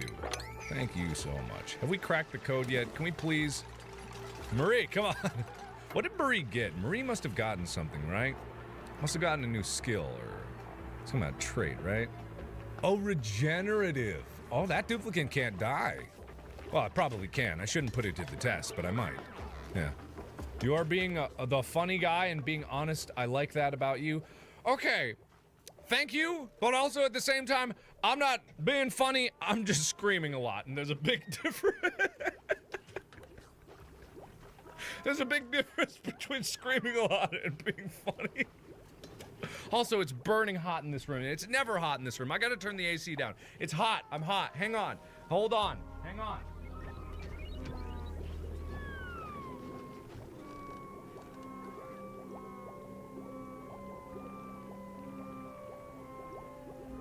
Oh, no. I'm back. Did anybody go anywhere? You better not have. If you did, I'm gonna slap you. Get ready for slaps all around. I'll get my mods to just go slapping around with the band hammer. I ain't afraid of that. I ain't afraid of you. You think I'm afraid of you? The answer is absolutely not. Thank you, Kendall Bates. You'll keep me going when I'm in the Navy. Well, congratulations and hope you do well in the Navy. Thank you so much for that. Is it that hot? I'm not reading the rest of that. You can't make me read these things. Just because I want to read more and just because I want to interact with you guys more doesn't mean I'm forced to read everything that you say. No! Daddy Plier is not dishing out the spankings. No, don't spread that rumor about me. That's not something that I need said about me. Where's the poll at, Big Papa? Okay, I am okay with Big Papa because I even have the people that work for me and work with me call me Big Papa Pump. That's a private story. You don't need to know why that is. But we all, whenever we go out to dinner, at the end of the dinner, we hold hands and we praise Big Papa Pump. Everybody, if you ask anybody that's ever interacted with me in any way, shape, or form, at the end of every dinner, it's a big ol' thank you, Big Papa Pump. And I'm Big Papa Pump, but we look up when we say thank you to Big Papa Pump. But that's me. We're all thanking me. That's a true story. Not Big Papa Pimp, Big Papa Pump. Big Papa Pump is the one that we're all thanking. Why are you down here? Guys, do you wanna do something about this situation? You wanna do something about this? Why is that flashing? Why? God damn it. Yeah. Thank you to Destiny, Crowback, Hit the Man, Paula Viter Gaming, Darby, Rurda, Crazy Train, Joe-Bot, Wyatt Fire, Caitlin Ween, Miss Gamer Cat, Joe Jalsanet, Paul Kiwi, Renax Gaming. Thank you so much.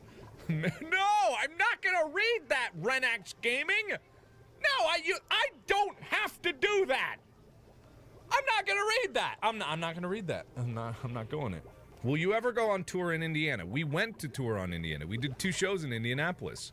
You guys, you missed out. I'm sorry. It's just the way the world works sometimes. Okay, we need a research station here, because why not? Let's just dig into here, because why not? Okay, why are they not digging? Oh, because they can't reach it. That's right. A doink, a doink. Okay. Can we build a fire pole yet? What do we need to get the technology for a fire pole? I have no idea. Something interesting. Something about that. No, Spankiplier is definitely not a thing either. How's your pasta the other day, Mark? It was bad. Oh no. Oh no. Thank you, CL Sec Y. Hope you have lots of fun on your tour, Mark. Unfortunately, I can't ascend since I'm in Taiwan, but hopefully one day. Glad I finally cut a live stream, especially if Oxygen not included. Well, I'm glad you're here too. Ah! The water! It has fallen! Okay, so that's good. These bugs are gonna get drowned. It sucks for them so bad. Let's break the seal here. Really seal their fate here. They are gonna die. They are very dead. Okay, so this shithole of a base is up and coming, but it's, you know, we're making do. We're making do because that's how we do. Okay, so research. Let's get basic farming going. Okay. Aha! Bring them on! We don't even need to think about not doing anything like that. Okay, we got you. Diver's lungs. Love it already. You come in here. What was your name? Nisbet? Nisbet, you snuck by me. Don't think I've forgotten what you did, Nisbet. Big Papa Pump-a-plier? No, we don't need to call it Big Papa Pump-a-plier. I'm already Big Papa Pump. That is the only approved name that you can call me. In public, in private, you can call me Big Papa Pump. I will respond to that. Any other vernacular is not something that I'm going to respond to. It must be Big Papa Pump in that order. Not Markiplier, not Mark, not Marky Moo, Big Papa Pump. Oh, put that on my tombstone. What the hell is going on? Amanda, I'm happy to see you play this game. A little pissed I didn't get a notification that you were live until now. That's the other problem. Yeah, like live notifications in general are just completely broken right now. I have no idea why. I don't even think it matters if you ring the bell or not at this point, because YouTube has just been going through some like crazy broken stuff, and I don't know why, but frankly, it's okay. We'll get through it together. If this channel has to go kaboom, it'll go kaboom, and then we'll just deal with it when it comes. But for now, we'll just live, and it'll be fine, probably. If it's not fine, then it's not fine. If we have to cancel this channel and then start a new one, hey, we'll do that. I'm used to it at this point. Okay, there we go. All right, this can go away now. This can be dug, just to give my guys something to do. How much food we got? Not enough. Okay, good. Good thing we're researching farming, right? Had a notification every week of you. I think it only works on mobile. It's very hit or miss. It's super spotty right now. Yeah. YouTube is at its teenage years. I mean, technically, it's rebelling. I'm just mad that I never get a community tab alert. That's what I don't get either. Because for a while there, everything was working perfectly, and then YouTube does something else, and everything goes to shit. Now, don't get me wrong. I love YouTube. I'm very little to complain about it. But when it actually affects, like, the basic functions of the website that are supposed to work from the very get-go, that's when I get pissed. Because it's like, it was working. What'd you do? You think that the basic functions of what this thing's got going on here to here, you'd think that'd work. Thank you, Dylan. You'd think that would just work out fine, but apparently, it ain't gonna work. You never got a community tab notifications? Exactly. Exactly. Like, it's just very rare. It's so spotty. I understand the concept. Okay, I'll let you on a little secret about this whole YouTube thing.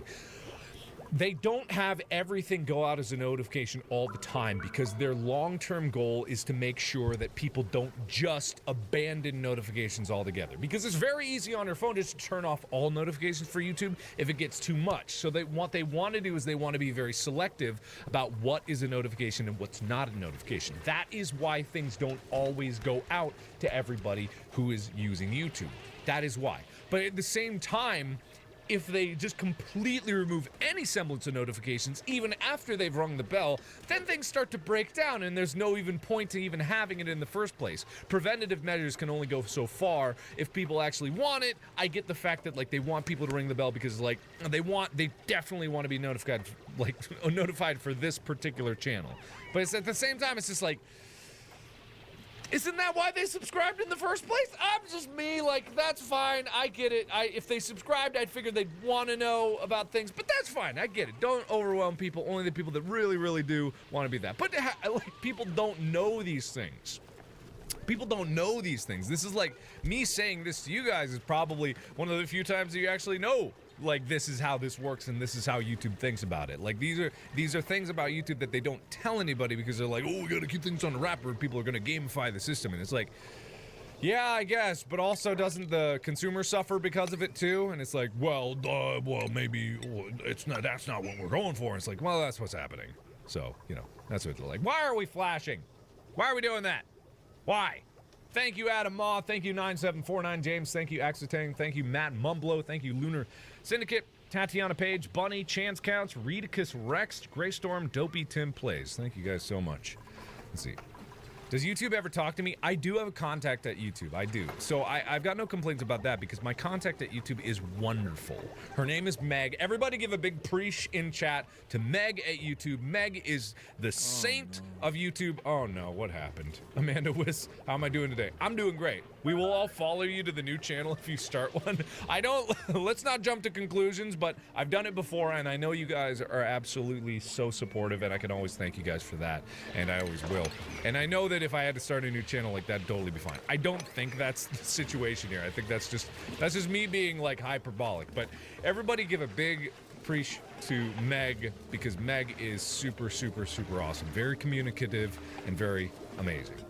Everybody give lots of love to Meg, lots of hearts to Meg in chat right now. Yeah. So, anyway, but it's just like other things like that do happen, like to kind of fall apart like that. If I had to start a new channel, let's just not even go into the hypothetical questions of like having to start a new channel because I don't think that was just hyperbolicness. Don't worry about that. If it does happen, I'll let you know and we'll cross that bridge when it comes. But that's probably not what's going to happen, so let's not even think about that. YouTube will sort itself out and all will be well and good in the world. Yeah, it's all good. 3 cheers for Meg. Hip hip, hip hip, hip hip, hooray. There you go. I think you should have played, I missed that, hang on. 100 Mario Challenge with how much rage you have. I haven't played Mario Maker in ages, and frankly, I'm glad. My blood pressure has really benefited from me not having to do Mario Maker. Thank you, Skinny Buttons. Thank you, Destiny Crowback. Thank you, Brandon Pitts. Thank you, DCV Titan. Thank you, Jonathan Parker. Thank you, Deathly Hunter. Thank you, Colt Dynasty. Thank you, Faith of Air, Graham Apel. Thank you guys so much. All right, so we're looking a little bit better here. I want to crap out this one. We're doing good on oxygen. We're doing good on power. We're doing good on research. Is almost done. Amelia doesn't care if you're Democrat or Republican. Amelia's working to ensure that companies create jobs here instead of overseas. She's fighting to eliminate hidden junk fees that make our bills go up. I'm a conservative, and I'm voting for Amelia Sykes.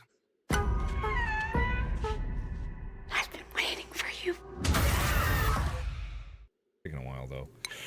Oh no. Oh no, what happened? Oh no, what was that? Michael Swart, love your channel, Mark. Your videos have helped me through my hard times with getting out of the Navy after 5 years. Well, congratulations for getting out of the Navy. Hope you're adjusting to what is happening. Did you just eat poop?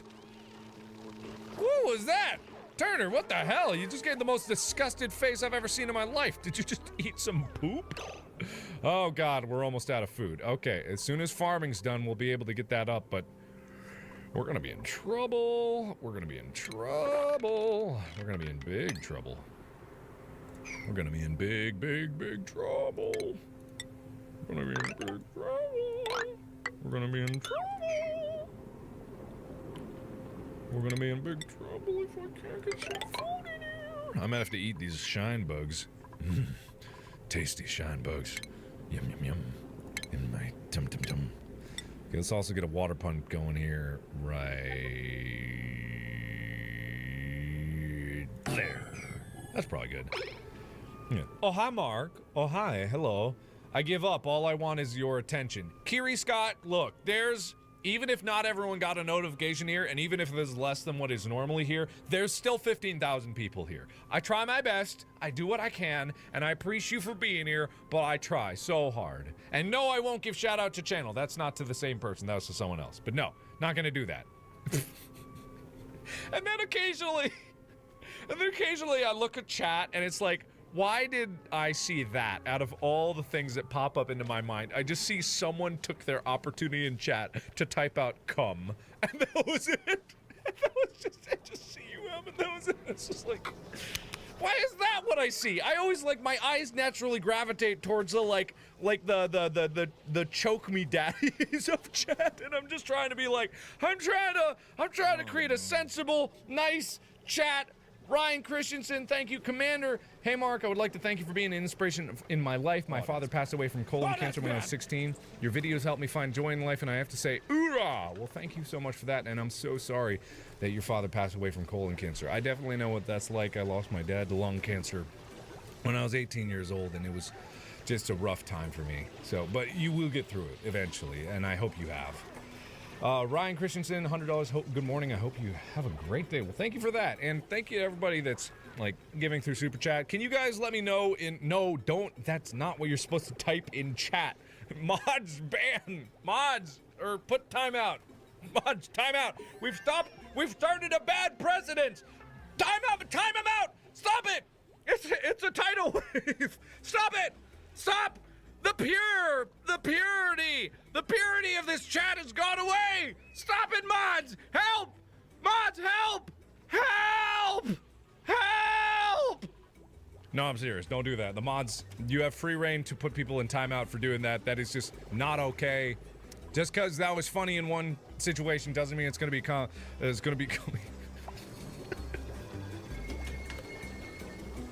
Doesn't mean it's going to be funny. Doesn't mean it's gonna be funny.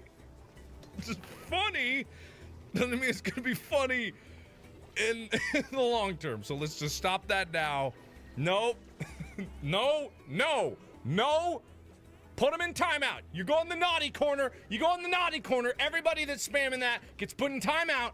Hope it's worth it. You go in the naughty corner. You go no. You go put in the naughty corner. You go in the naughty corner. We don't want none of that here. We are a family-friendly stream. We are a family-friendly group. You are not being family-friendly. You are not being family-friendly. You are going to be the reason that I get demonetized, and that's why I have to start a new channel, probably. I don't know. Just everybody hold on to your tits. This is a family-friendly stream. Hold on. Your tits, hold them real hard, and just everybody hold on. Because this is a family, not in this family-friendly stream. Family-friendly, oxygen not included. Family-friendly for as far as family-friendly can friendly be. Make sense? Okay, get it? You're on thin ice. All of you are on thin ice right now. You better watch yourself. You better watch yourself real hard. You better watch yourself, because I've had it up to here. I've had it up to here with you. Your attitude needs work, okay? All right, I'm just gonna say that right now. All right, let's get these going. Let's get the blossom seeds too. Let's get these going. Oh, we are not gonna have nearly enough. We're not gonna have enough. We're not gonna have enough. All right, research. We need jobs. We need that. Okay. Let's see. Go Tood. What was that? You took a bio test today? Thank you. Thank you. Congratulations. Joseph Cooper. Everybody give it up for Joseph Cooper. Joseph Cooper took a bio test today. That's hard. That's rough. You pulled through, though. You good? We're happy about that. Thank you. Thank you. Thank you. Thank you, Charlie Ferguson. I love watching you play this game and seeing you turn this chaos into an orderly system gives me hope that messes can be fixed. Well, that is just so delightful. That's really, honestly, truly delightful. That's so nice. Thank you. I can't have brittle blossoms yet. I forgot about that. All right, I'll get them later. I'll just plant mealwood for now. But that's honestly very wholesome. Like, yes, even if things are chaos, they can be turned into good things. Even if your chat starts spamming words they shouldn't spam, everything can be handled and everything can be turned into, like, back into normal, nice chat. It doesn't have to be so panicky all the time. Things can be nice and things can be neat and things can be fun for everybody to enjoy. And that is what you need to learn about this, and that's what needs to be said. So that's important. That is important. So, thank you for that, and thank you for being awesome. Also, thank you to Kaylee Ferguson. Thank you to SCP-105, donated $50. Oh, hey, I'm being humble. Oh, no. Thank you, Victoria Sherry. Thank you, Kaylee Ferguson. Thank you, Jolly Boots of Doom, Frayed, Spencer H.H., Charlie Ferguson, Maya, John Paul G., Nathan King, Maya. Thank you so much. All right. So, can we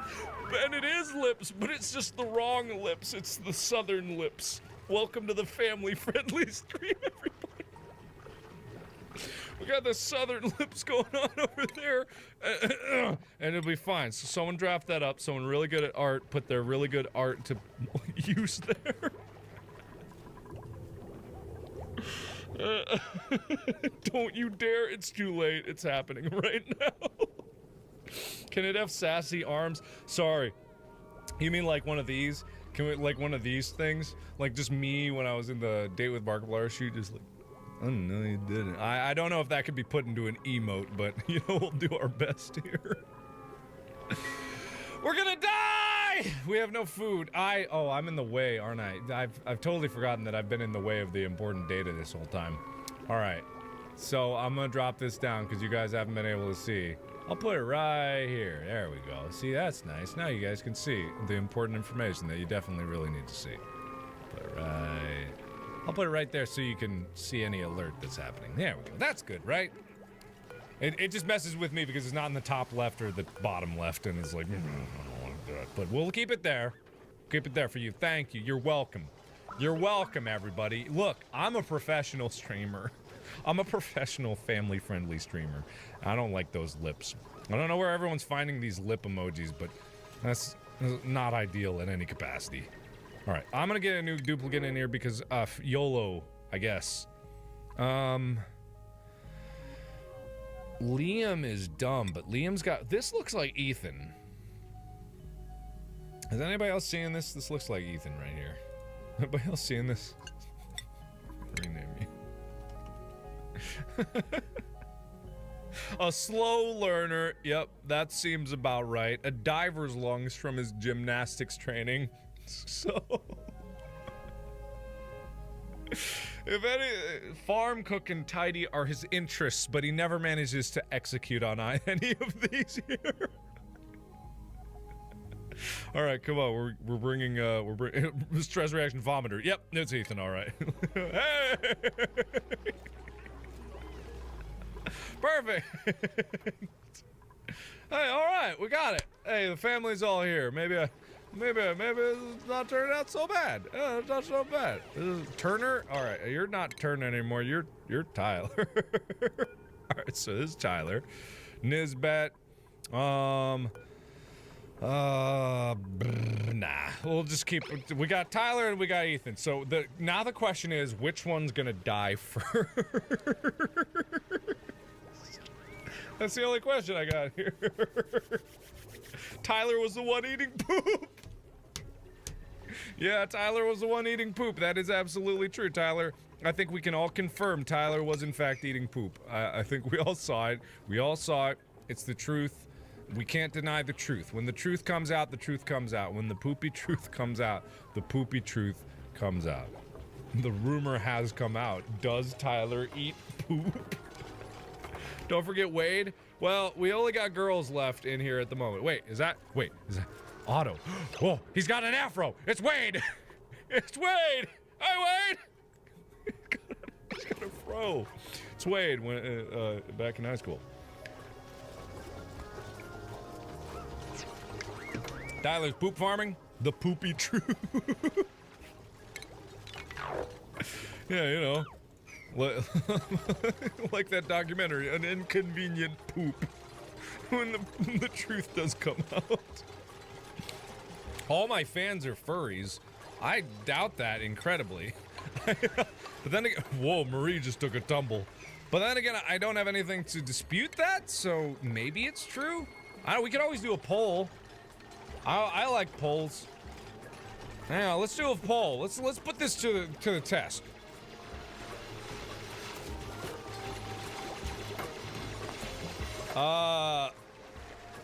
We're gonna go. All right, here we go. Here we go. Here's a poll. New poll. New poll coming in hot and heavy. New poll. New poll. New poll. Is you a furry? New poll. New poll. New poll.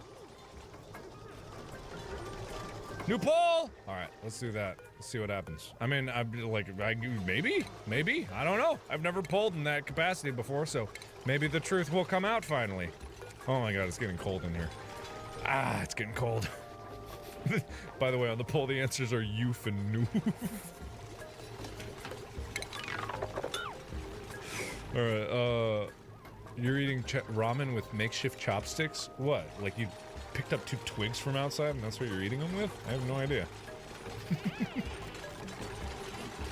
Thank you to Blue Rose, Aaron the Obsidian Assassin. Mark, my cucumber needs to be noticed. Please notice my juicy cucumber. Also, your tree stopped being a caveman.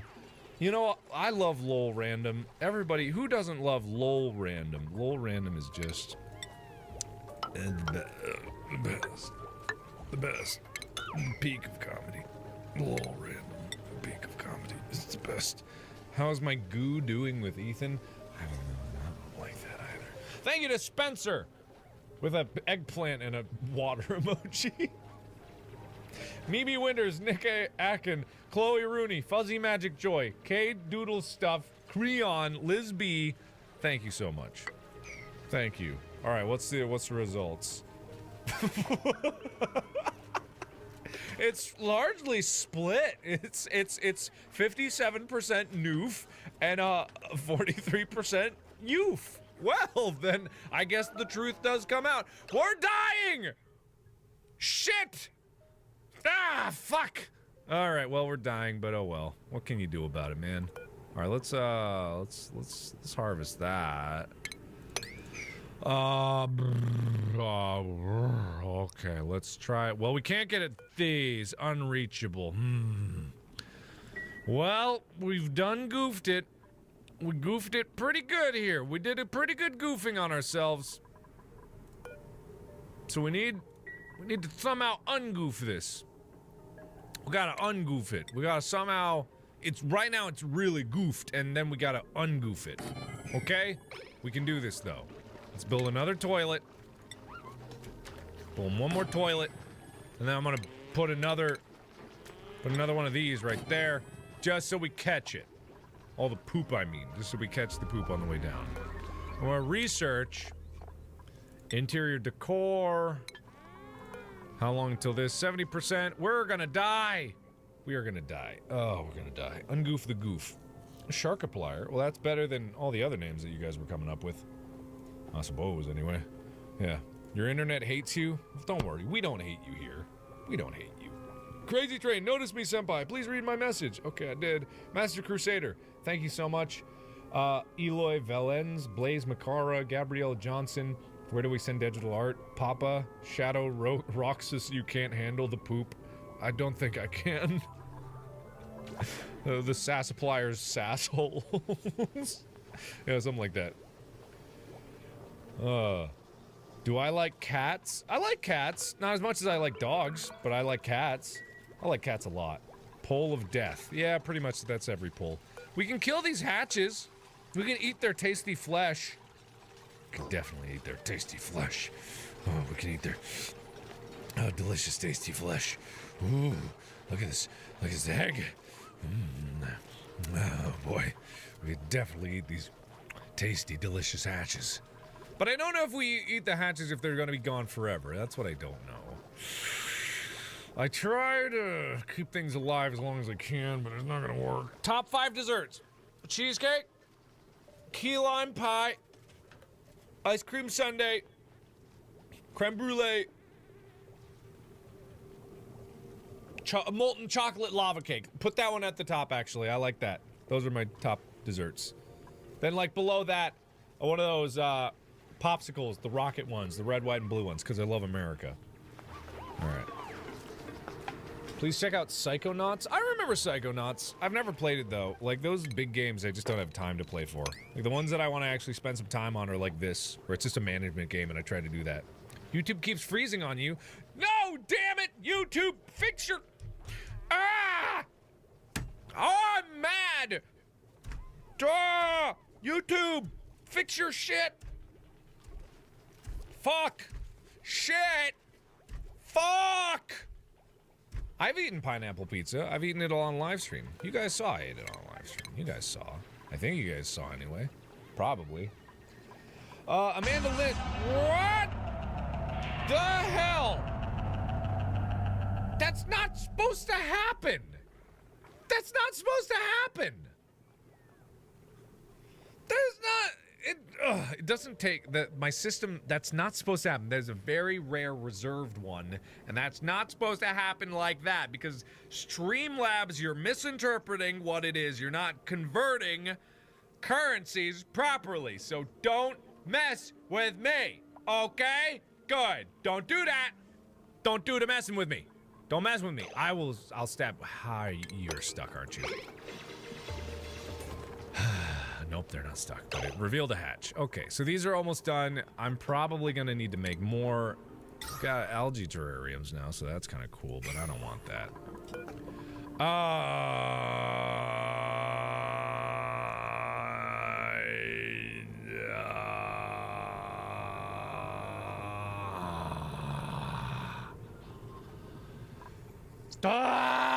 What do I do? I don't remember what I was gonna do. I can't even remember what I was doing about that. What was I doing? I've completely forgotten. Jobs board? Hell yeah. All right. Good jobs going. Oh, yeah, I like jobs. Yeah. Nope. Yeah. What are you doing up there? What are you guys doing up there? Guys, be a little more productive. You guys aren't being very productive. I don't like it. Okay, that's not supposed to be there. Get rid of those. Put this. Yeah. Put this. Yeah. Yeah. And yeah. And dig out all that. And yeah. There we go. Okay, and then get rid of that. Okay. Your potatoes are soggy because of... I didn't read the rest of that, and frankly, I'm glad I didn't because I didn't want to. Do you like the dark? I mean, I don't like the dark. I like going for a run at night. I actually did go for a run at, last night, right at sunset. I've started running recently, and I just, for some reason, I really, really like it. It's something extremely enjoyable for me. And I don't know why, because I've never thought that I would like running before. I've made it very public that I actively hate, like, running. And so, No, that's not right! No! Thank you! That's not supposed to, that, I swear, that is not supposed to happen because Streamlabs doesn't take into account currency. Streamlabs, goddammit, I want to like you. I want to like you so much, but geez, you are just not cool right now. You're not being cool. You're not being cool. Thank you, Decro. God, I'm full of rage. I'm just full of indignant rage all the time. That's all I am, and that's all I've ever got. It's just indignant rage, just the world and all of society trying to beat me down. But I won't let it, because I am strong. And we got meal wood, and that's good. Let's make some more. We're probably gonna need more anyway, so let's... Okay, so we got those. I'm gonna plant meal wood in there. Yeah! Food shortage, I'm aware. They're just pulling the larvae right off the tree and they're munching it right in their mouths. Oh no. What happened? Eric Bilicki. Hello from Hawaii, Mark. Love you, you doof. Is this for charity today? No, it's not for charity today. Sorry about that. It is not for charity. That's why I'm like, don't worry about giving me anything. Not at all. Yeah. Thank you to Joshua Massery, Elizabeth Lescult, Decro Bryan, Jamon347, Relly Ouellette, Nathan, Sierra Goss, Rachel Rogers, Alexander Grubbs, and Alexander Grubbs again. You are my idol. Please notice me. Thank you. I've noticed you. Hope that was worth it. Have any tattoos? No, I don't have any tattoos. I'm not a tattoo kind of guy. Random question. What is my favorite soda? I don't really drink soda. I drink these, like, Arnold Palmers, which are half iced tea and half lemonade, if you've ever had them. And they're good. Can you say hello to my nephew, Mason Sherry? Hello, Mason Sherry. How you doing? Brittany Lutz in home. Thank you so much. Okay, so as you can see in front of us, we have chaos and hell and all sorts of hell. Have I tried milk tea? I hate milk tea. I don't like tea in general, but I like Arnold Palmer. It is a nice balance, but I don't like tea. And I hate milk tea. I hate boba. I don't want chunks. I don't want it because whenever I'm drinking boba, I just get this weird feeling that someone vomited in my tea. That's all I get out of it. I don't get like the, ooh, tasty little squishy balls of yogurt. No, I get like, there's vomit in my tea. Then that's all I feel the entire time that I'm drinking it. So I'm like, please don't vomit in my tea. I don't want that. let's just not have that. You know what I mean? So let's just not bother with it, and it'll be fine. But for now, I don't like tea. But I like Arnold Palmer's, which is half iced tea and lemonade. Who the hell did that? Yoru Midnight Wolf. Well, thank you so much. Love from Norway. Love to Norway as well. Thank you. See, what is my favorite book? I don't have a favorite book. I don't have a book that, like, I just go back to every time, just because, like, I can't be bothered with that.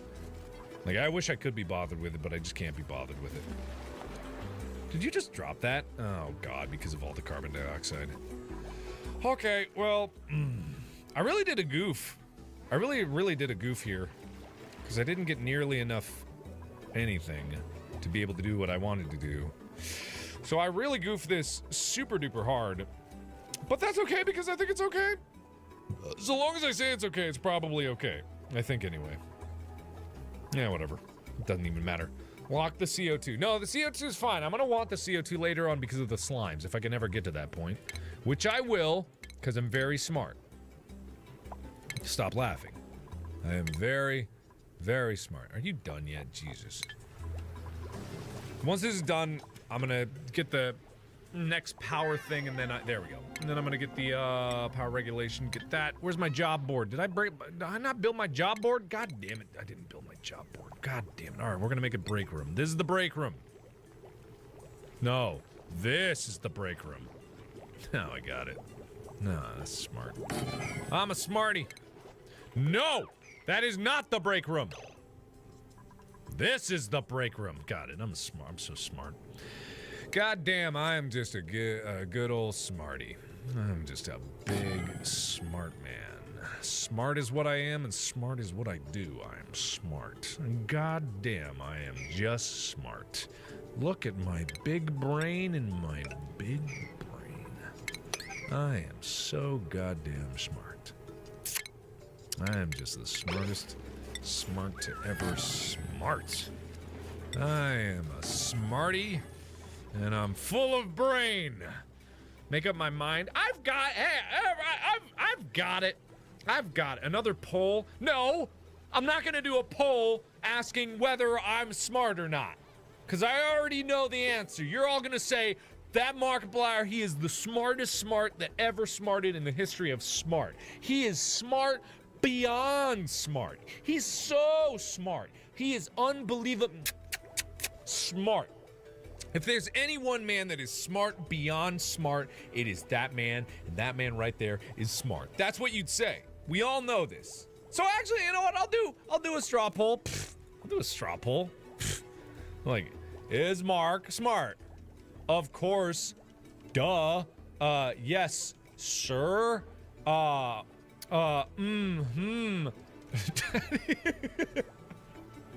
And, no.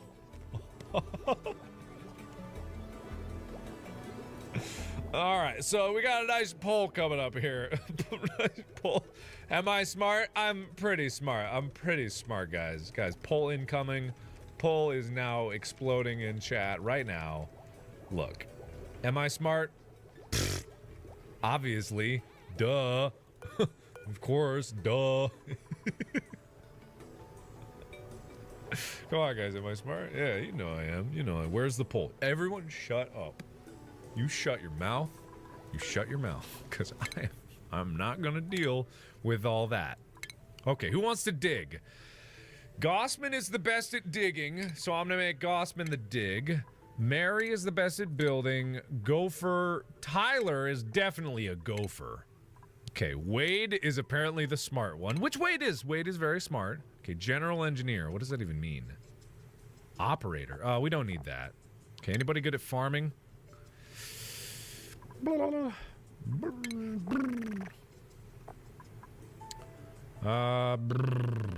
don't need that yet. Who we got? Ethan and... Wait, Ethan wants to farm, doesn't he? We'll make Ethan a farmer.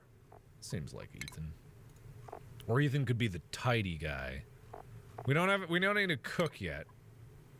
Okay, Nisbet. Okay, Nisbet is the art student, apparently. Okay, Nisbet, you're an artist. You're very good at it, so you're gonna do it. Ooh, but morale requirements. Our morale is super low. Let's not put his bed there because that's not a good idea. Let's not do that. Not yet, anyway. We don't need those. We don't need those. We just need a little bit, and then we need some general purpose stuff. That's all we need. Duh. Oh, stupid. All right, what does this poll say? You guys get the results of the poll? You get something like... Why'd you pick that one? I mean, I'm glad you agree that I'm smart, but why did you pick Daddy? Why did you pick that one? That was not the one that you were supposed to pick. That was not the one that you needed to pick. Why in the world would you pick that one? And why is no Papa in second place? Why does 29% of you think that I'm not smart? I mean, that's obviously a minority, but I just don't... There was a perfectly good, of course, done. Yes, sir. Yes, sir is at the bottom? You put Daddy on the top? No! That's terrible. You're terrible. You're just terrible. Because you're sassholes and whatever. You goddamn sassholes, whatever. All right, so I guess we got that going on for us, which is wonderful. Thank you for that. Where can you find the poll? The poll is inside your own butthole. Just explore deep and you'll find it. Thank you to Classical Ginger, Doug Lee, Rancid Drop Bear, Panda Gaming, The Taos, Alexander Grubbs, Dat Emo Trash, Oblivious Protag, V Monkey Plays, Elizabeth Lescult, Oblivious Protag, Emo Jack 80. And remember, we got a special announcement coming out tomorrow. Tomorrow, there's going to be a very special announcement. Don't miss... That's not supposed to happen! James, thank you! It's James again, dropping this in hopes. I'm in the Navy, and the one thing we commonly do is exchange and collect challenged coins. I made a gaming-inspired coin. Is it possible to send you one as a gift? I don't have any way to get a gift. I'm sorry about that. I just don't. I don't have any sort of P.O. box. I don't take any gifts and stuff like that. Thank you, I appreciate it, but unless you meet me in person someday and you just happen to have it on you, that is the only way that you could possibly give it to me. Okay? Makes sense. All right. Let's do this. What were we doing? Why am I paused? I'm not supposed to be paused. What are you doing? We need... Oh! We don't need another one. We definitely don't need another one.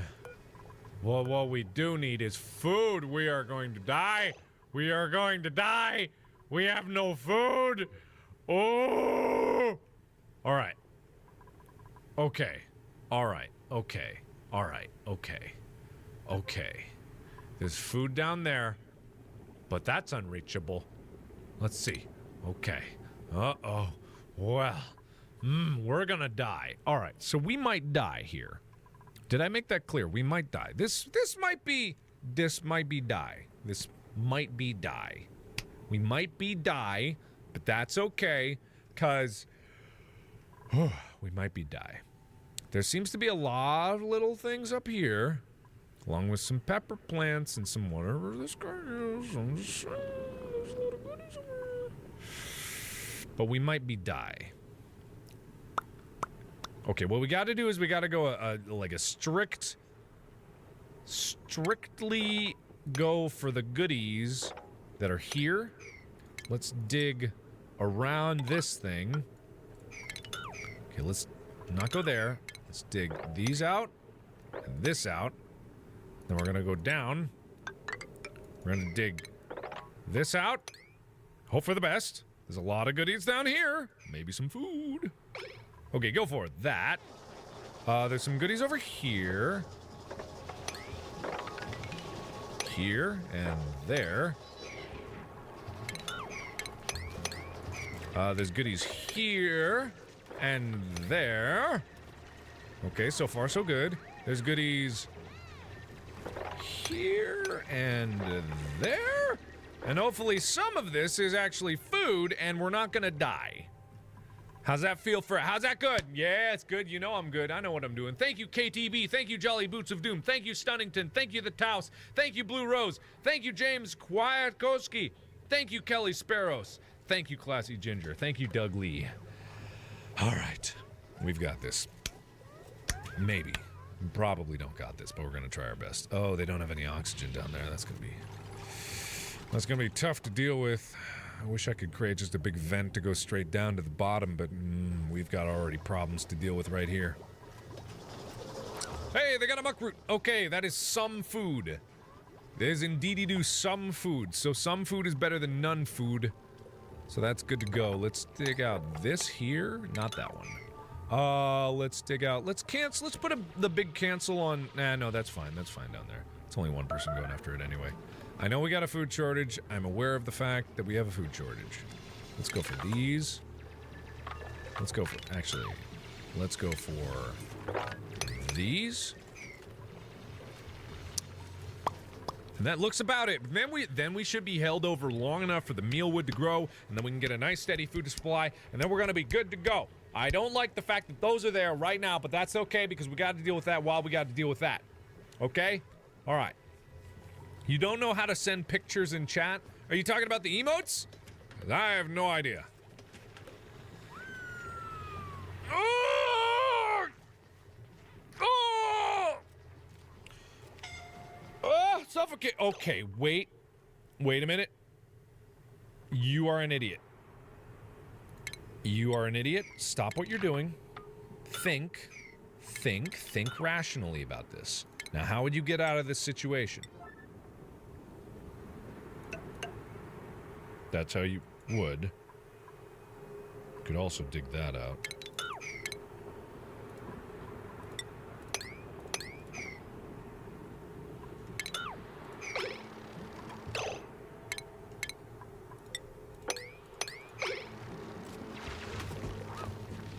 There you go. There you go. Okay, you stupid. You big stupid dummy dumbhead. You dumb stupid stupid. You dumb stupid stupid stupid. I'm glad you're alive, Gossman, but you're so stupid. You're just a big stupid dummy. Close one. Stupid. I know, stupid. I know, stupid. I hired him. What? No, stupid. What stupid? Do I play piano? No. No, I do not. Have I died yet? Oh, I see how it is. Oh, you think that I'm just gonna wheel over and die, huh? You think that I'm gonna just fall over and die? No. The answer is absolutely not. And I'll thank you for not assuming that I will. You know what I mean? Thank you to Redneck Gaming, Tony Davis, Marissa Miller, Kirill Morozov, Tobis, The Taos, Brandon Richardson, Nero1006, Skylar King, and God, apparently. Thank you so much. Thank you to Burrito Sec. Thank you so much for what you do. Please keep being amazing. Good night. I'm not reading the end of that. Let's just assume it ended pleasantly. And not the way that it did. All right. So what we got to do now is kind of level up. I just want to give him busy work to do while the research is finishing up. The research did finish. Okay, the research has finished. So we got that going for us. We got a little more base here. Blam. Okay, so we got a lot of base, which is good, but we don't have a lot of stuff to do with the base just yet, which is fine, I guess. Are you not sleeping? Do you socialize? Who do you socialize with? I have no idea. Oh, whatever. All right, let's build this out here to there, and to there. Let's finish out this little excavation project. Give us a nice, clean place. Okay. Doodly doodly doodly doodly. Thank you, KDB. Thank you, Saucy Yasser. Hi, I'm a huge fan from Iraq. It's been difficult to live here, and I just want to thank you for helping me through. Appreciate you. Well, thank you so much. And man, I have no idea what it's like over there, but if it's tough for you, I'm so sorry about that. Yeah.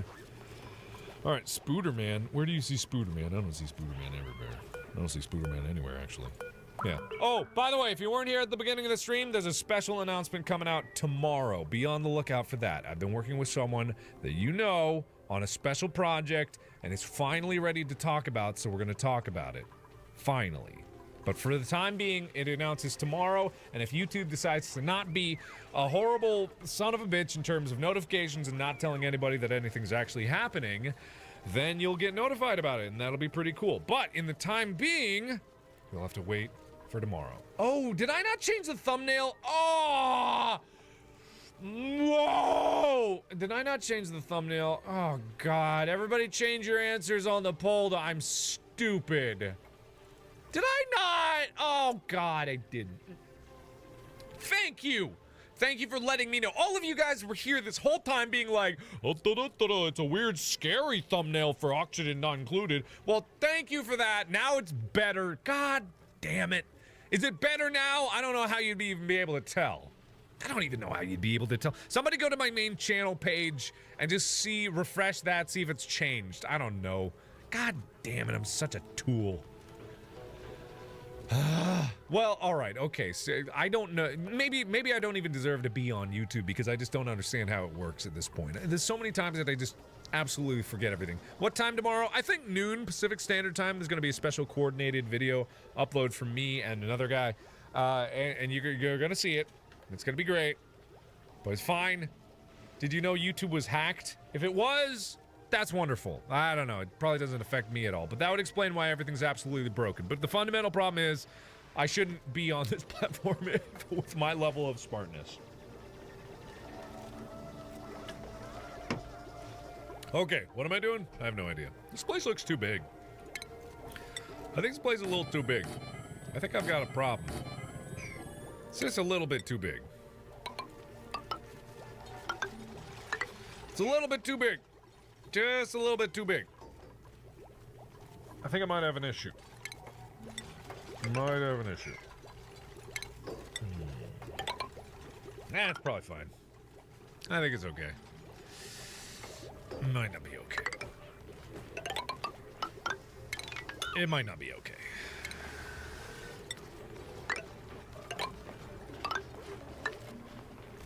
It's probably fine. I think it's probably fine. That's okay. I don't even know what I'm trying to do now. I'm just trying to stay sane at this juncture. Okay, looks like it changed. Okay, good. Now the crisis is over and everything's good. Ugh. Still scary? No, it's not clickbait. No, it's just me being stupid. I'm not clickbait. You'll know when it's clickbait. And you guys don't even know what clickbait is. I know what clickbait is. I've used clickbait, but I'm not clickbaiting. That's not it. It's changed? Okay, good. Oh, soon until this is done. Okay. So as soon as that's done, I'm going to build my power banks up north and get that going. And then we're going to start in... I want to build them up top because I want the power to be fully available. Well, that is so much algae. Oh, hell yeah. Look at all that. Oh, hell yeah. Okay. But in the meantime, I need to get, like, all the basic fundamental stuff going. Are those rooms? Those are not rooms. Power plant greenhouse. I don't have a farm station, so I couldn't do that anyway. Let's see. Okay, I can make this into a bedroom, but the stress isn't even there yet, so stress isn't something that I'm worried about at the point. Still the same after several refreshes. Well, look, I don't know. I'm trying, man. I'm trying. It's changed now. I'm trying. I can't make everything perfect. I can't make everything pristine. I'm just one man. I'm one incredibly handsome, smart man. Ah, thank you, Andrew Mixes. Thank you, Risk Star. Thank you, KTB, Nuke Taco, Samuel Beeler, Miss Blood Glove, Music Chick, Duane Dupin, KTB, Saucy Yasser, The Taos, Duane Dupin, Marito Sec. Thank you. I probably read some of those already, but thank you. See, it's better, right? It's better now. The notification system is better. Yeah. Oh, for anyone asking, like, what's wrong with YouTube, I don't know. I don't know what specifically is wrong overall with YouTube, but there's obviously some problems going on. There's a lot of... Is that sleeping? Oh, my God. That is the cutest thing I've ever seen in my life. That was so cute. That was so cute. So, I don't know what's going on with YouTube in general, but there is something wrong, fundamentally. I haven't heard any news about it specifically, but nobody panic and say that YouTube is going to die soon. It's not dying, it just has some problems.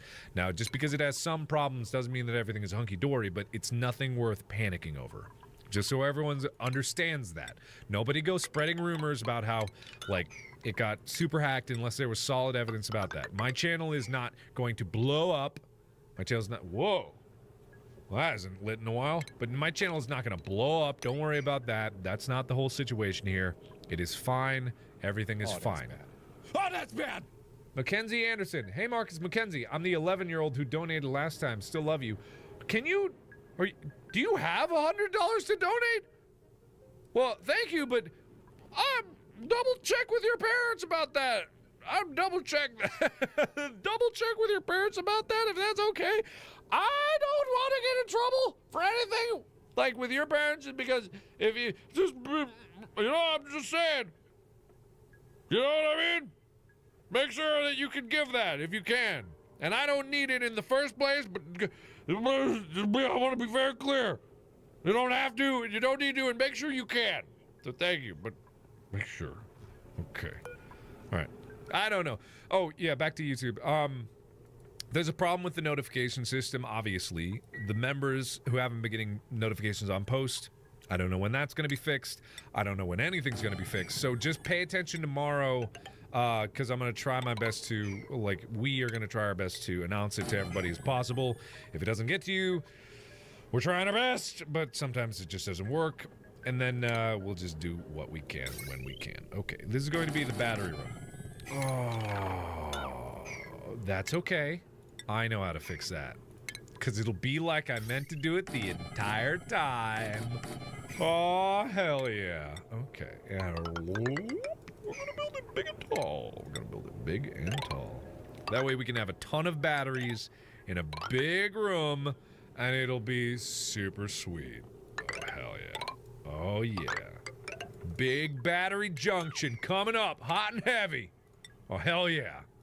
I love big batteries. I like batteries. Batteries. Nice. Okay. YouTube has its head in its ass. Oh my god, YouTube is going to die. Well, there you go. Okay. No, YouTube is not going to die. Nobody panic about YouTube dying. It's just going through a phase. It's just got a phase. That's all it is. It's growing up. Something's going on, and just because we don't know doesn't mean you gotta go cause a ruckus. Ruckuses are nice. Everybody loves a good ruckus, but for now, we'll just leave it as it is, and everything will be good. Now let's put Ethan back in the farming position, and let's put Wade back in the research position. So what we're gonna do now is I'm gonna destroy this stuff here. I'm gonna make the generator production area probably up here. I'm gonna put 2 of these bad boys, one on either side, and we're gonna connect them with wire. I don't have any sort of transformer yet, so I can't do that just yet, but I will eventually. Yeah. Yeah. Yeah. Yeah. Yeah.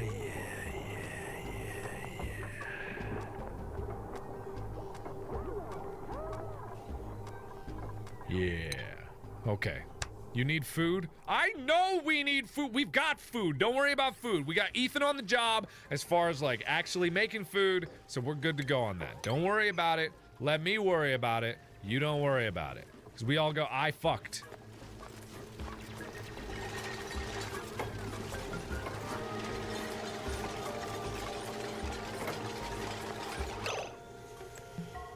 Oh, I fucked it up! I fucked it up. I fucked it up. I fucked it up. Get out of there. Get gone. Gone. Cancel that. Cancel this whole side. Cancel it all. Cancel it. Destroy it. Break it down. Cancel it. Cancel it. I'm a fucking idiot. Ooh, I'm an idiot. But that's okay, because I can forgive myself, because I like to forgive. Forgiving is in my nature. Forgiveness is the recipe of saintliness. I'm gonna forgive myself. I'm gonna forgive myself, and I'll forgive myself. I forgive myself.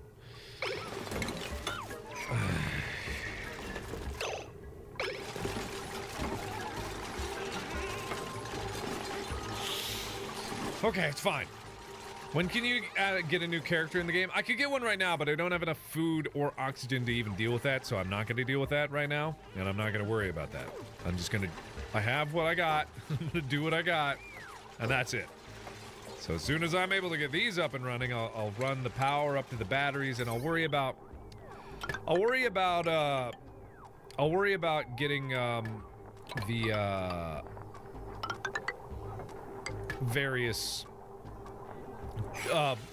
junctions and power bridges and all that shit. I'll worry about that later. Right now, this is all I need to worry about right now, so I'm gonna leave this right here, right now.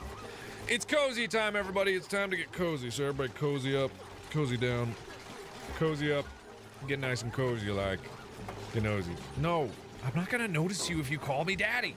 I'm not gonna do it. I'm just not gonna do it. Did chat freeze? Has chat died? I think chat died. Is chat working? Why isn't chat working over here? Hello? Hey, bonjour. It's frozen. Hello? A good day. Hello? Whoa, it's broken. Okay, chat's broken over there, so I gotta look over here now. Good thing I got 2 chats up. Anyway. Oh, that is super broken.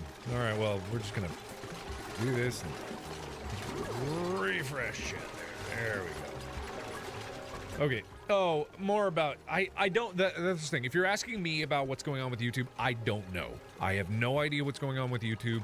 I wish I did, because I would like to know myself. But there's a problem with the notification system. There's a problem with, like, getting videos out to people. There's a problem with accessing YouTube in certain respects. Don't worry about it. Don't panic about it. Everything's very likely fine. Okay? That's all I know. If you want to know more, I don't know more. Okay. Let's get this hooked up there. Whoa, not that. Let's hook up this here. Yeah.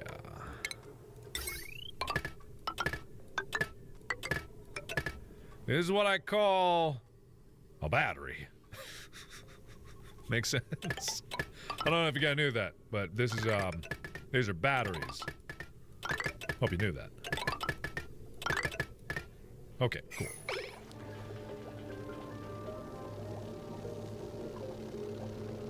All right, I think that's good there.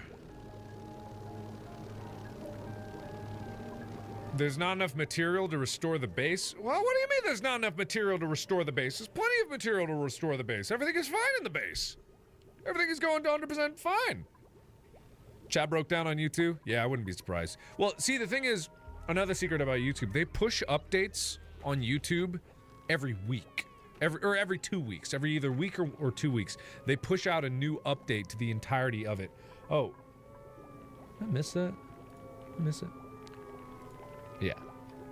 Thank you, It's a Surprise. Thank you, Dakota Hale. Thank you, Isaiah Workman, Elliot S., Katie B., Sad Trash Can, Falklands Gamer, Katina Escafree, Aubriel Plays, Grabnock the Destroyer, Travis Anderson, Steam Geek. Thank you so much.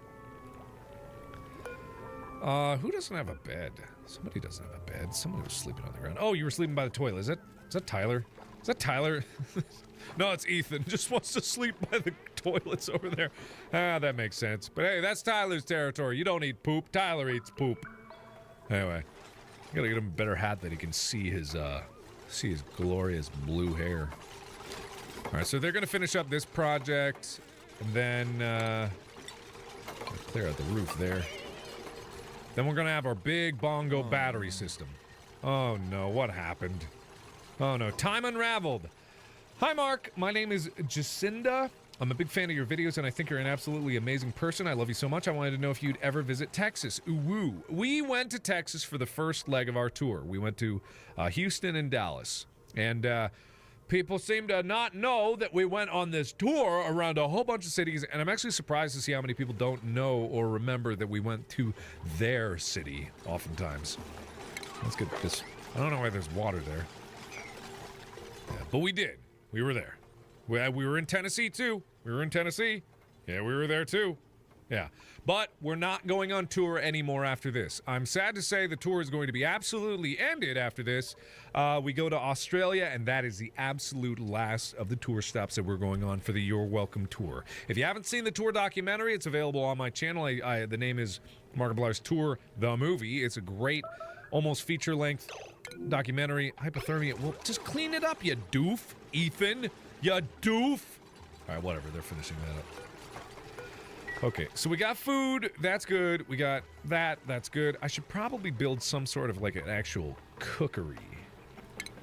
Because that seems like something that I should do, but it's just a lot of work. Then I gotta build like a mush bar maker, and I don't want to do that. It's just a whole bunch of shit. Also, I need some sort of transformer or something like that. Yeah, well, it don't matter. I'm gonna make the new research station. Actually, I'm gonna do the opposite of this. I'm gonna get rid of this, and I'm gonna get rid of these batteries. I'm gonna connect up, for now, I'm gonna connect up this. I need to disconnect this later. Just like when I remember to do that, but I'm not gonna remember to do that, and then everything's gonna blow up, and I'm gonna be like, hey, why is everything all blown? Oh, Wade and Ethan. I knew Wade and Ethan were gonna be stressed. God damn it, of course they are. Well, they're not even doing their jobs anyway. You know what? Wade, Ethan, you're fired. You're fired. Get out of there. You're fired. I don't need the stress. I don't need the stress to deal with it. I don't need your stress. I don't need my stress. You get out of that, you deal with it later. I'm gonna do what I'm gonna do, and you're not gonna deal with anything that I'm doing. Yeah. You're always stressed? Poor Wade. Dang, Ethan gets absolutely no respect. I respect Ethan just as much as Ethan deserves to be respected, and that's a lot. Wait, no, what's the opposite of a lot? That's a little bit. That's all it is. Thank you, Kaufman's Keep. I'm looking forward to the return of Creepapire for Hoonie Pop 2. Also, how many people have you talked to with the texty thingy? Probably 100 or so, maybe more. I don't have a lot of time for it, but you gotta remember, there's 400,000 numbers in there. I can talk to a few a day, and that's about it. I just try to say hi, and I try not to blast out too many messages. But I do have plans for it. Don't worry about it. I have plans for it soon. Things don't materialize overnight. I've got things in the work. Don't you worry your pretty little heads over it. Launch the nukes? Why would I launch the nukes? It's Cocktober, boys. Okay, you're right, but I don't appreciate that you're right. I think that that's nothing. Thank you, Dakota Collins. Thank you, Denasia Call. Thank you, Caitlin C. Thank you. What just fell? Who's pooping? Oh, you're pooping. Oh, poop. Okay, goodbye, poop. There's a ton of goop down there that I need. Did we get any? Did we get any art? Did we get any art? I don't think we got any art. Yeah, whatever. Okay, we got our batteries. That's good. That's a lot of power. Nice. I like them. They're beautiful. They're big, beautiful batteries. Look at those big, beautiful batteries. Huh? Food shortage? Still? God damn it. Is this really not enough food? How much to mush? Oh, meal ice. That's it? Oh, man. We are in a tizzy about meals. Ugh, frick. Okay, we need to get ventilation as the last one, then we can get pressure management, then we can start going down into the depths of hell, and then we can keep things moving. Are you sick? Are you honestly sick? What's the germ situation? How are you sick, you weak baby? Ugh. Ate some peanuts. What's going on there? Oh, well, whatever, we'll get it. Thank you, Anna Hollingsworth. I've been a massive fan of you since 7th grade. Now I'm in first year of university. Oh, that's a long time. Your videos have got me through middle school and high school, and I want to say thank you. I love you so much. Well, thank you. Thank you, Aaron Beltran. Thank you to Caitlin C. Thank you, Denasia Call, Dakota Collins, Rockman Candy. Oh, no. Thank you, Jimmy Carter. Bye, Mark. Gonna catch some sleep now. Going to have to do the Omniscience work tomorrow. Very nice. Sarah Hardister. Hi, Mark. You brighten my day every day. I wish I could meet you, have a hug, and tell you how amazing and important you are in this world. I think I would cry. Well, no need for that because it's half lies. Sarah Goldman, thank you so much. Will you come to Sweden sometime? We were in Sweden. Simply Scott. Did you have logbooks on tour? No? What does that even mean? Logbooks? Nah, we didn't write anything down. I have no idea what you're talking about. I wish I did, but I don't. Right, these are good. Power on that, power on that. Okay. For the time being, that's just going to have to be enough. We're going to get the advanced research after this one so we can get the next step, which we need. Oh, wait. All of these require basic research now. That is really helpful. Thank you for that. All right, then I'm just going to get 2 stations. Blanc. Okay, perfect. So let's get this like that. I'm just planning for the future. I like to do that. That. Fix the wires from the generator. No, it's not time for that. You don't need to remind me that now. I know it. I'm getting it. Marky Moo is one of the sexiest cows out there. That is so sweet. That is the nicest thing anyone's ever said to me. Also, how dare you? I was in Denmark, not Sweden.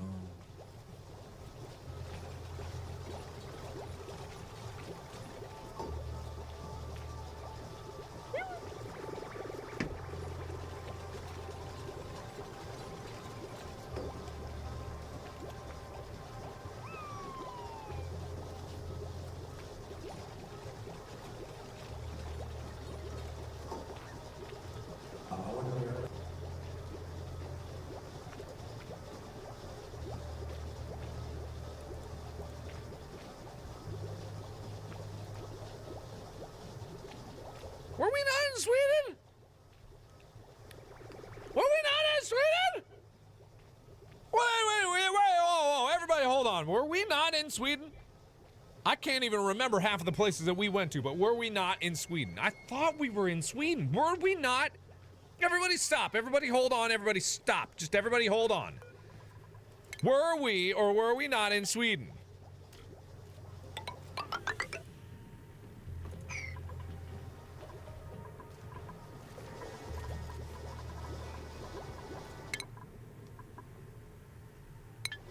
We went to Denmark. But yeah, we went to Denmark. I thought we went... We definitely were in Sweden. We were in Sweden. We were in Sweden. Just because we went to Denmark doesn't mean that we didn't go to Sweden. Who's the Denmarkian over there that thinks that we just went to Denmark and now? I knew we went to Sweden. We went to Sweden. We were in Sweden. We went to all three. We went to Sweden, Denmark, and Norway. We went to them. We were there. And we were there. We were there. Oh, we were there, all right. We were there. We were there.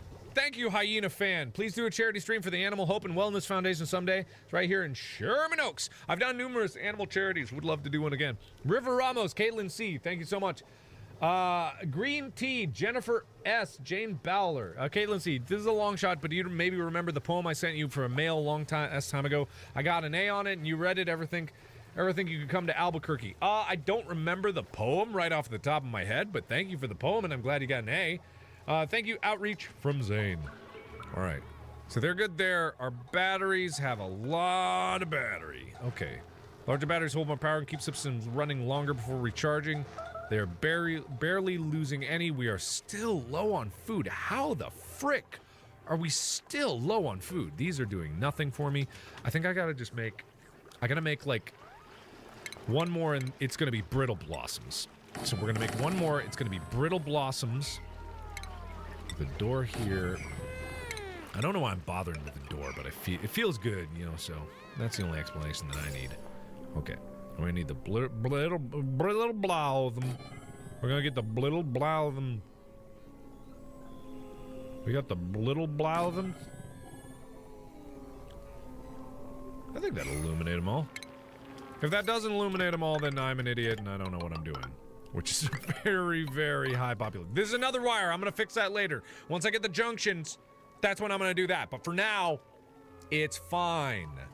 What? Heat production, 1.25K DTUs? What's that? What is that? What is that? Are we still live? Yes, we're still live. Why wouldn't we be live? YouTube is broken. Notifications are dead. The entire platform is going to crap. So we got a live stream because I can't even put up a normal video because no one's gonna see it. Anyway, whatever. I don't know. Also, I like the stream is so choppy, can't watch Mark. Put it in a lower resolution. Sounds like your connection isn't fast enough. I'm streaming in ultra low latency because that way I can interact a little bit better here. We're not live anymore. Don't you lie to them, Tazord! Don't you lie. Don't you lie. Thank you, Jacob Gorman, Josie Bieber, Angel Light, Out of Reach Thane. Thank you so much. Okay. So they've got power going up there. The two of those is not going to do a lot for it. Right now, we're just in maintenance mode. We're going to get brittle blossoms in here.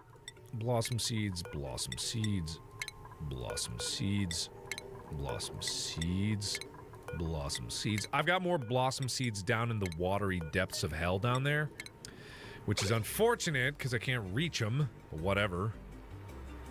I wish I didn't do this. Why did you guys let me do this? Why did you let me do this nightmare of a thing?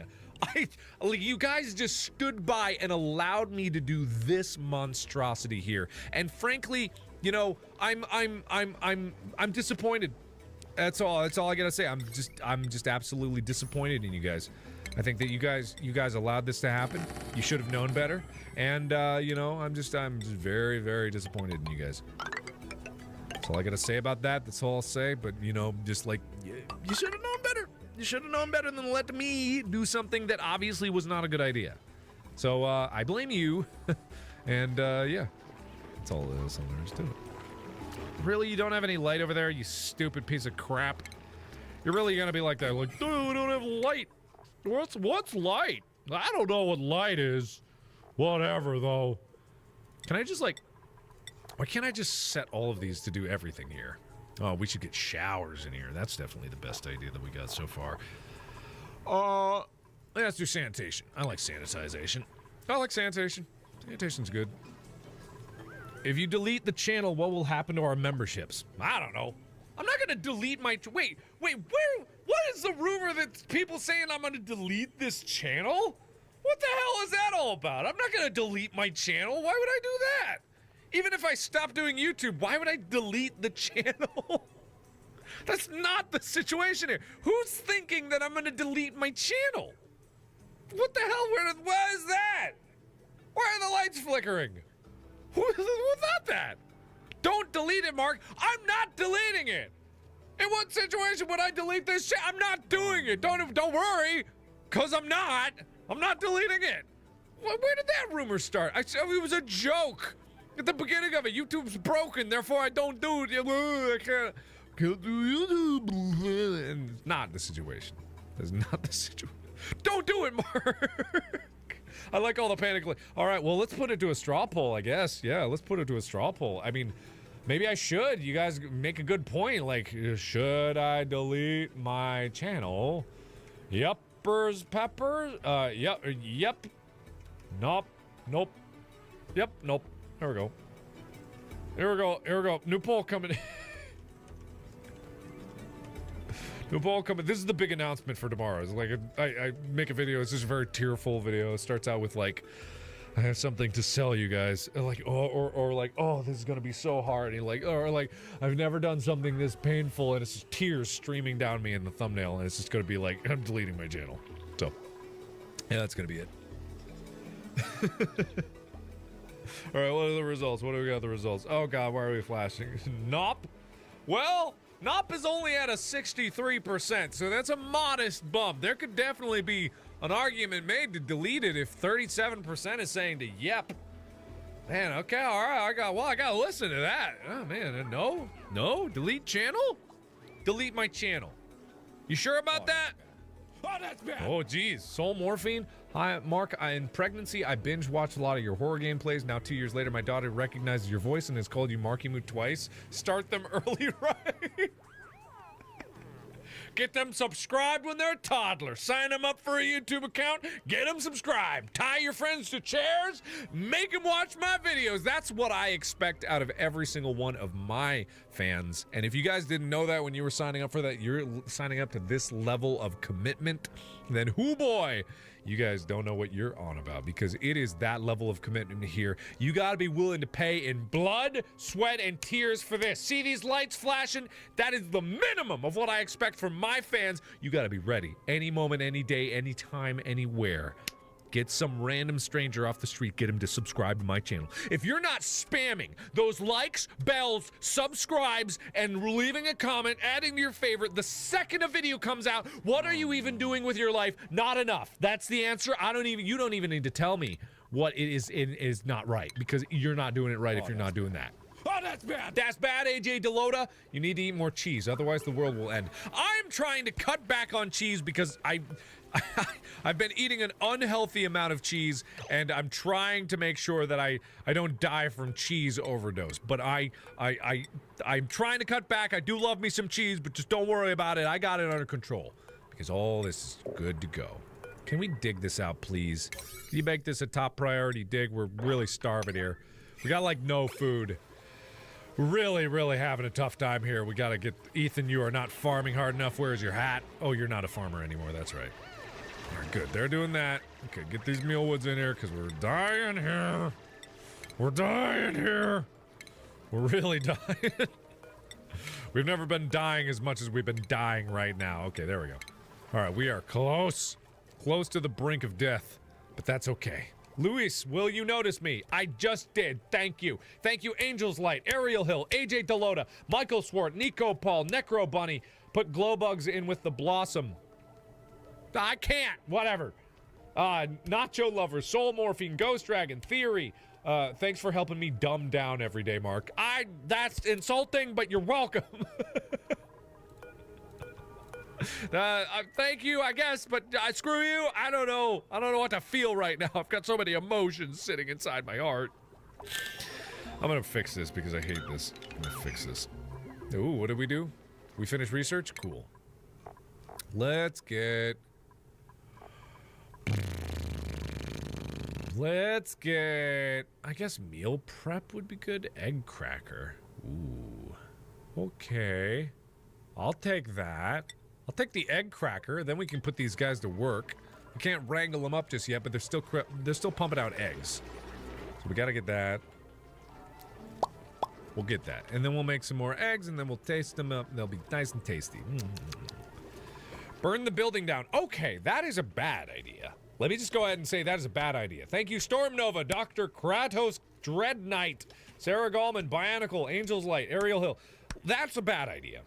See, Michael Swart, can you do a charity stream for Chris Kyle Frog Foundation or Lone Survivor Foundation? I'm not taking any suggestions on charity foundations to raise money for. I just want to make that very clear. I appreciate all of the ideas that we have, but right now I've got so many things on my list that I'll never be able to get through them. So as much as I would like to say, of course, I would love to do charity for XYZ, I cannot.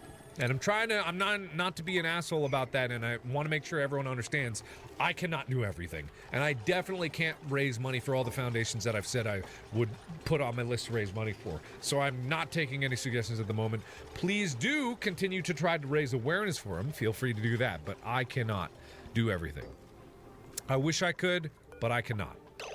I've got another charity event coming in November, a big one, but that is something to see later. Thank you, though. I do want to say thank you. Thank you, Dragon Tamer and Don Whisker. And thank you, Ariel Hill. And thank you, Chris Herbert. Did you ever come to the Northeast during your tour? I feel like Vermont and New Hampshire always get left out. We were up near there, not all the way up there, though. Okay. Fix your plant light. Oh, shit. Ah, shit. There we go. Okay. So research is coming along nicely. We're getting food. It's not going well. I have to go to the bathroom. So you guys follow. Wait around for a little bit. I'll be right back. I'll be right back, okay? I'll be right back.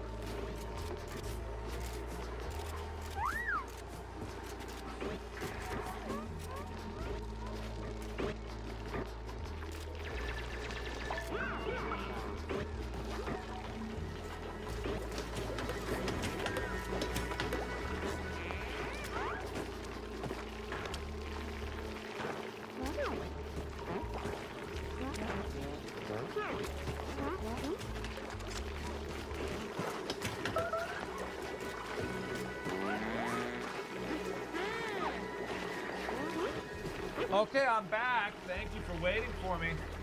Thank you. How did Wade do? He is inside Ethan. Okay, that is not what I expected to come back to, but that is exactly what's happening right now. Yeah. Mark is dead. That's it. Like, you guys have any opportunity that you possibly can to say that I'm dead. It's every single moment, every single opportunity in the entire world to say, Markiplier's dead! He's gone forever! I can't believe it! Ah! Alright. So, how fast do I poop? It's like a rocket. It's like a potato launcher right out of my butthole. And yeah, that's just an overbearing description of what it's like. So I'm glad that I could provide that for you. Yeah, rocket poop. That's my favorite show on Nickelodeon, like in the past. You know, Rocket Poop.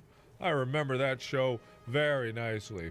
Oh, thank you, William Ross. Hello from the UK. Loved your tour when you visited Nottingham, and I love being a member of your channel. Have you ever watched Eurovision, and do you enjoy it? Never watched it. Enjoyed Great British Bake Off? I do love that one. That is a good one. Great British Bake Off is a great one. Simply Scott. Skylar King. Allison Undrusik. Soul Morphine. Toddler has been subscribed. She knows what this is about. She knows what she signed up for. Coming out of my stummy. You know, your toddler knew what thing you signed up for coming out of the stummy. I've never heard it called stummy. Hello, person I see on YouTube. Hello, meme lord. Stummy. I think that means stomach. Thank you, Rye Wizard. I think that's stomach. I'm not 100% sure, but I think it's stomach. Nothing wrong with a stummy. Oh no, there's nothing wrong with it. That's just funny. That's just funny to me.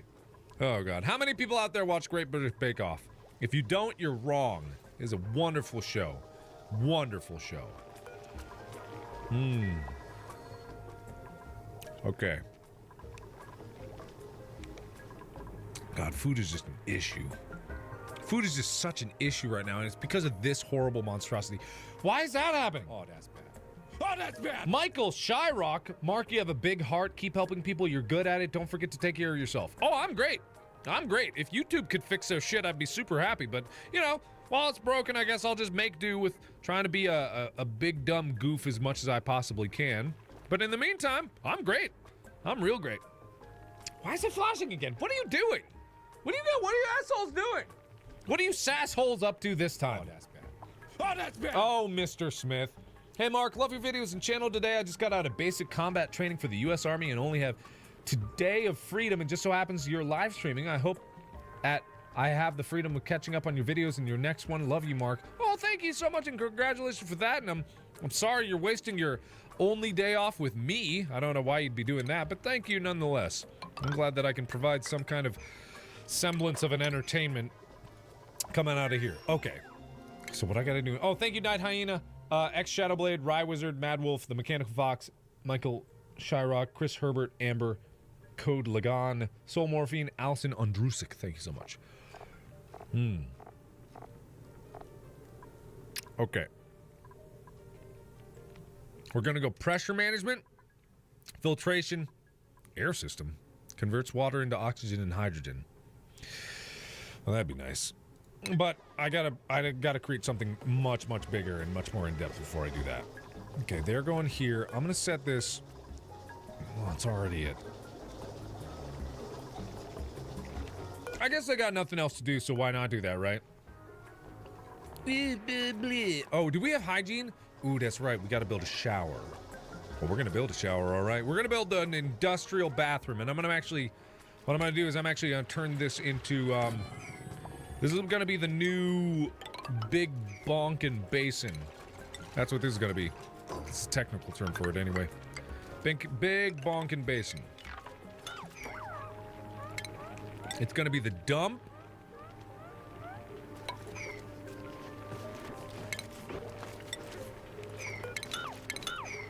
It's gonna be the dump for... So I'll just leave that one there then. It's gonna be the dump necessary for the bottle emptier. Rotate that. Okay.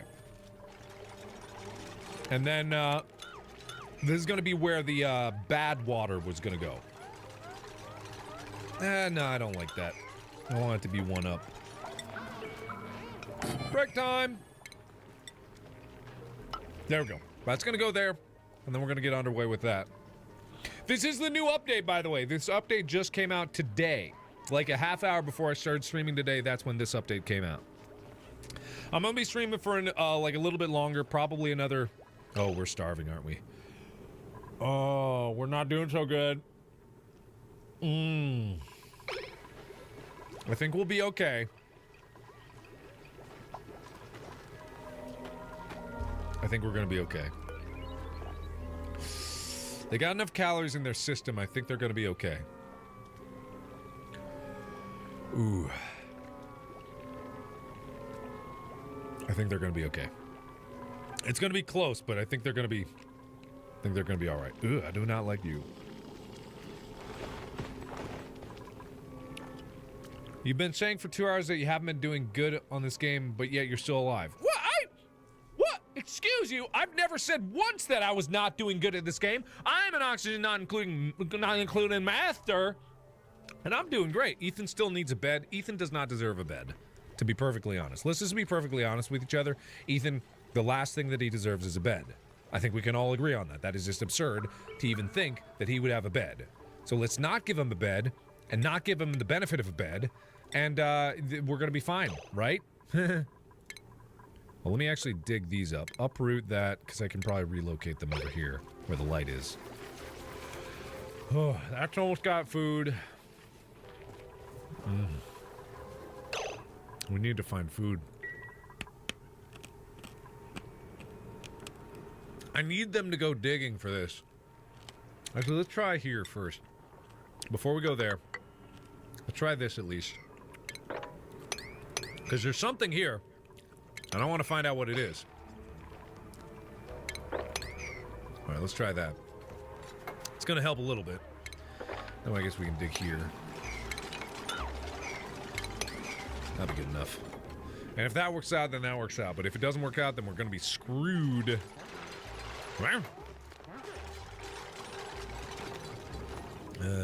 There's a lot of carbon dioxide down here. There's so much carbon dioxide. 6 lice plants per person? That makes sense. That makes sense. I've also got these brittle blossoms, but for now, I think we're gonna roughly have that once we get done with this. Then we can build the other things that we need. Alright, ventilation. I'll worry about that later, because eventually I want to do the thing where I've got a ventilation system that's pumping ventilation to every single room. I want like a centralized oxygen production center and then pumping out to everything around. That would be nice. Give a shout out to Jeremy and Thunder. Thank you so much. Penis? I don't know why you'd say that or shout that at the top of your lungs. Thank you, Adorkable Sweetness. Thank you, John, Sonic Fan, Night Hyena. Some Russian name. Dollar versus ruble. Shannon Lewis, Derpian, Strulik Draws, John Dixon, Sylvia Ulsha, Kawaii Catgirl, Lady Deadpool, Dawn Whisker. Thank you so much. You made a sassy butthole emoji and you tweeted it at me? Oh god, I don't want to see that. Careful, you're gonna get your Twitter account banned. Tweeting random buttholes at everybody, it's never gonna work out for you. Gotta be careful. Ethan's stuck. Oh. What is this stupidity in front of me? How is he stuck? You stupid fool. You stupid fool. You stupid fool. You could move any time. This.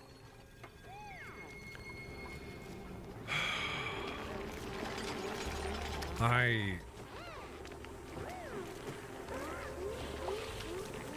you doing? What are you doing? What are you doing? Move! God!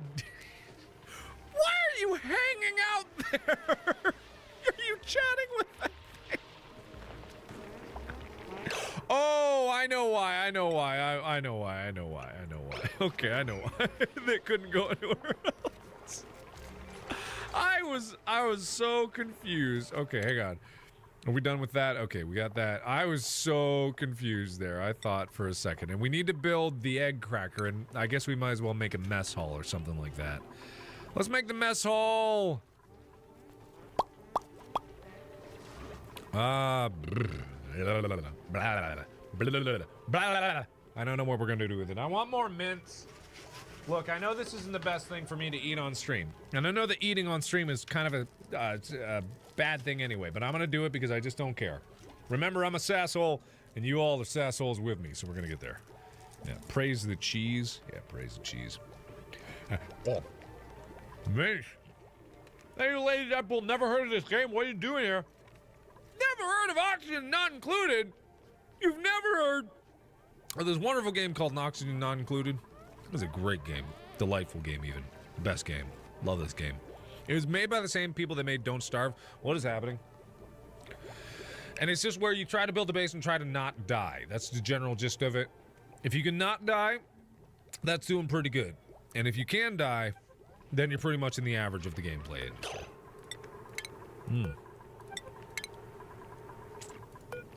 What am I eating? I'm eating mints. I said that. Weren't you listening? God damn it, Ken. Open up your goddamn ears. Okay.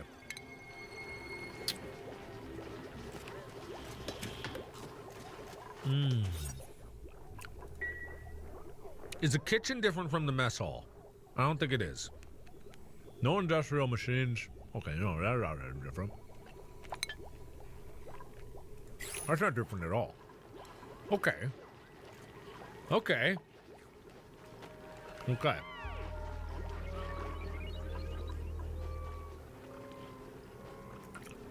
Okay. Okay. Okay. Okay. Okay. Okay. All right. Okay.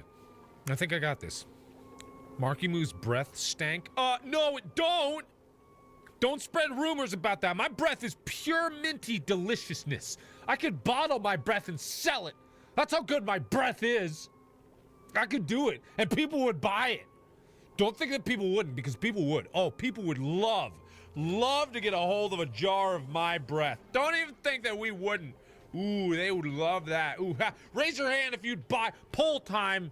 Would you buy my breath? Be honest, because you will be. Like, would you buy my breath? Why are my lights blinking? Yes. Yes. No. Oh, I hate fun. There we go. That's what I thought. Would you buy my breath? Here comes. Here comes. New poll, new poll, new poll, new poll, new poll. New poll. Oh, yeah. You would. Don't say you wouldn't.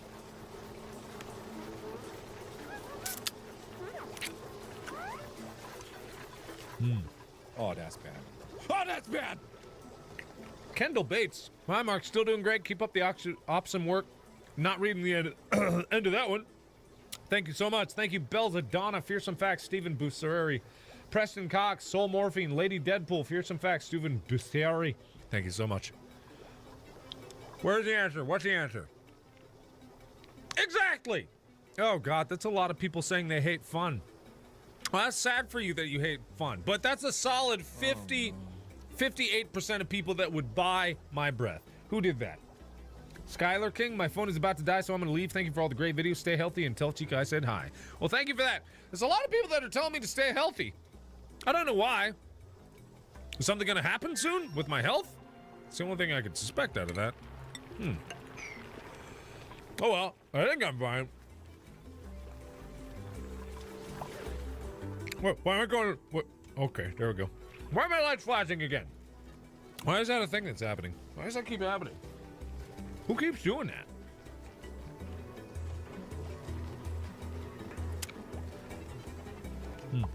Anyway, I'm gonna get through these minutes and then everything's gonna be fine.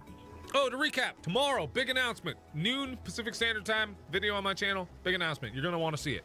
It's pretty cool. Something we've been working on for a while, and it'll be good. Thank you, Arian Mary, Paint Kirby, Carrie B, Weirdos Perfection, Melinda Madden, Stephen Bussier.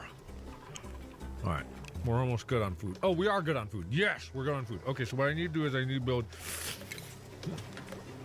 I need to build something. What are we doing now? We're not doing anything now.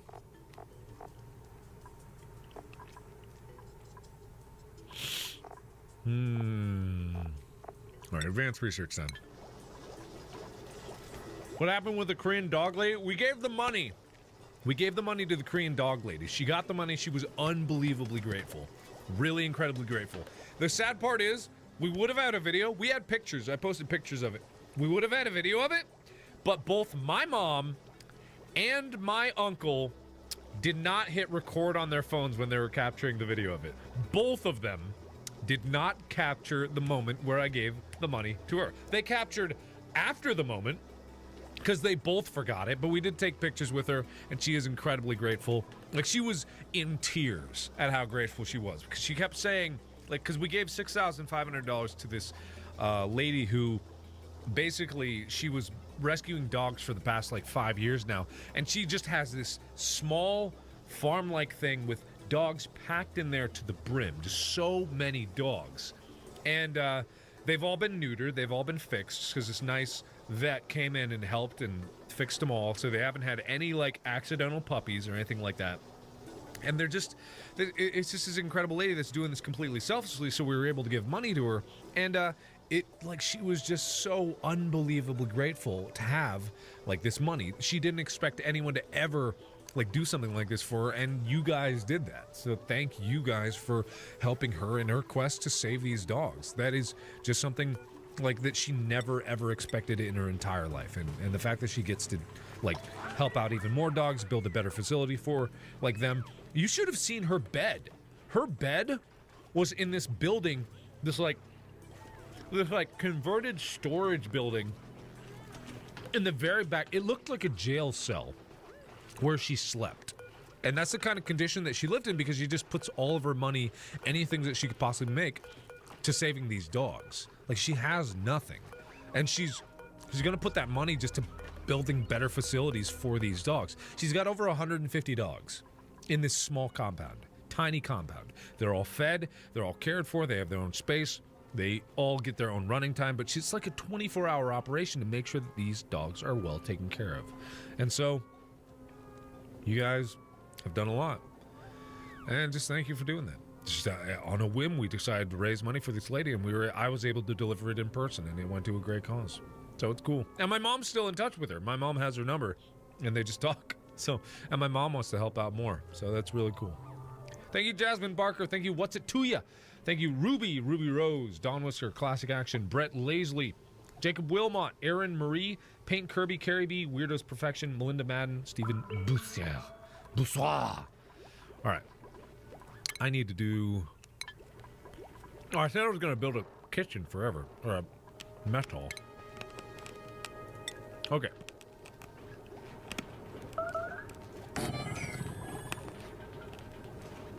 Oh, no.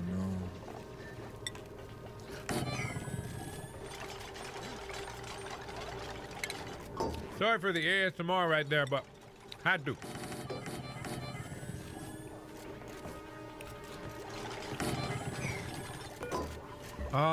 Ooh. Whoa. Okay, what do we do with a raw egg? Do we have to cook raw egg? We probably have to cook raw egg. So we probably have to cook raw egg. Let's not even do that one. We did it! Oh, they're all clapping the research. Oh, wow. Well, that's nice. Okay, let's get the electrolyzer going. Let's make sure that we have... No, we should be fine.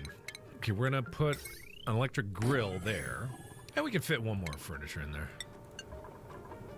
We're gonna make this place nice. Okay. Get this power going there. Remember, we're gonna fix this. We're gonna fix this. I was also told that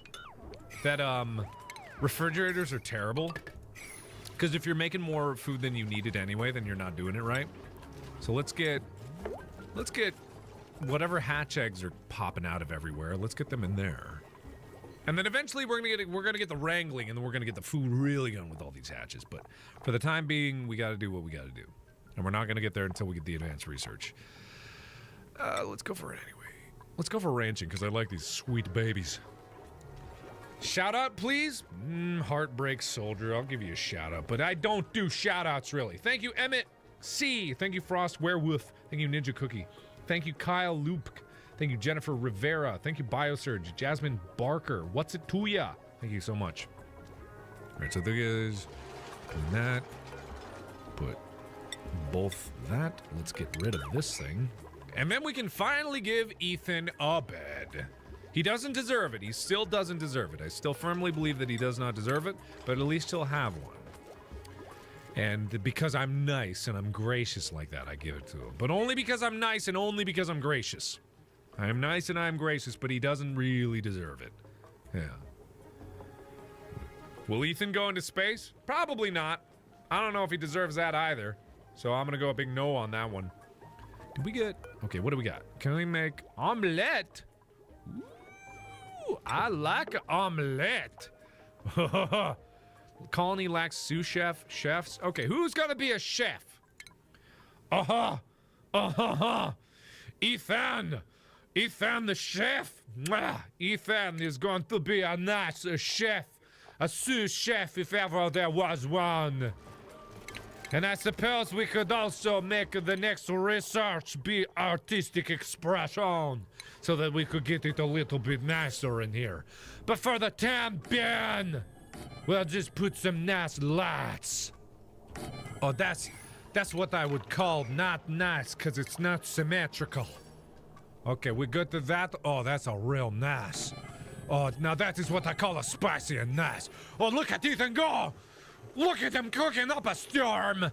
What a man. What a beautiful man cooking up, for everybody to enjoy.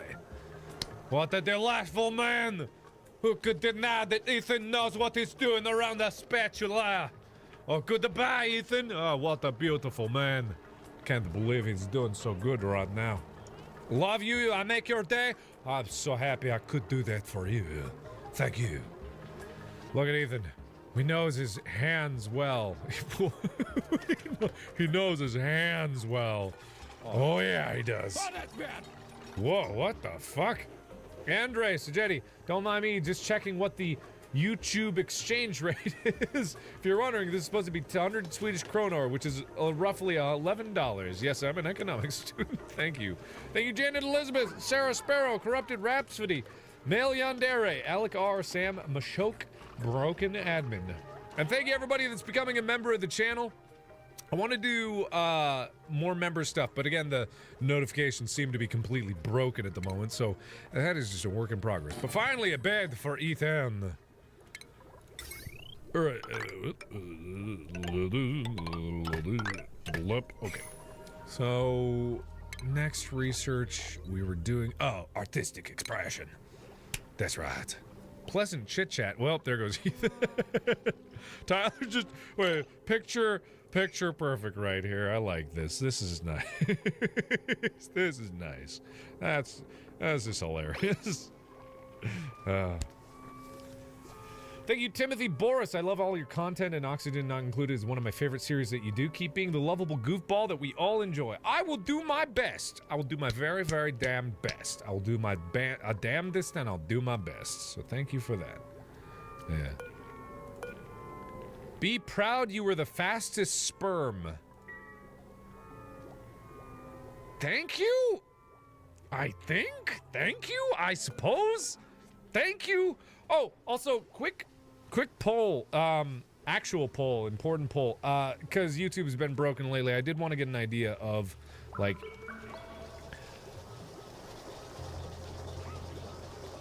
have you been getting notifications? Because it's been broken for a lot of people, yes or no. And I need to get this information back to YouTube, because there's obviously been something broken, and there's been something broken on my end, but I just want to know. I'm putting a poll in chat. Answer that one. That one, please. That one, please. Anyone. Any sort of notification that you usually would get. That's just all I'm asking right now. Oh, look at the omelets. If I'd have known that omelets were going to be so good, I would have been making omelets ages ago. That's so nice. We've got so much food now.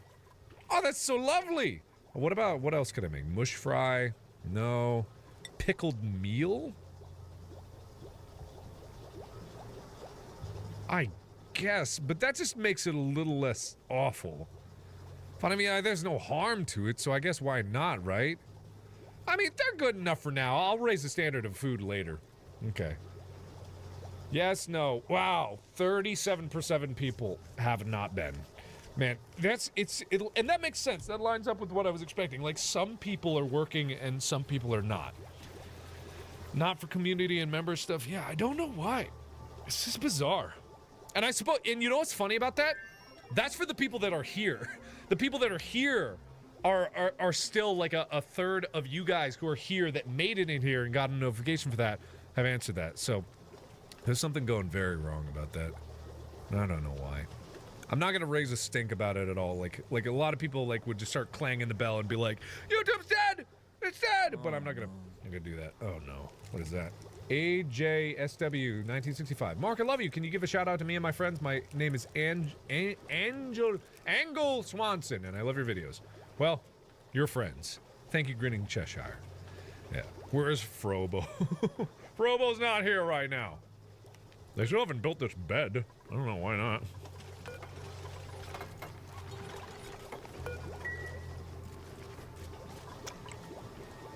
Yeah, it sucks. Hopefully YouTube will sort their shit out, but they just haven't been able to. Eventually! Eventually! Not now, though. Okay. I'm gonna get the last of this easy research, and then we're gonna move on to the bigger stuff.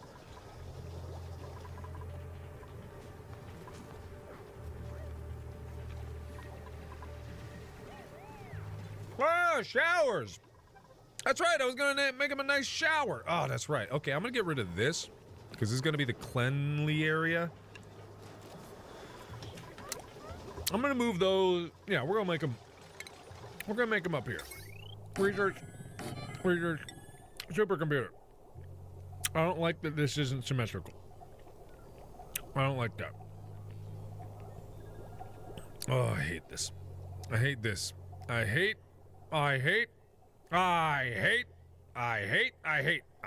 Okay, you know what? I hate it so much I'm gonna move it over here. That's how much I hate it. Okay, then we're gonna build a nice shower, a nice pooping room. It's gonna be nice and poopy. We're gonna have a nice pooper, and then I'm still gonna keep these as a backup, because we always know we'll need a backup. I know we'll need a backup, but for now, we're gonna make a nice pooping room. We're gonna have a pump. If I can get this pump down here. Will they even be able to build this pump? I mean, this is deep water. Deep water. Yeah, I'll put it there for now, just in case. I still don't know if they're gonna be able to get to it, but I'll put it there for now. Get the pump there. Here's my pooping room. Get the plumbing going for this. Right there. Let's get rid of that. Right there. Okay. You know, I'm fully aware that, like, this is the same level of progress I've been making, like, every time I play this. I always get to this point and then I'm like, I'll play it again, and then I have to wait until the next upgrade to come out. But I'm not gonna do that this time. I'm not gonna do that this time. I'm gonna get this, and we're gonna do it again, and we're gonna do it again and again and again, because I love this game, and I love this game. We're gonna see some progress, and it's gonna be great. It's gonna be great. I promise you that. It's gonna be great. We're gonna make it. We're gonna go far. We're gonna get some shit done. We're gonna go far. But for now, we got a lot of progress to do. Oh, that's helpful. That is helpful. That's helpful right now. Okay. Let's break these down.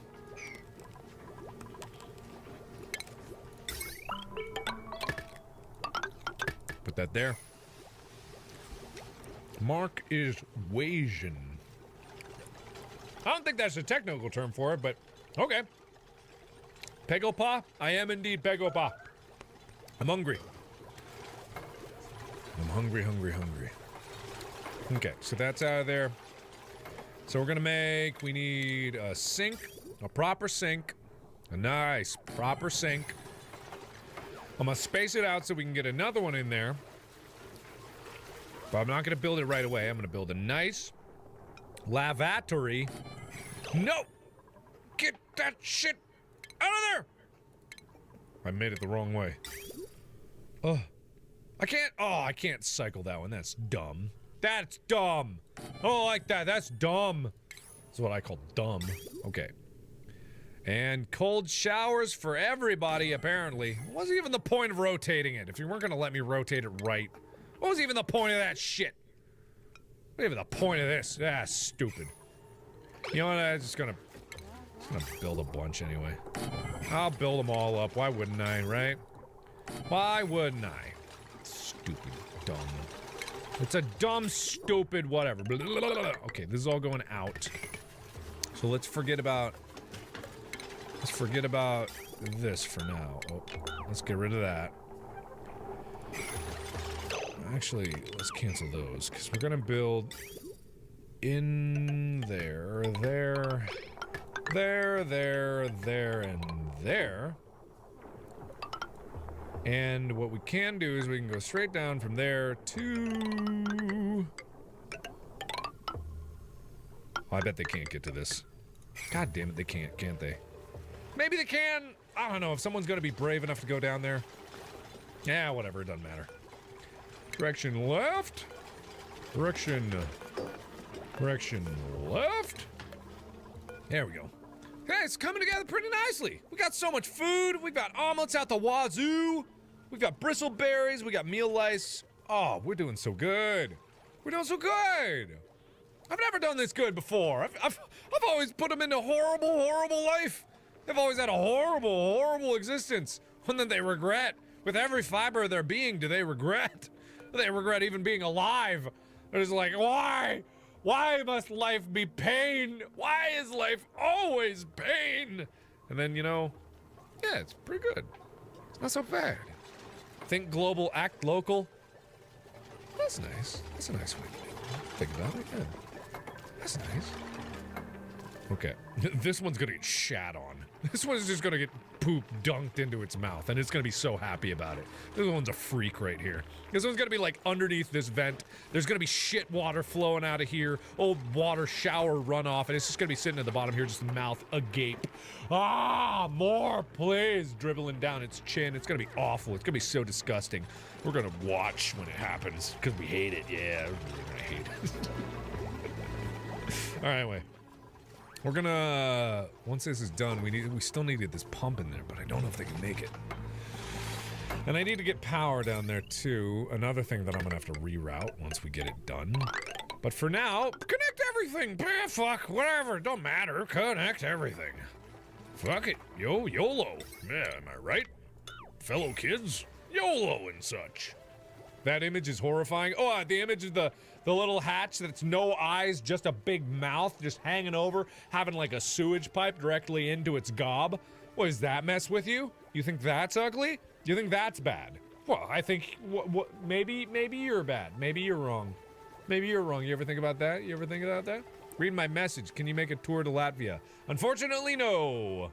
What about oxygen? What about oxygen? We got plenty of oxygen. We got so much oxygen. We got, you know, we can actually get another duplicate. Let's get another duplicate in here. Mima, you suck. Mima, I'm not gonna get you. You suck. Why are we flashing? Why are we flashing? Stop. We don't need the flashing. Oh, boy. Oh, that's bad. Oh, that's bad. AJSW 1965. You're amazing. If you can't give me a shout out in your next video, it's still Angle Swatson. Sorry if I'm asking too much. You're just so cool and funny, and you always find a way to make me laugh when I'm down and depressed. Thank you for that. I'm shouting you out right now. That's just as much. I can't shout you out in another video, but thank you. Big preach all around. Thank you, Ruby Rose. Thank you, Dale Anderson Sands. What's it to ya? Ollie Mations, Dale Anderson, Tiana Driscoll, Never Was Right, Corrupted Rhapsody. How much did the charity stream raise? Yeah, the charity stream raised $36,000 in 3 hours. The one that we just did impromptu like a few days ago. $36,000. $36,000 in 3 hours. I didn't even tell anybody about it. We didn't even warn anybody about it. It was just like instantaneous, bam, suddenly a bunch of charities. So that was awesome. Thank you guys so much for supporting that. Means the world that you did. Oh, yeah, wait, did it again. Can't build, but can do everything else. That's fine. Bubbles. I like bubbles. Bubbles seems cool. Let's do bubbles. All right. Bubbles, do you need a job? Can't build. What are you good at? I guess operating. Like having Bubbles be the general operator should be pretty good, right? Let's have Bubbles be the operator. That's what Bubbles seems to be good at, so why not? All right, what the... Yeah, I hated it. I'm such a freak. Where are you going, Marie? Where are you going? All right, whatever. What to you? Oh, why haven't I been going maximum speed either? I've been going like suboptimal speed here. You guys are just making me do this. You just make bubble song. Baby bubbles, bubbles, baby bubbles. That's not a song. Bubbles! Bubbles! Are you constantly reminded about your failure? Bubbles!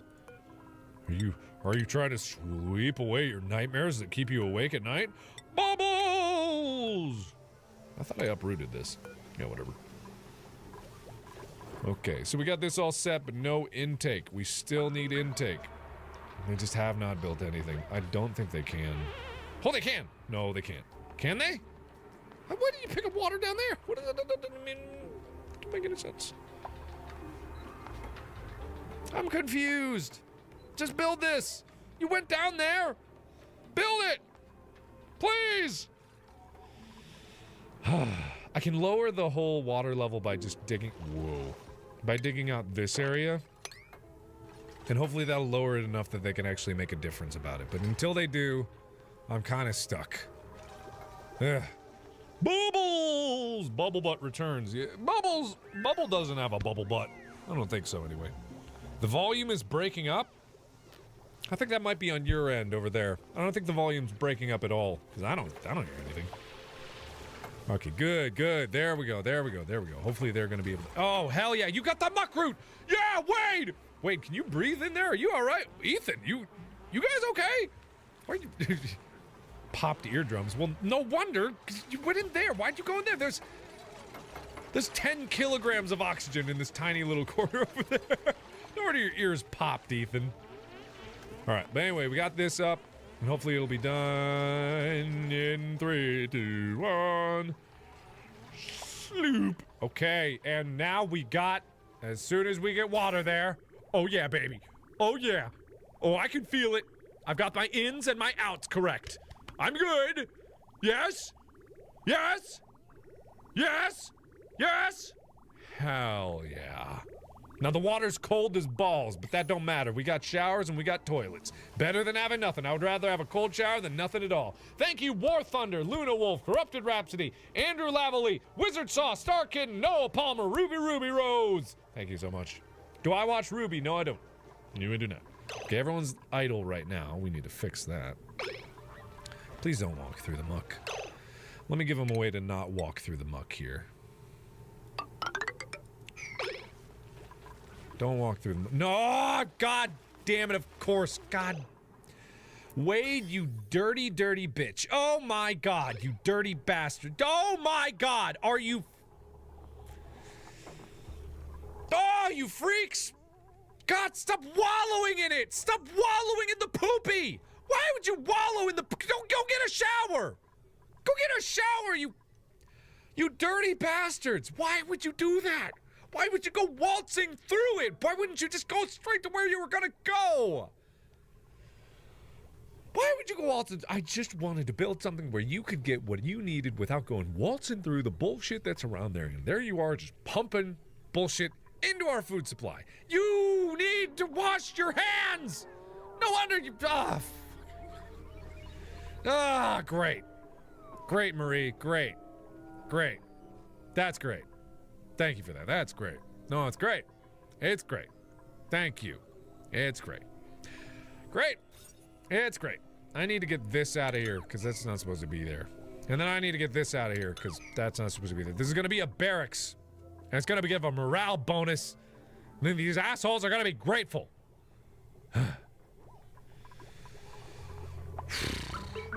Anyway. I'm grumbled about this. But I need to make a piece of art here. Because then this is going to turn into a break room. I'm going to put some art here above here. So that they can be nice. Whatever. It's fine. Everything's good. Oh, that's bad. Oh, that's bad! It's not that bad. Thank you, Christina Geist. I met you before the show in Denmark, but I was too scared to get a pic with you, and I regret it every day. Thank you for making me laugh. Please play Perception, and this was my last money. Well, thank you so much. You don't need to give me any money. Don't worry about that, but thank you for that, and sorry you didn't get a picture, but hey, you got a memory of it, and that's nice. It's not the same, but it's nice, so thank you. All right, I need to plug this in. Thank you, War Thunder. Thank you, Luna Wolf. Thank you so much. Boink. Okay. All right. Okay. Unfortunately, I'm all out of time. But do not worry, because we're not done yet. We're not done with this. I promise I'm going to come back. Right now, YouTube is being real fucky with everything in terms of notifications, letting you guys know about things, and just generally overall just being a giant fucky piece of shit. But we're going to get through it. We're going to fix everything. I'm going to leave this here. I want to do more streams like this. I want to do a longer stream so that I can actually have fun, stream with you guys for a long time. We can do things. Joke around. Make the memes, you sassy sassholes. So thank you everybody so much for watching. Look out for the announcement coming tomorrow at noon Pacific Standard Time. It's going to be really cool. I think you guys are going to love it. I'm really proud of how far it's come. And I'm really proud of what it means for the future. And if you haven't been getting notifications, try to ring that bell, I guess. If you haven't, if you want to see more of this, definitely turn on notifications so you know when I stream, because I don't have a regular schedule, even though I want to have a regular schedule and doing things. I'm just a sporadic person, so we'll see when that comes around. So thank you everybody so much for watching. Let me know what you think down in the comments below. And as always, I will see you, oh God, in the next video. Bye-bye! Bye, guys! Bye! Bye, bye, goodbye, bye. The perfect t-shirt does exist, and it's from our most tagged collection ever, the Cotton Collection. These are the sets you've seen all over your feed, and every style is perfectly cut for the most flattering shape. We designed the Cotton Collection in 2 ultra-soft fabrics, Cotton Jersey, our take on breathable, effortless cotton, and Cotton Rib, our signature rib fabric that takes lounging to the next level. From leggings and tees to bralettes and bodysuits, you need Skims Cotton Collection. Available now at skims.com.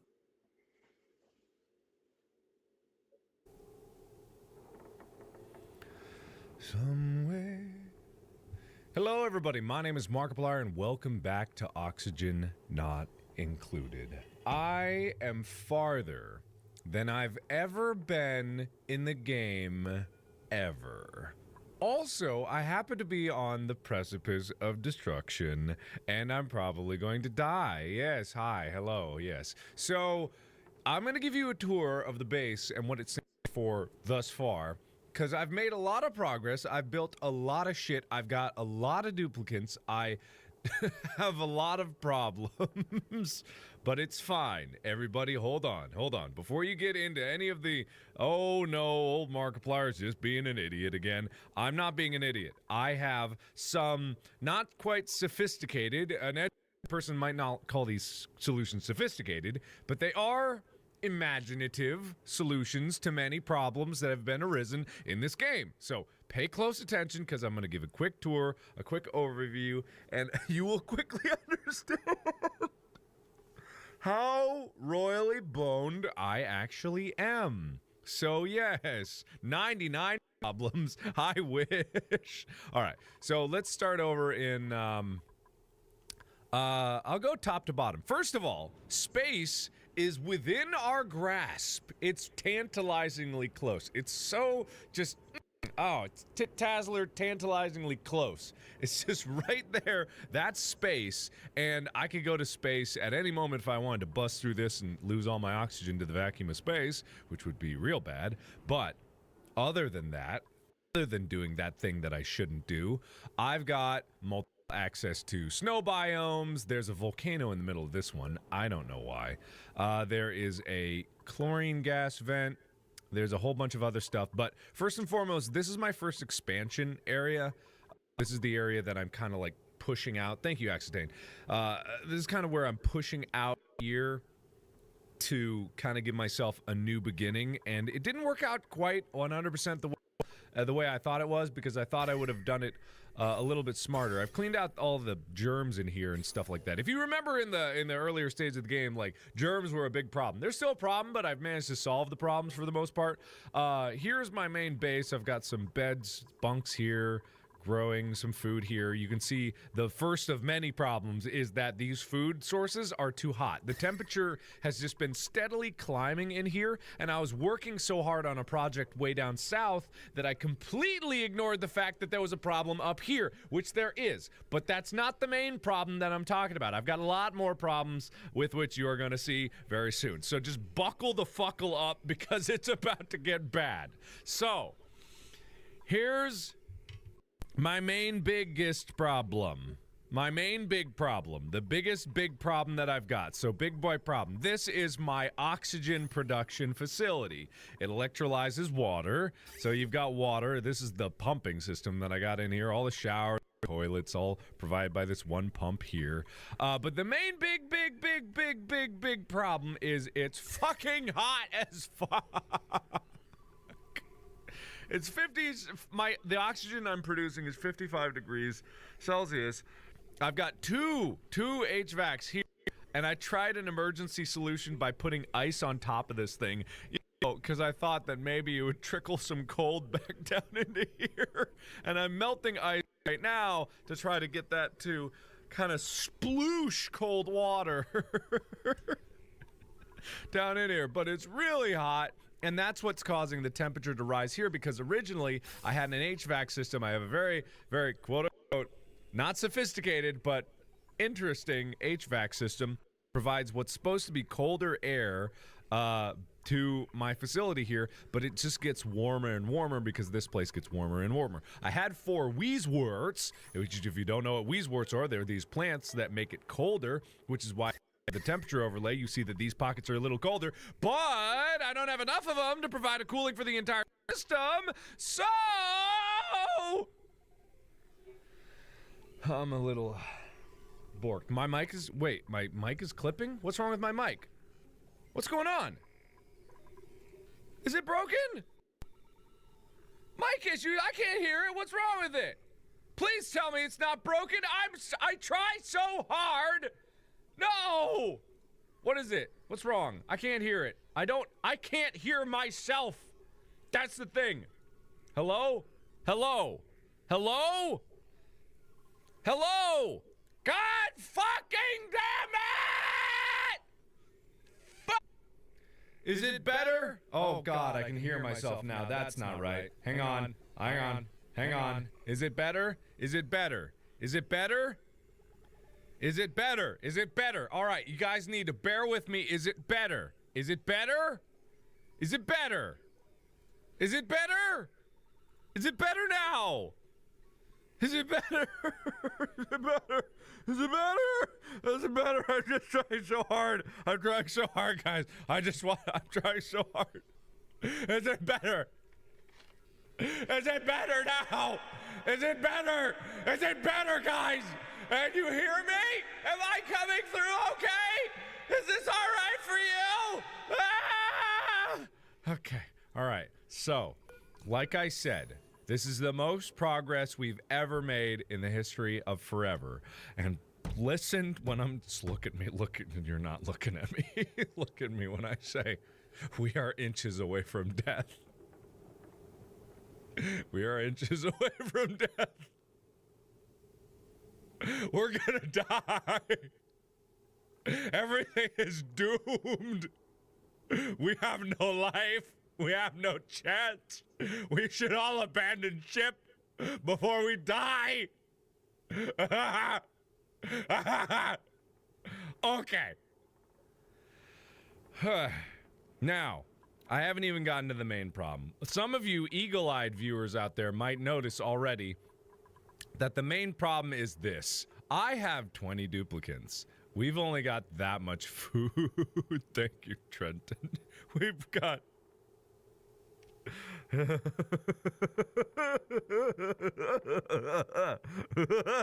We've got 7,200 calories. The reason is I was working on a system down here. I've got some plastic manufacturing and all that shit, also contributing to the whole it's getting fucking hot problem. But that aside, we're not going to worry about that immediately now. It's really getting hot. It's really getting toasty in here, guys.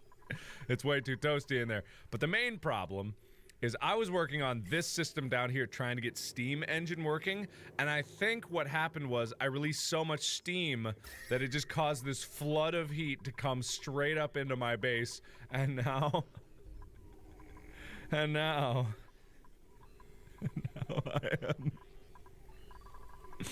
I'm so unbelievably boned.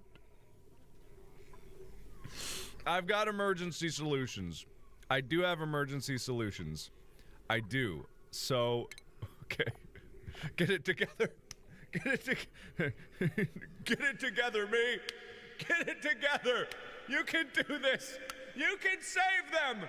These duplicates are reminding to rely on you. I can't. I won't let them die. I can't let them die. I won't. I can't. Okay. I'm so glad that when I push that button, it puts up the screen as like a black screen and you guys can't hear me, because you'd think I was pretty crazy. Also, I need to inform you guys about the Trivaldo situation. Death is not an option. Sound sensor out. Pull them to their grave! Perfect. Opera GX takes customization to another level and lets you tailor your browser to what you like using GX mods. Maybe you're a big fan of Final Fantasy or Cyberpunk, or if you're like me, a big fat sweaty DVD nerd, I love Dead by Daylight. But certainly adding all these fancy things to your browser definitely would slow your PC down. Wrong. One of my favorite features using Opera GX is GX Control. This allows me to set how much CPU and memory Opera GX is allowed to use without sacrificing my game performance. mods. Now I know you're probably wondering, damn Spooky Loops, this sounds amazing. But what about all my previous data that's on my old browser? Opera GX also comes standard with a quick import tool. This allows you to quickly import all of your settings from your previous browser to Opera GX, like browser history, bookmarks, and cookies.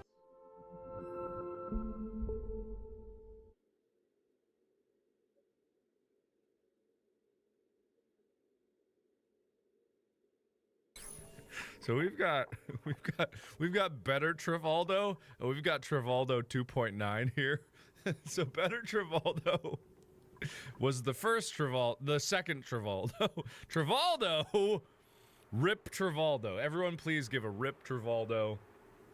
Please give a rip Trivaldo for Trivaldo. Trivaldo was a fucking idiot. I can't believe Trivaldo was such an idiot, but he was. Unbelievably, he was. I've got natural gas leaking in, which is not good. Oh, that's a lot of natural gas, but I'm not worried about it because it's fine. So Trivaldo, the stupid idiot that he was, why do we not have enough oxygen? Oh, no. Also, we're not producing enough oxygen. Oh, no. Oh, no. I know why, too. I know why, because I destroyed the algae deoxidizer, but we don't have any more algae. Oh, we got a little bit. We got a little bit of algae. Okay. All right. So emergency solution, right? Hear me out on this one, because it's about to get lit. God, I hate myself. I hate that I did that. All right. So there's another solution that I'm going to have. What I'm going to do is we're going to start mining out the ice. The ice in this area I want to harvest so that we can have more ice. And basically I was putting these here so we didn't get flooded before, but I'm going to destroy them for now because I don't think this volcano is going to melt this. That was a problem that I thought was a bigger problem than it was, but it's not that big of a problem, so it's okay. So we're gonna destroy these. What I'm gonna do is we're gonna strip mine this. We're gonna strip mine this area right here.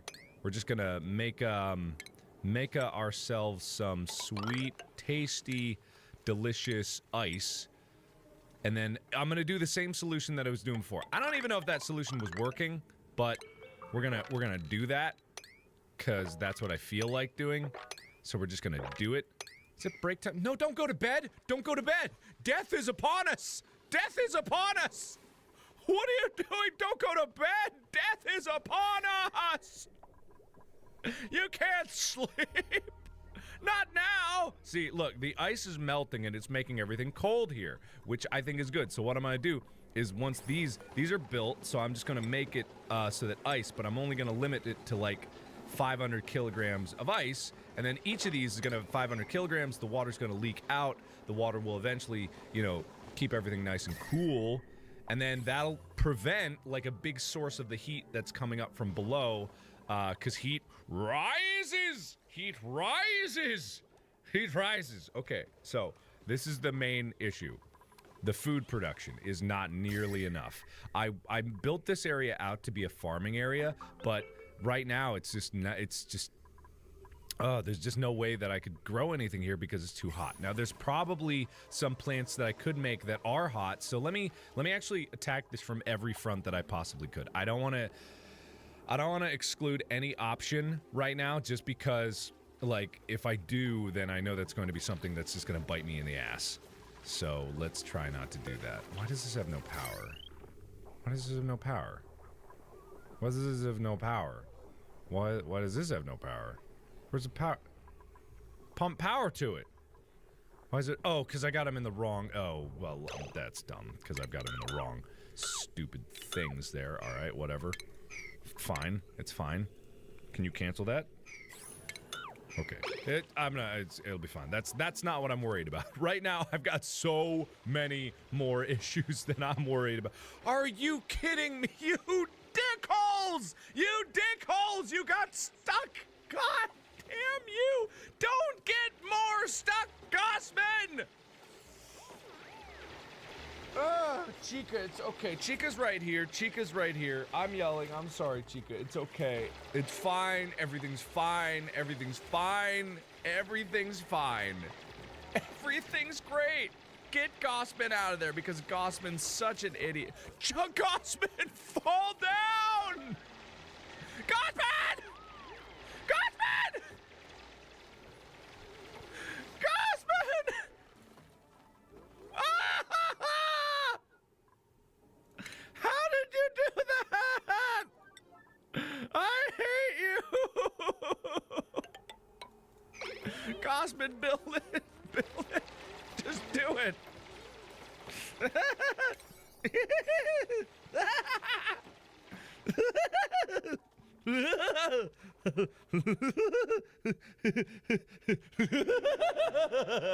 Okay, I'm fine.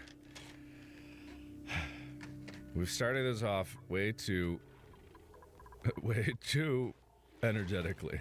This is fine. Everything's fine. Everything's fine. Everything's fine. I'm losing my mind. I'm losing my mind because these people just, it's like they want to die. It's like they want to die. It's just like they want to die. That's all they want. That's all they want. So I'm just gonna copy settings. These are gonna be priority 9 level of that. This is gonna be a priority 9, but I'm gonna keep this at just like doo doo doo doo. Okay, so this is good. So this, it's getting colder. See? It works. Just soak it in ice. Just soak that shit in ice and bada bing, bada boom. Bada boom, bada boom. We got it. Oh shit, starvation. Oh no. Bada boom! We're starving! Okay, all right. Well, put on your big boy pants. It's time to... It's time... No, 3 are starving. 3 people are starving now. Ashkin, Ellie, and Bonnie. Oh, no, please. We got enough food. We got enough food. We most certainly have enough food. I know for a fact that we have enough food. Of course we have enough food. Guys, we have enough food. Guys, where are you going? Of course we have enough food. Oh, no. Oh, there's food right on the vine. Just like grapes. You pull it right off, munch it right in your mouth. Oh, no.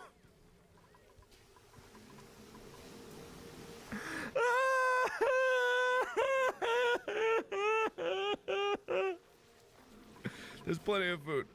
There's plenty of food. There's plenty of food. There's plenty of food. There's plenty of food. See, no one's starving anymore. No one's starving. Starvation all gone. Starvation has been beaten, guys. We did it. We did it. We starved. We didn't starve.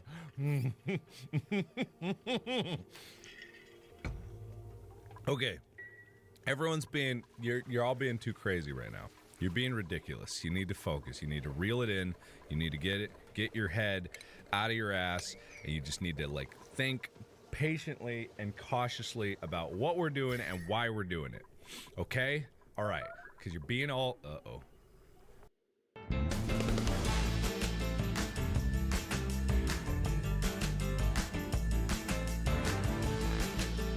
I still can't believe I saved over $10,000 on health insurance for my employees through my local chamber membership. You gotta be perfect.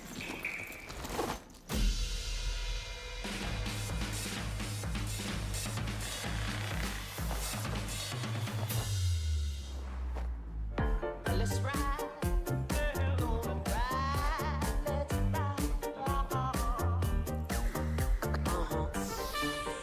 I love your courage.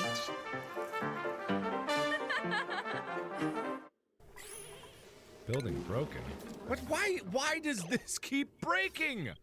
Why does that keep breaking? That makes no sense. Why does that keep breaking? It's not even remotely of the what that is. Why is that breaking? I'm just so fuckled. That's fine. Fine. Everybody just focus. Just focus. Just focus. I'm not responsible for feeding you. You are not. I don't feed you. You are not the one I feed. Oh, we're gonna die. Okay, I'm not feeding you. You are not my responsibility. I don't feed you. I won't feed you. I'm attacking this from multiple prongs. I've got multiple prongs of attack. That's what I've got.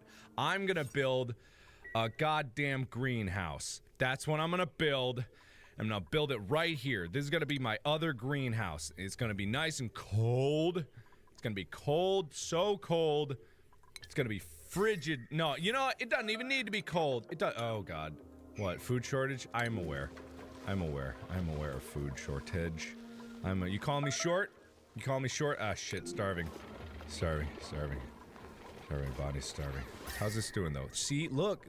It's keeping it cold. That's good. It's like a wall of cold to prevent. You know. you know. It's like it's cold. Just cold. It's cold. It's cold. It's cold, guys. It's so cold. I'm so cold. I'm so cold. I'm so cold. I feel death encroaching. I'm so cold. There's nothing left. There's nothing left. There's nothing left, guys. We're running out of water too. We're running out of water. Okay, snap out of it. I gotta snap out of it. We can make this. We can survive. We can do this. You know why?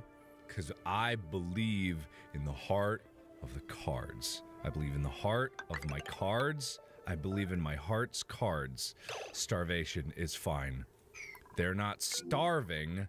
How much food you got? 900. Okay. You're gonna last one more cycle. I think we've got some growers here. Oh yeah, we've got some growers. Okay, we've got some growers here. We're really gonna grow up some grub. We're gonna grow up some grub, and this is gonna be fine, because we're also gonna grow up more grub. Wait, murder. I forgot about the other option. Murder! I forgot. Thank you, Olivia. I forgot about the one obvious option. Murder! Wait, guys, we got so much more that we could do. Murder! We can kill things! You're donezo! You're dead! You're dead! You're dead! Oh, you two are definitely dead! Oh, the joys of murder! I forgot! How can I forget that? How can I forget that? Murder! We won't starve if we just kill everything. It's such an obvious... Why didn't I think of it? Why didn't I think of it sooner? Why didn't I? I'm so foolish. I'm so foolish. What else can I kill? What else can I kill? Besides my duplicates. I would never kill my Oh yeah, I forgot about these ones that are in here. There's some Drecos in here. There's some wild Drecos that are just embedded in this one. Okay, murder. They're glum. They're glum. They're glum. They're confined. All right, here we go. I'm just gonna free them and then kill them. This is great. This is perfect. This is exactly what we needed. Oh, look at all this tasty, delicious. Hey, we could harvest these too. We could harvest them. How do you harvest them? Harvest. All right, got that. Sleet wheat. Harvest. All right.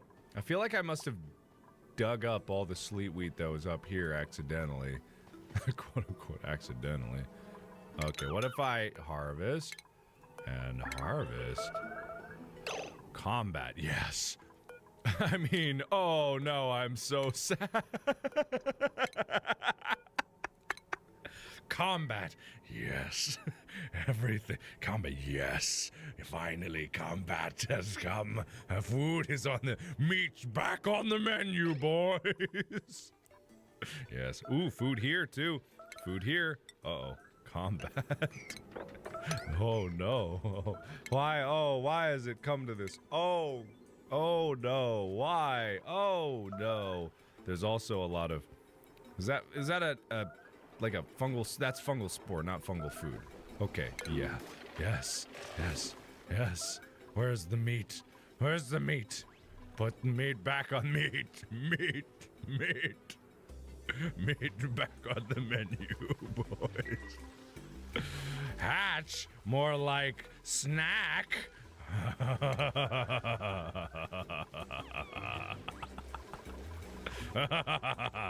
Okay, all right. I think it's time to calm down a little bit. You guys are getting a little rambunctious.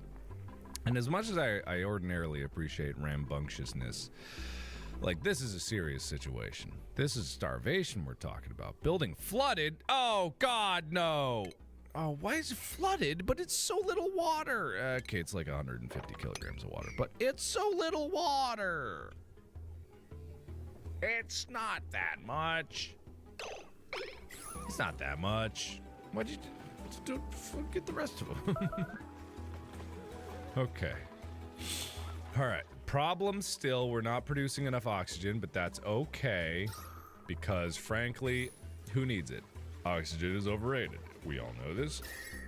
I know this. Oh, look at this. It's a solid buffer of blue. That's a buffer of blue. That is a solid buffer of blue. Oh, that's nice. Okay, this is good. The HVACs are running again. It's getting down to a nice temperature in here. It's getting... What's the temperature of the gas inside the pipes? Oh, 15 degrees? Okay. We've got 23,000 calories. We're feeling good. We look good. I look good. We all look good. We all look good. It's great. It's great. It's great. Ah, it's great. It's Chica. It's great. It's great, Chica. Good girl. Good girl, Chica. You're such a good girl. You want to come over here? You want to say hi? You want to say hi? Everybody want to say hi, Chica? Come on. Come here, Chica. Come on. Come on up here. Come on up here. Come on. Come on. A little higher. There we go. There she is. We're doing it, Chica. We're doing it. We're winning. We're winning. We're winning. We're winning. It only took a little murder. But don't worry. If we were in a starvation situation, I would never kill you. No, not in a million years. No, I would never. I would never. Well, I would rather die. I'd rather die. I would rather die. I would rather die. Would rather die. I don't know if that's a comforting thing to just start shouting at my dog. Oh, so poor sweetie. Who's a sweetie? There's a sweetie bumpkin right here. It's a sweetie bumpkin. Okay, go on. Go lay down. Good girl. Okay. Now, crisis has been averted. For now, we still have the issue that it's too hot. So what I'm going to do is I'm still going to build the, I'm still going to build what I need to build right here to get myself a nice, what would be, hang on, let me do, whoa. Well, let me do some counting here. 1, 2, 3, 4, 5, 6. What's 96... 8 by 12. Okay, so 1, 2, 3, 4, 5, 6, 7, 8, 9, 10, 11, 12. So 11. So it's going to be slightly smaller than what it needs to be, but that's fine. I don't know why I've got fire poles here. Why do I have fire poles? It's not like they're needed. Yeah, whatever. They're fine. Okay, so 1, 2, 3, 4, 5, 6, 7, 8. And then we'll make it like this. So that we can have... This will be the farming, quote-unquote, farm station kind of thing going on here. We're going to put food.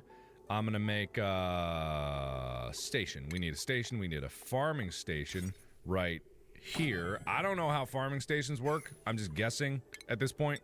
We're a farming station there. We're going to build... It's going to be a multi-level thing. We're not going to have these. We're going to have hydroponic tiles, because that's important. We're going to have, so this is going to be a hydroponic farm, not just a farm, a hydroponic farm. so that we can save space and put more plants in here. And then, man, I really wish that was not there. Wolframite? Why are you making that out of wolframite? Who makes something like that out of wolframite? Make it out of gold amalgam. I don't care, whatever. All right, so that'll be a good start, and then I'm gonna see what we can do as far as everything else that we're gonna need, which we're gonna need a lot. Okay.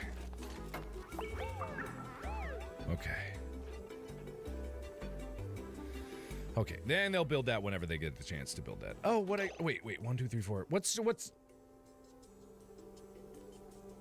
9 times 11s would be too high. 1, 2, 3, 4, 5, 6, 7, 8, 9, 10. At Vistaprint, we print signs so people can see your brand up close. But we also print signs so that people can see your business here, see it here, and see it here, so you stand out. Even when they're way back here. Get 20% off signs and banners at Vistaprint.com. This year, Believe the West is ours. This year, we show them it's a young man's league. This year, the Wolves finish what we started.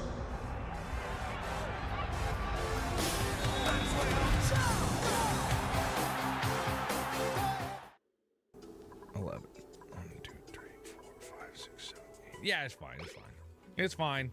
I could probably make it just a little bigger. I could probably. We don't need a. We need a pole there, I guess. Oh, I don't know what to do. It's fine. It's fine. This is just an experiment. I'm just learning. I'm learning, everybody. I'm learning. This is a learning experience. All of this, the murder, the starvation. Why aren't you? Who's starving? Better, Travoldo, go get some goddamn food. You idiot. Go get some food. Eat. Eat, you fool. Okay, all right. But all that aside, so what we have to do now is we have to, number one, forget this thing for a while, because what I was trying to do here, I was trying to create a system where I was able to get unlimited power, but I didn't even realize that this thing here needed an operator the whole time. So the way this Steam thing works is this was a nightmare. By the way, this whole operation here, a nightmare. A goddamn nightmare. But I did it nonetheless. So what it is I've got magma here, and I probably should, and that should be just climbing in temperature, right? That's how that would work. Either way, this is magma here. This is putting dirty water here to boil it into steam, but the steam isn't hot enough. That's the problem right now. The steam isn't hot enough. But there's also this sour gas in here that operates as like... The sour gas is petroleum that's been superheated to gaseous form. And what's weird is if you boil crude oil, it'll turn into sour gas, but then it condenses back into usable petroleum. Which is weird, because then you wouldn't even need a petroleum refinery to make petroleum. Which is a whole nother thing, but not what I'm... Oh my god, sour gas is everywhere over here. Oh god. Wait, sour gas. Wait. Oh no! What is that? Oh god! What? It's everywhere! It's everywhere! Wait, sour gas, does it not? Oh god! Oh no! It's everywhere!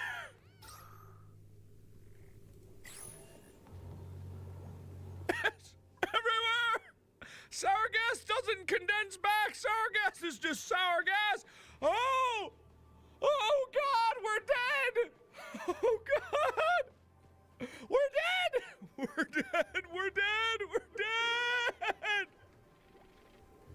We're dead! We're dying! We're dead! Ah! Okay, all right, it's fine. Let's just forget it for now. What we're gonna do, and listen when I'm saying this, what we're gonna do.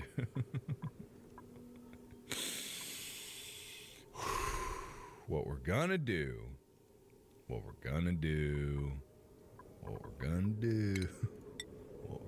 do is very simple. We are gonna pump the sour gas right out of here. We're gonna pump it right out of here. I should never have done what I shouldn't have done anything like this. I didn't know. Okay, so when I was building this, I didn't know that sour gas was a thing. I didn't even know what sour gas was. And I thought up until 2 minutes ago that sour gas condensed back into petroleum, but it don't. It don't. It really, really don't.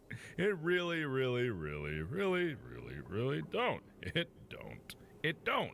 It really, really don't. Okay. All that aside,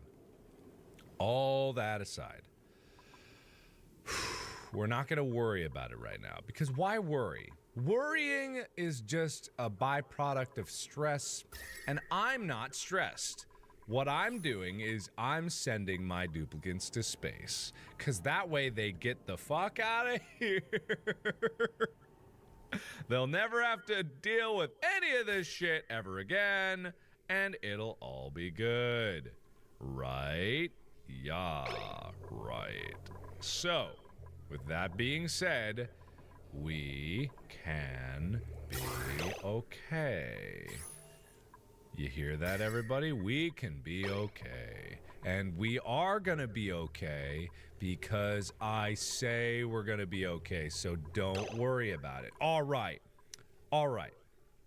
So, let's focus on getting our patukuses into space. Now, this is probably going to open up an entire new problem set that I don't even know about, because I don't even know how to deal with getting to space. I've never done it before, so who knows how this is going to go. But I want to build like a telescope. Oh, that's cool.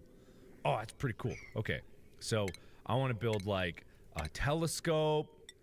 That's cool. Gas intake pipe.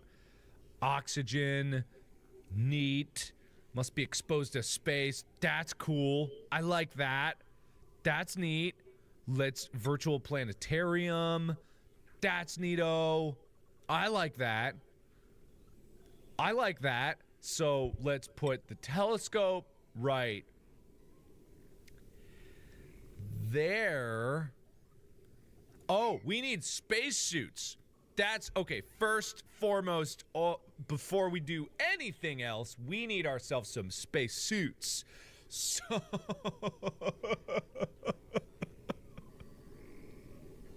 I'm channeling my inner Eric Derrickson. I just break down in tears every few seconds, but it's fine. But it's fine. Yes, I'm gonna ignore the gaseous death marching upon me. Yeah, what's the deal? It's just sour gas. That's not problematic. Just because it seems to be literally at every density level, including oxygen, doesn't mean that it's a problem.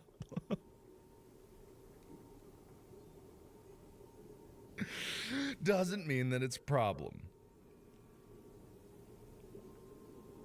Doesn't mean that it's a problem. We are not doomed. It's fine. Just ignore it. All right. The other reason that I had to live stream this today is because later today they're releasing another update to the game, and I will not have all of my glorious progress inhibited by this bullshit. I will not. I have come too far. I have come too far. I have come too far. I have come too far to be stopped now. I'm gonna see this into the ground, or I am going to die trying. And as it stands right now, it looks like I'm gonna die trying. So everybody just put it out of your mind. There's nothing to stress about. Okay, what I do for Klondike Bar, I would kill every duplicate in my base, Cameron. I would kill every duplicate in my base right now. Is there an end goal to this game?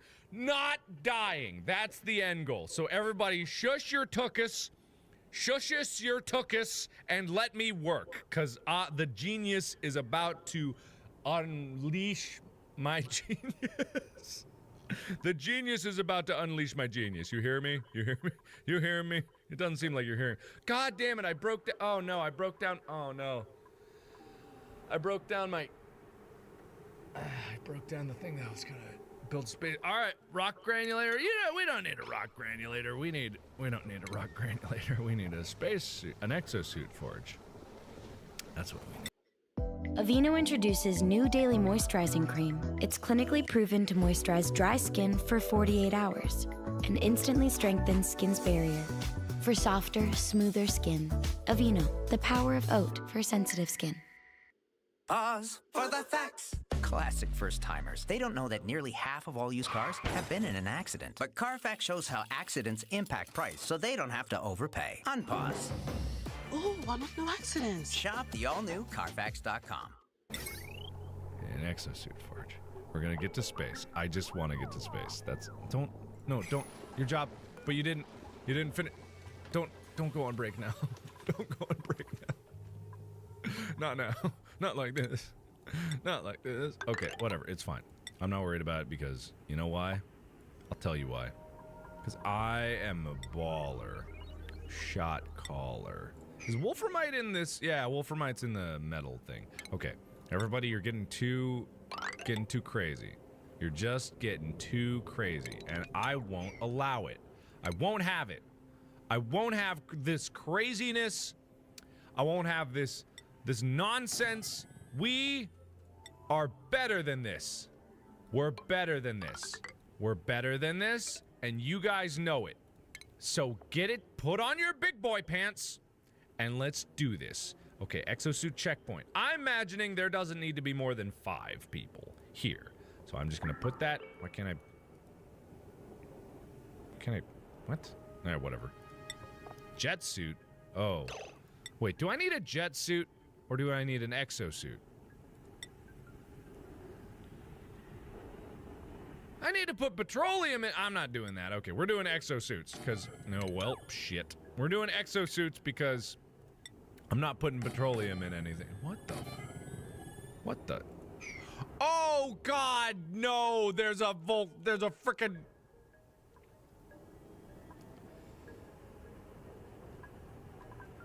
It's fine. It's fine. There's just a volcano there. That's fine. I didn't want to build that high anyway. All right, turning around, everybody. I'm gonna cry. I'm gonna cry. I'm gonna cry. I'm gonna cry. I'm gonna cry. I'm gonna cry. I'm gonna cry. I'm gonna cry. I'm gonna cry. It's fine. I'm just crying. I'm crying. It's fine. It's fine. I'm crying. It's fine. It's fine. I'm crying. I'm crying. I'm just gonna cry. I'm just crying. It's alright. I'm just crying a little bit. It's fine.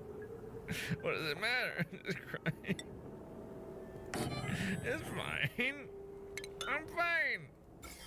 It's just, we're just gonna die. We're just gonna die. We're gonna die. We're just gonna die. That's all there is to it. Why am I even doing it like that? I don't even know. Okay, we're just gonna die. Alright, get there. Put this here, and this, we're gonna be in space. It's okay. Shh. Just no tears. Only space now. We don't have to worry about a damn thing, because we'll be in space. We're gonna be in space, and that's all that matters. Nothing matters except the fact that we will be in space. And when we're in space, all our dreams come true. It's true. All our dreams are gonna come true. All our dreams. Our dreams are gonna come true. Our dreams, they're not gonna just be dreams. Our dreams are gonna be so everything that we've ever hoped for, wanted, needed even. All this good dreaminess that we have, that's just us.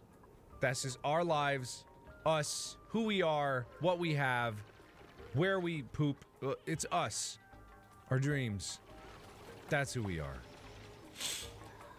And with dreams, I don't know where I'm going with this one. Ugh.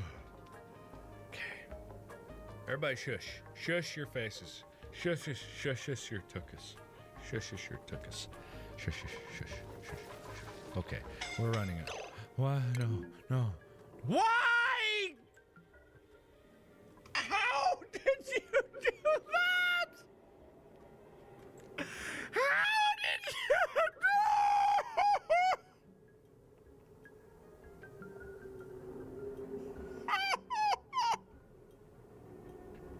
That's impossible!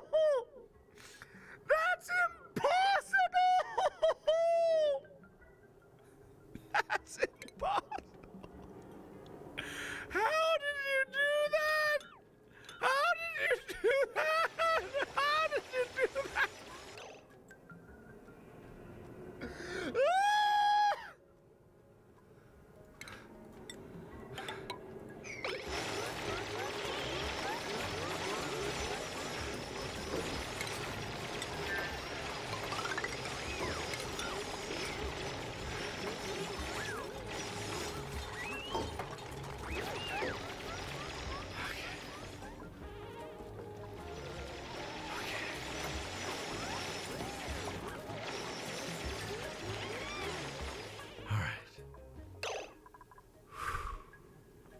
That's okay.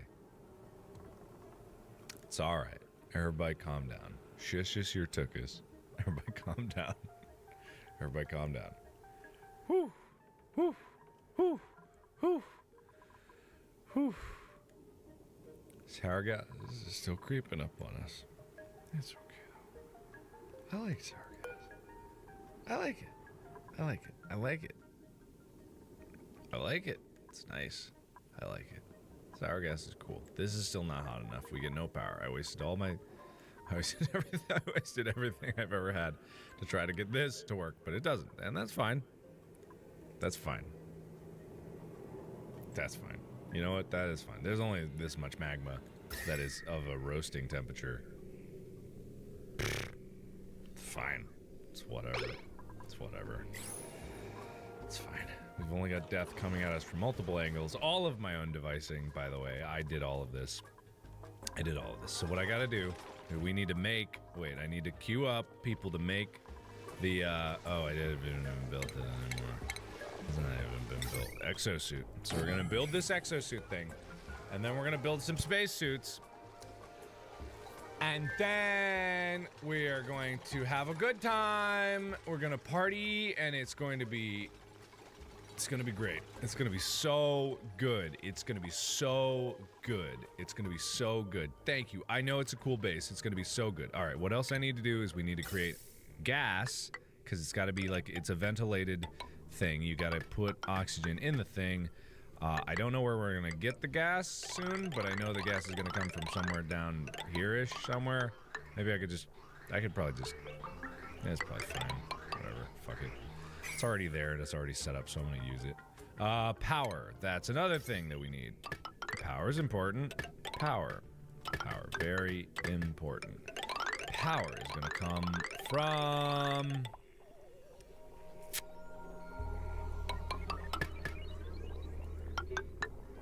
Yep. That's where the power is going to come from. I'm sure that that's fine, too, also. I'm sure that that's also too fine. Very also fine. What link is that on? One more manual generator ought to be perfectly enough for that bad boy to be everything it ever dreamed of being. Right. Right. Okay. Oh, God. Oh, no. Things are not going good, guys. I just want to let you know. Let me level with you. Things ain't good. Things ain't good. Things ain't good. I don't know if we can fix this. I don't know.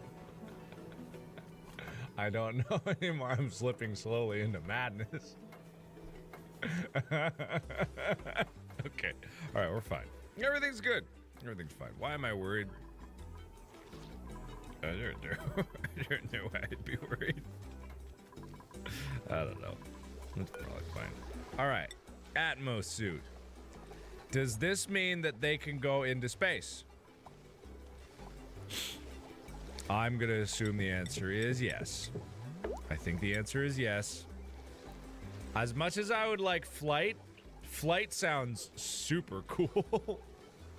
Flight sounds super neato, but we're just gonna do Atmos suits, and that'll be fine. That'll be good. That'll be fine. I ain't fucking worried about that shit. I ain't fucking worried.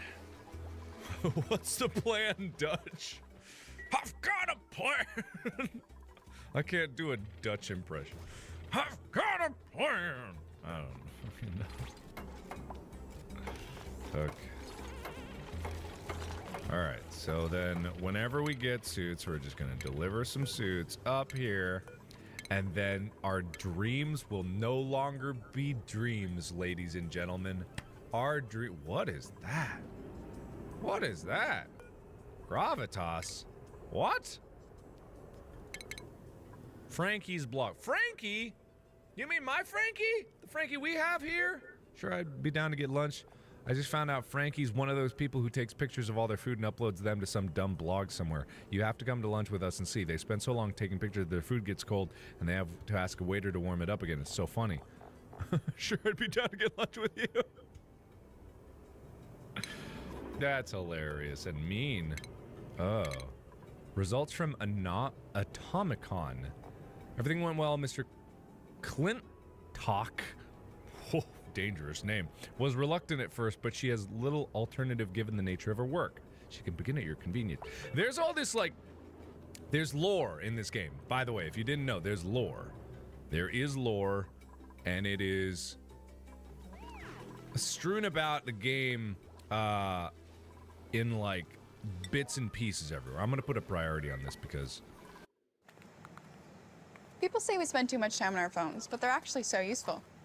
I ordered this coffee with my phone, found my boyfriend with my phone, even found my new car and financed it all from my phone at driveway.com. What do you think? Not sure about the color. Hey, what do you... Ooh, awesome color. See? So useful. You know what? I do like the color.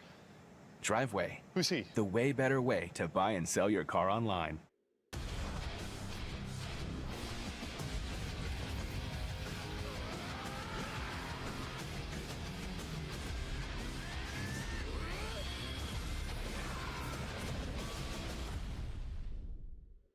I feel like it. Oh, it's break time. Oh, whatever. Okay, so tomorrow. Ooh, is it getting colder? It is. It's getting colder, guys. It's getting colder. All that sour gas. But I don't worry about it. Don't even worry about it. But we're gonna be like the what's that? The Mass Effect race that has to wear spacesuits all the time. We're gonna be like those people. Tally, whatever Tally. Not the Draenei. What are they? I don't even know what they are. We're gonna be like them. We're gonna be wearing spacesuits all the time. That's gonna be us. That's gonna be us. Okay. Okay. All right, it's good. What are they? Quarians. Yeah, Quarians. We're gonna be like the Quarians. If there's sour gas everywhere, we can beat the sour gas by simply having spacesuits all the time. That'll be us. That'll be. Look at all this. Look at, and it's gonna be nice and cold oxygen too. It's gonna be so cold. It's gonna be frigid and so cold. Where is the spacesuit? Oh God, who's stressed? Oh God, everybody's stressed. Ada, why are you stressed? Why are you stressed? Oh no. Why are you stressed, Ada? Soggy feet. Oh God, everyone really is stressed because they got soggy feet? Is that really what's getting people down in the dumps? Is that really the worst of our problems right now? Is soggy feet? Is that really? Is that really? All right, you know what? That's fine, because I'm gonna build you guys the best break room you've ever seen in your life. You guys are gonna have the greatest break room that's ever been broken. I'm gonna give you some shit, and you're gonna stuff it in your pants, and it's gonna be great, and you're gonna love it. You're gonna love everything about it. You're gonna love it. Oh, you're gonna love it. You're gonna love this. You're gonna have a jukebox, even though it takes 960! Power! Jacob, I'm dying! Help! Jacob, help! It puts out so much heat! Oh God, it's so much! You guys are gonna shut up and deal with it! I'm not gonna build you shit! Just take a shower and clean up the soggy feet. I can't help the soggy feet because we gotta deal with the freaking heat. Oh, we're dying. We're dying. Everything's falling apart. It was so nice. It was so nice. Literally, the second before we started this adventure, it was nice. It was nice. Everyone was happy. Everyone was happy. Everyone was so happy. It was nice. It was nice. We were happy. Everyone was nice. I'm gonna build a massage parlor. The farm. I forgot about the farm. I'm gonna build them a massage parlor. They're gonna like it. They're gonna get a massage clinic.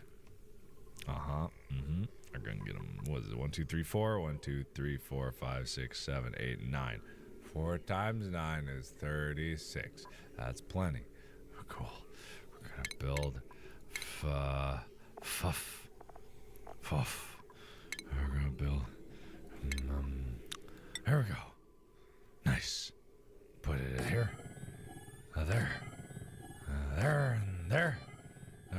put nice paintings. Boop, boop, boop, boop.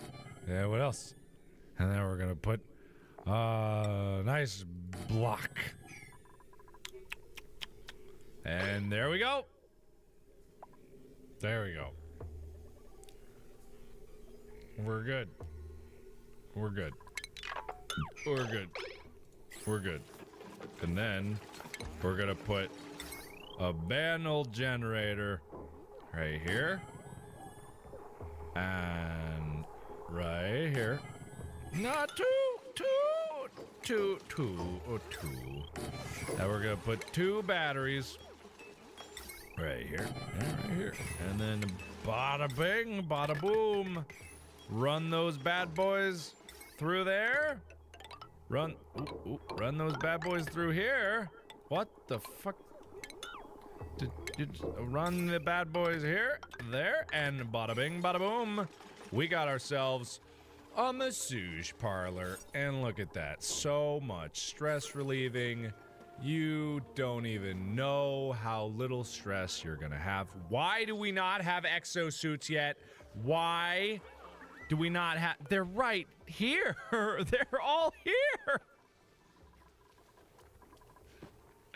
Just deliver them. We need them.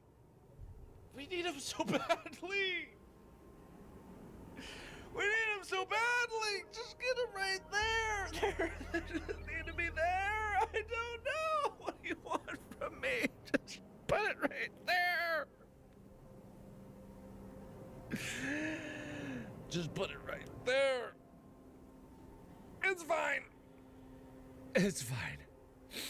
It's fine. Okay. It's fine. It's fine. They're gonna get it there. It's only been like 1 cycle since we've had that. It's only been 1 cycle. I don't know why. Gonna put these at a priority 6.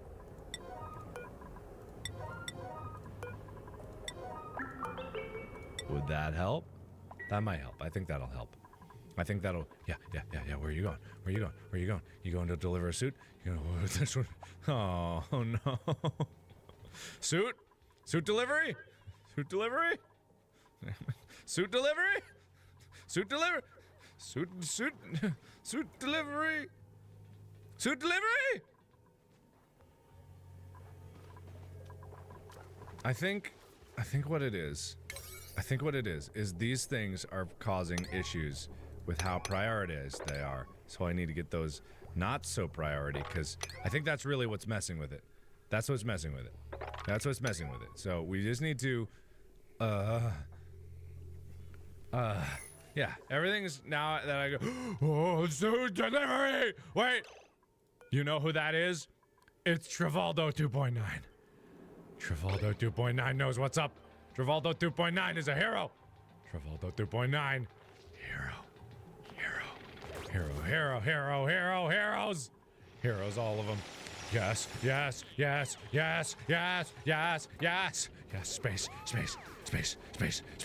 Space. We're getting space.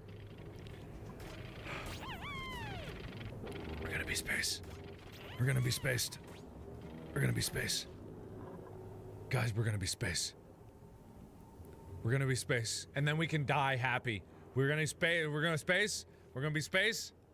We're gonna be space, and then we're gonna die, and then I'm gonna die. We're gonna space, and then I'm going to die.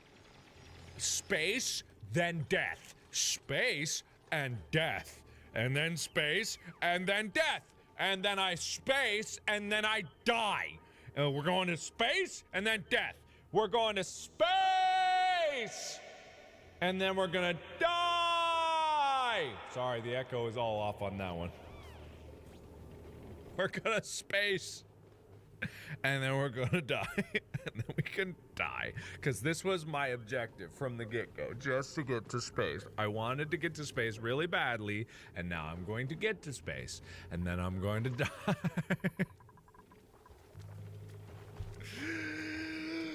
It's fine. It's fine. It's fine. I'm having a good time. Are you having a good time? I'm having a good time. Also, I'm leaving in a couple days. We're making the big journey back to Cincinnati by road. It's going to take about 4 days. and then we're going to die. And then we're gonna die. And then we're gonna die. We're gonna die. And then we die. Then we die. And then death is upon us. Death? Everybody loves death. Everybody does. You ask anybody anywhere. What do you think of death? Great. That's what I say.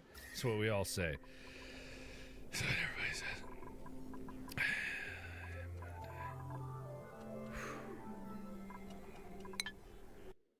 Hey, Mom, sorry for the late message. We were working on a Black Hawk all afternoon. It was awesome. Oh, you called it. I'm going surfing on Sunday. I can't wait. I'll tell you all about it later. I love you. Learn how you can be all you can be at GoArmy.com. At least the stress is going down.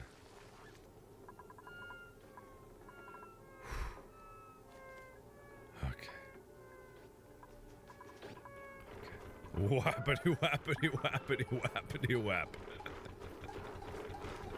I want a massage table like that. I really do. That's really something there. Ada is having the time of her life. And these people are getting exercise, providing stress relief for Ada. All right, good, good, okay. All right, good, okay. So, why is this taking so long to dig up in here? I don't know. Food shortage, yeah, right. As if we's about to get so much food. Get out of here. Shut up. We're fine. Everything's fine. Look at that, see? Oh, what is that? Well, that's some garbage. All right, come on. Come on, you. Come on, you. There we go. There we go. There we go. Now that's what I am talking about. That's what I am talking about. Now that is what I am talking about. We're so close. Guys, we're so close. We're gonna be in space. Alert, surface breach. The region is extremely inhospitable and I could easily lose resources to the vacuum of space. That's fine. That's fine. Dig. What you... Rowan. Rowan, you didn't. Rowan. Rowan. Oh. Oh. Oh. Oh.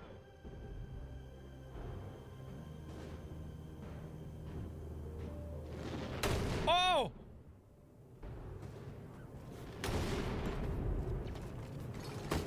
Oh. I'm changing the name of this. I'm changing the name of this. I'm changing the name of this stream. Game, video, whatever. Whenever you're watching it, I'm changing this. Change it to we're in. Wait. Space!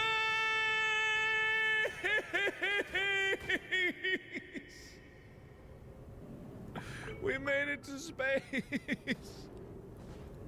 Guys, this is so big for me. I'm gonna cry. I'm gonna cry. I've never made it this far in this game ever. I've never made it this far. Is that just gonna keep happening? What the hell? That's... Oh my god! That's so bad! What is this? Why is this here? Guys, I've never, ever made it this far. Ever. Oh. I'm so happy. I'm so happy. And now we can die. Now we can die. Oh, we've tried so hard. You don't understand. It's taken so many hours just to get to this moment. Oh. Oh. Oh, God. god! And I could easily die by just opening these airlocks to the vacuum of space. If I just did that, all of my oxygen would whoosh out, and I would die, and then we'd die. Maybe that's for the best. Maybe that's a good way to go. Maybe that is. Maybe true. Maybe it's true. Maybe true. Maybe. Guys, I can't believe it.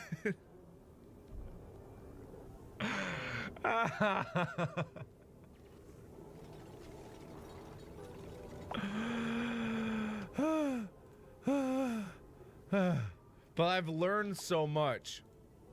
That's the thing, right? This game, what makes this game so great is that you learn every time. You learn until you fail, and then you take what you learn from those failures, and then you start over again and you do it better. Like, I learned so much about creating a base, getting HVAC management up, getting water management, how to do it properly. I did it improperly, but also I did some things properly, how to get, like, how to keep things moving, how to not die so quickly. I learned so much in this small, in this small world, that the next time if I start it up, which probably won't be soon because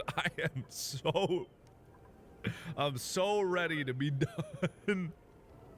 But you know what I mean? You know what I mean? I'm not gonna restart now. I haven't even died yet. Let me die at least. Let me die. Just let me die, and then it'll be fine. Then it'll be fine. And I did it all myself. I did it, even with the barrage of people trying to backseat game me to death. I did it all myself. I learned it. I learned.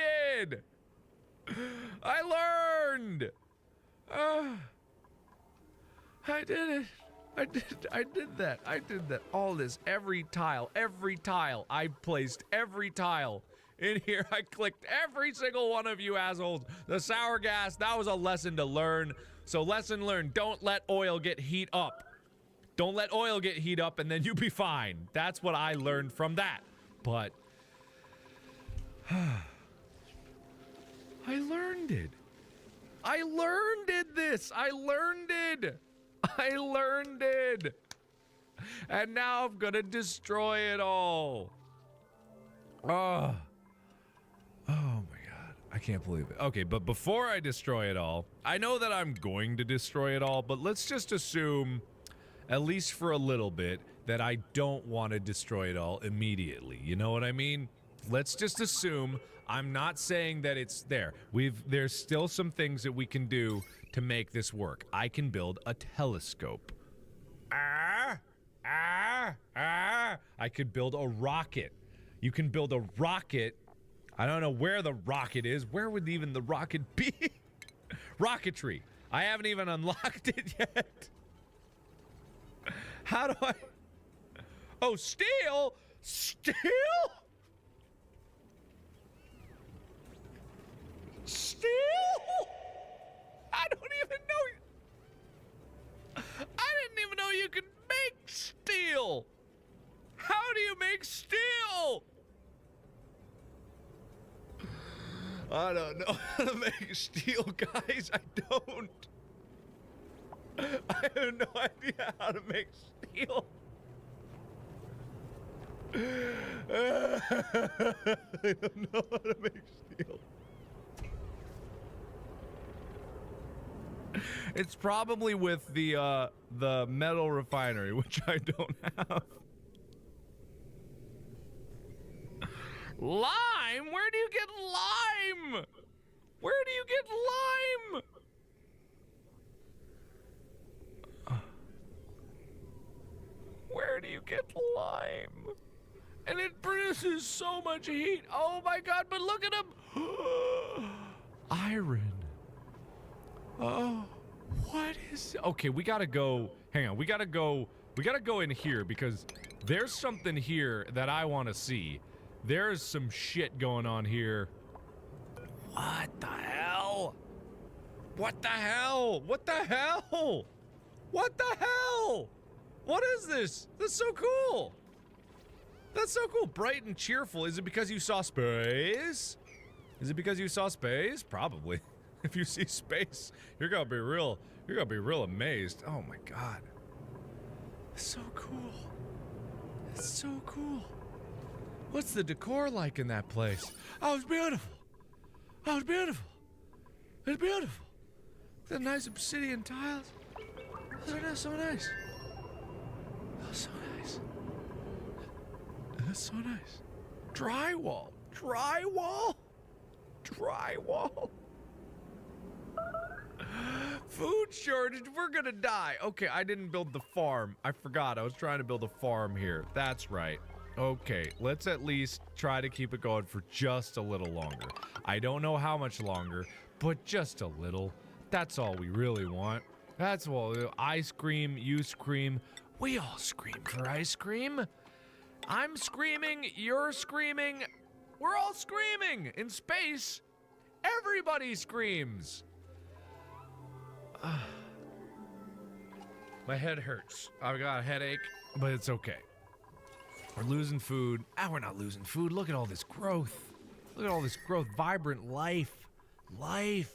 Vibrant life. Life.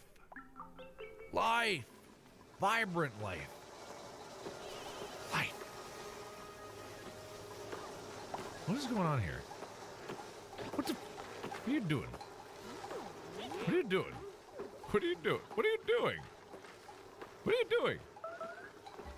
I don't know what it's doing, but it's doing something, but it doesn't matter. Vibrant, beautiful life. Life. Life.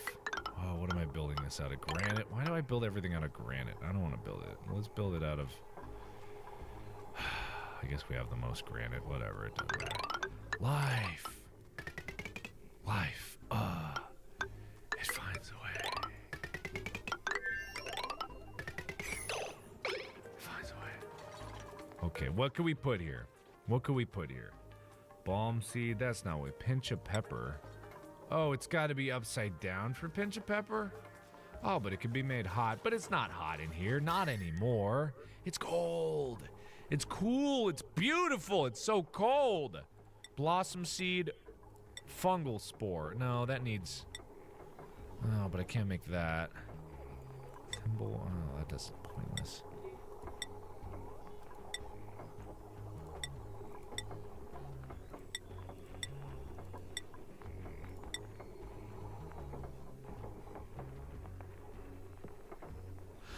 All right. Sure. It's fine. And he's light. And he's light. And more mealwood. That's all. Just more mealwood. That's all we need. Not enough materials. What are you talking about? Just more mealwood. Why not? It's fine. My duplicants can get by with eating more mealwood. It's fine. What does it matter? It's all the same. I built this nice hydroponic farm to try to give them some better food. And I make them eat mealwood.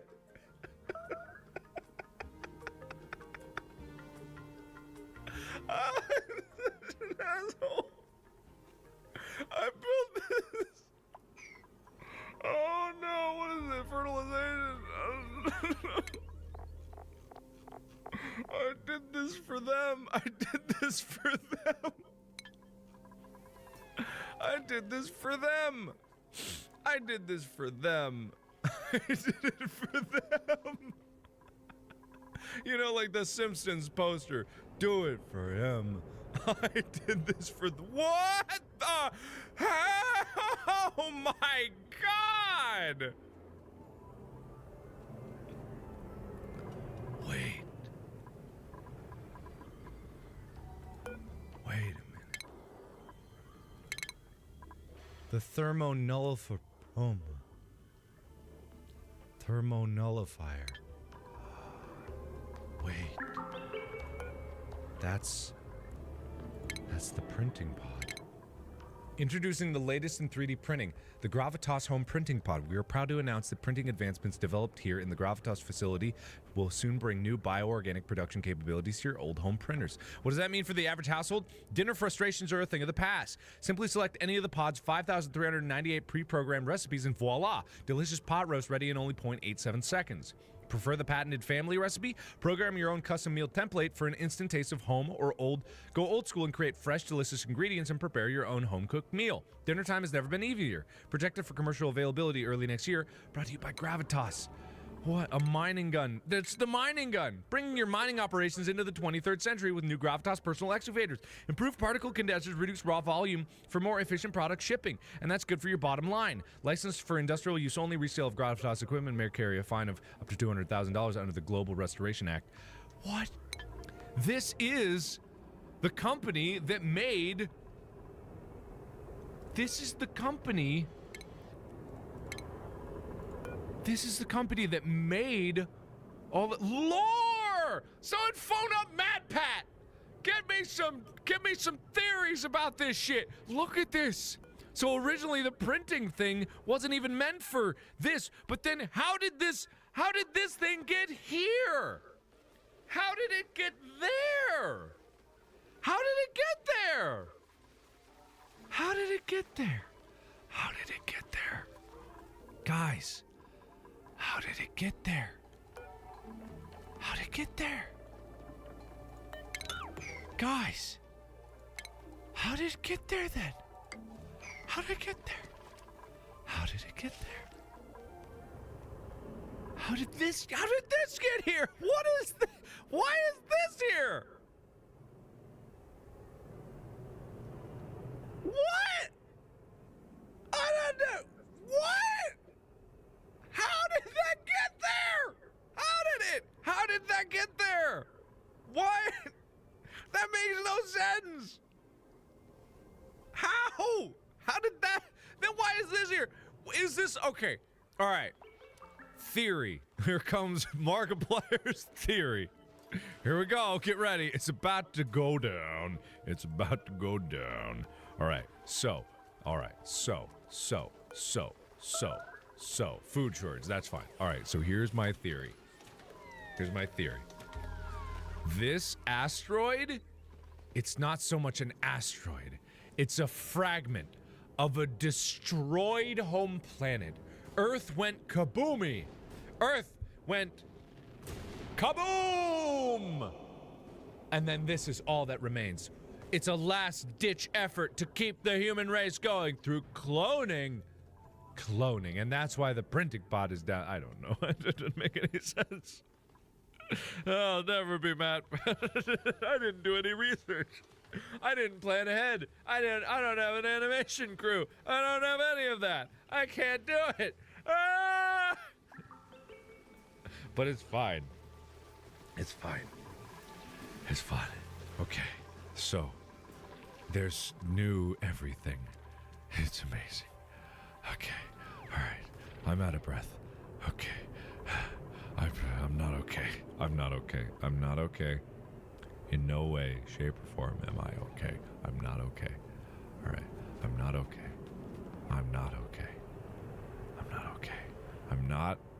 okay.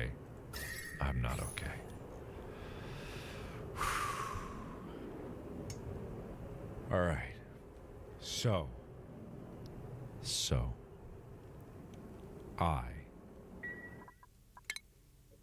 I'm gonna save as new save the space. All right, guys, I'm about to do something real stupid.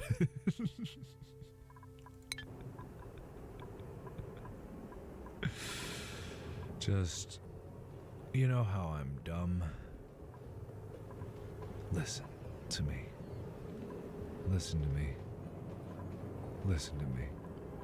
I am curious as to what will happen if I were to say, open the airlock. I'm just a little curious.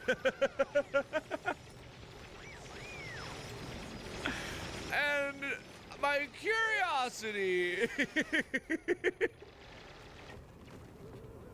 Because, you know, life is about experimenting. You make mistakes. You get dirty. What was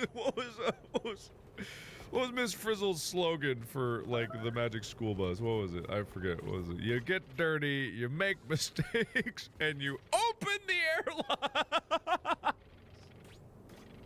I think that was it. I'm just curious to see how quickly things are gonna go to shit if I open these airlocks. Everyone. Okay, here we go. Get ready. Buckle up. We're about to open the airlocks, and then we're gonna have a good time. Open her up. Oh, it's break time. Okay, it's break. So they get one more sleepy. They get one more sleepy. They get one more little sleepy. They get one more sleepy before the sweet. Let's open this one's gotta be open too. What are we crazy here? This one's gotta be open. What we wouldn't be able to do anything. Open the pod bay doors. That's right. Here we go. Listen, I'm not crazy. I'm not crazy. I'm not crazy. Crazy is not what I am. I'm not crazy. I'm just insane. I'm not crazy though. We're all gonna die. We're all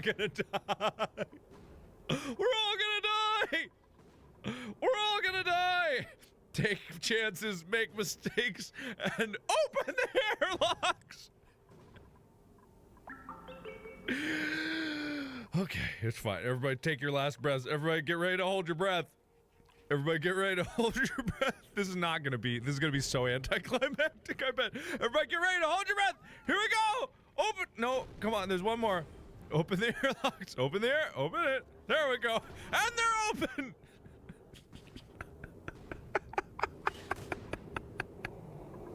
Oh shit. Oh god. I saw that whoosh. Oh no, that's from the impact.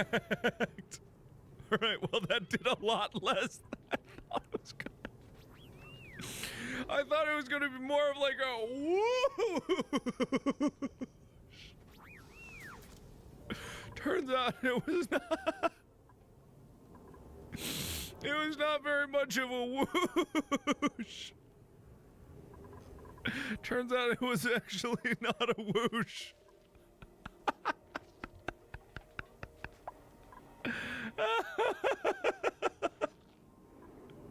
Turns out it was the exact opposite of a whoosh.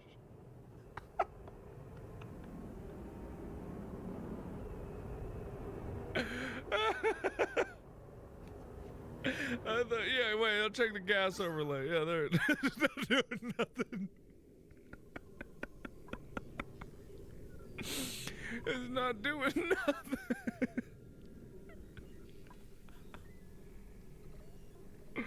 I'm sorry. This wasn't really funny. Alright, well, it was just a big nothing. Alright, well, I guess close her back up, I guess. Close her back up. Just like someone went crazy in this base. I was like, I'm gonna do it! I'm gonna open the airlock! I'm gonna do it! I'm doing it! And then they're just like, no, don't! Stop! No, you're crazy! And then just flick, and then nothing.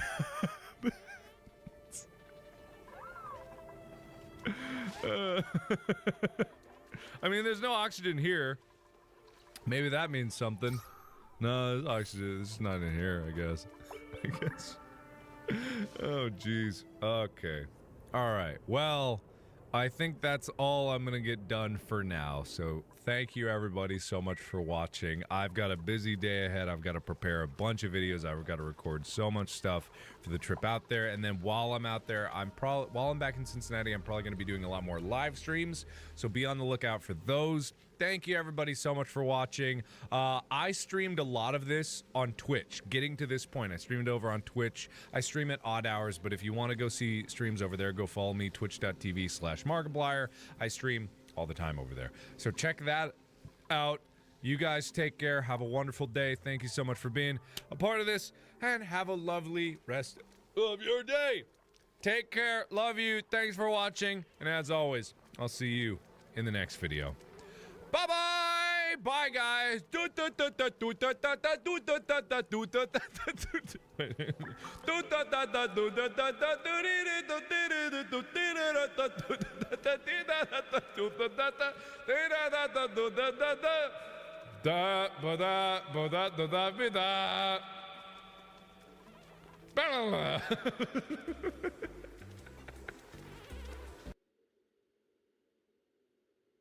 Today is a wonderful day indeed. Hello everybody, my name is Markiplier and welcome back to Oxygen Not Included. It's been a long time since I've played this game in a serious Let's Play capacity, and today is special because not only am I able to play a game that I really love, but this game is now fully released. Back when I did my original series on this, they didn't even have water working correctly, and now they are out of early access with all the bells and whistles you could possibly want. So I'm going to start a brand new game, a survival game, and ooh, wait a minute, I don't know what this is. Terra meets all the requirements for duplicate life and holds no surprises. It's the ideal location for a first attempt at establishing a colony. Well, okay, Oceania is quite stable and research-rich, but the majority area is covered in a saltwater ocean. What? Rhyme, a frigid location marked by inhospitably low temperatures throughout. Rhyme's low temperature will make finding water and establishing farms or ranches problematic. However, the wide spectrum of minerals and cool environment could lead to thriving industry. Oh, Verdante, a lush location with rich in wildlife and life-sustaining resources. Establishing a foothold in Verdante will be challenging due to the reduced food and oxygen options. However, abundant biological and mineral resources should afford excellent long-term growth. Arborea! Colonizing Arborea will require careful planning right from the start because of its lack of metals. Finding biological solutions is a must. Volcania would be perfect if it wasn't for the volcano. Badlands. Rocky terrain poses no threats, but sparse resource availability will make expansion technological process challenging. Oh! Iridio! Temperatures on Iridio are much higher than expected. While resources are abundant, maintaining food and infrastructure will be difficult as your colony warms. Oasisa! A wide underground desert will pose temperature threats and strain resources of a colony on Oasis ass. However, surviving the challenge should present great industrial opportunities. What? Okay, cool. Whoa, ooh, oh, ooh. Good God, oh my God, oh my God. I don't know if I should do a normal one or if I should do a not normal one and also hate myself for doing anything that would be bad. You know, I want to do a different one, and I feel like large boulders, large glaciers on Oceania, I feel like that's an interesting thing. Game setting. Oh, well, you know, I don't want to do that. Here, okay, let's go for it, baby. This unexplored territory. I didn't even know that was new in the game. We're gonna die. We are going to go to our immediate death. Everyone who's a part of this colony will hate me because they're going to die. Oh shit, never mind. Whoops, we're sorry, but it seems your game has encountered an error. Shit, we died before we even began. Okay, good, great. I broke the game before I even got into it. I shouldn't have done a lot of things is the thing. I shouldn't have done pretty much anything. Magma channels and frozen core. Well, that doesn't seem good. That seems like two peas in a pod that ain't gonna work out too good for me. Here we go. Let's hope I don't crash. Hey, are we okay? Oh, interior decorator, noodle arms. Oh, interesting.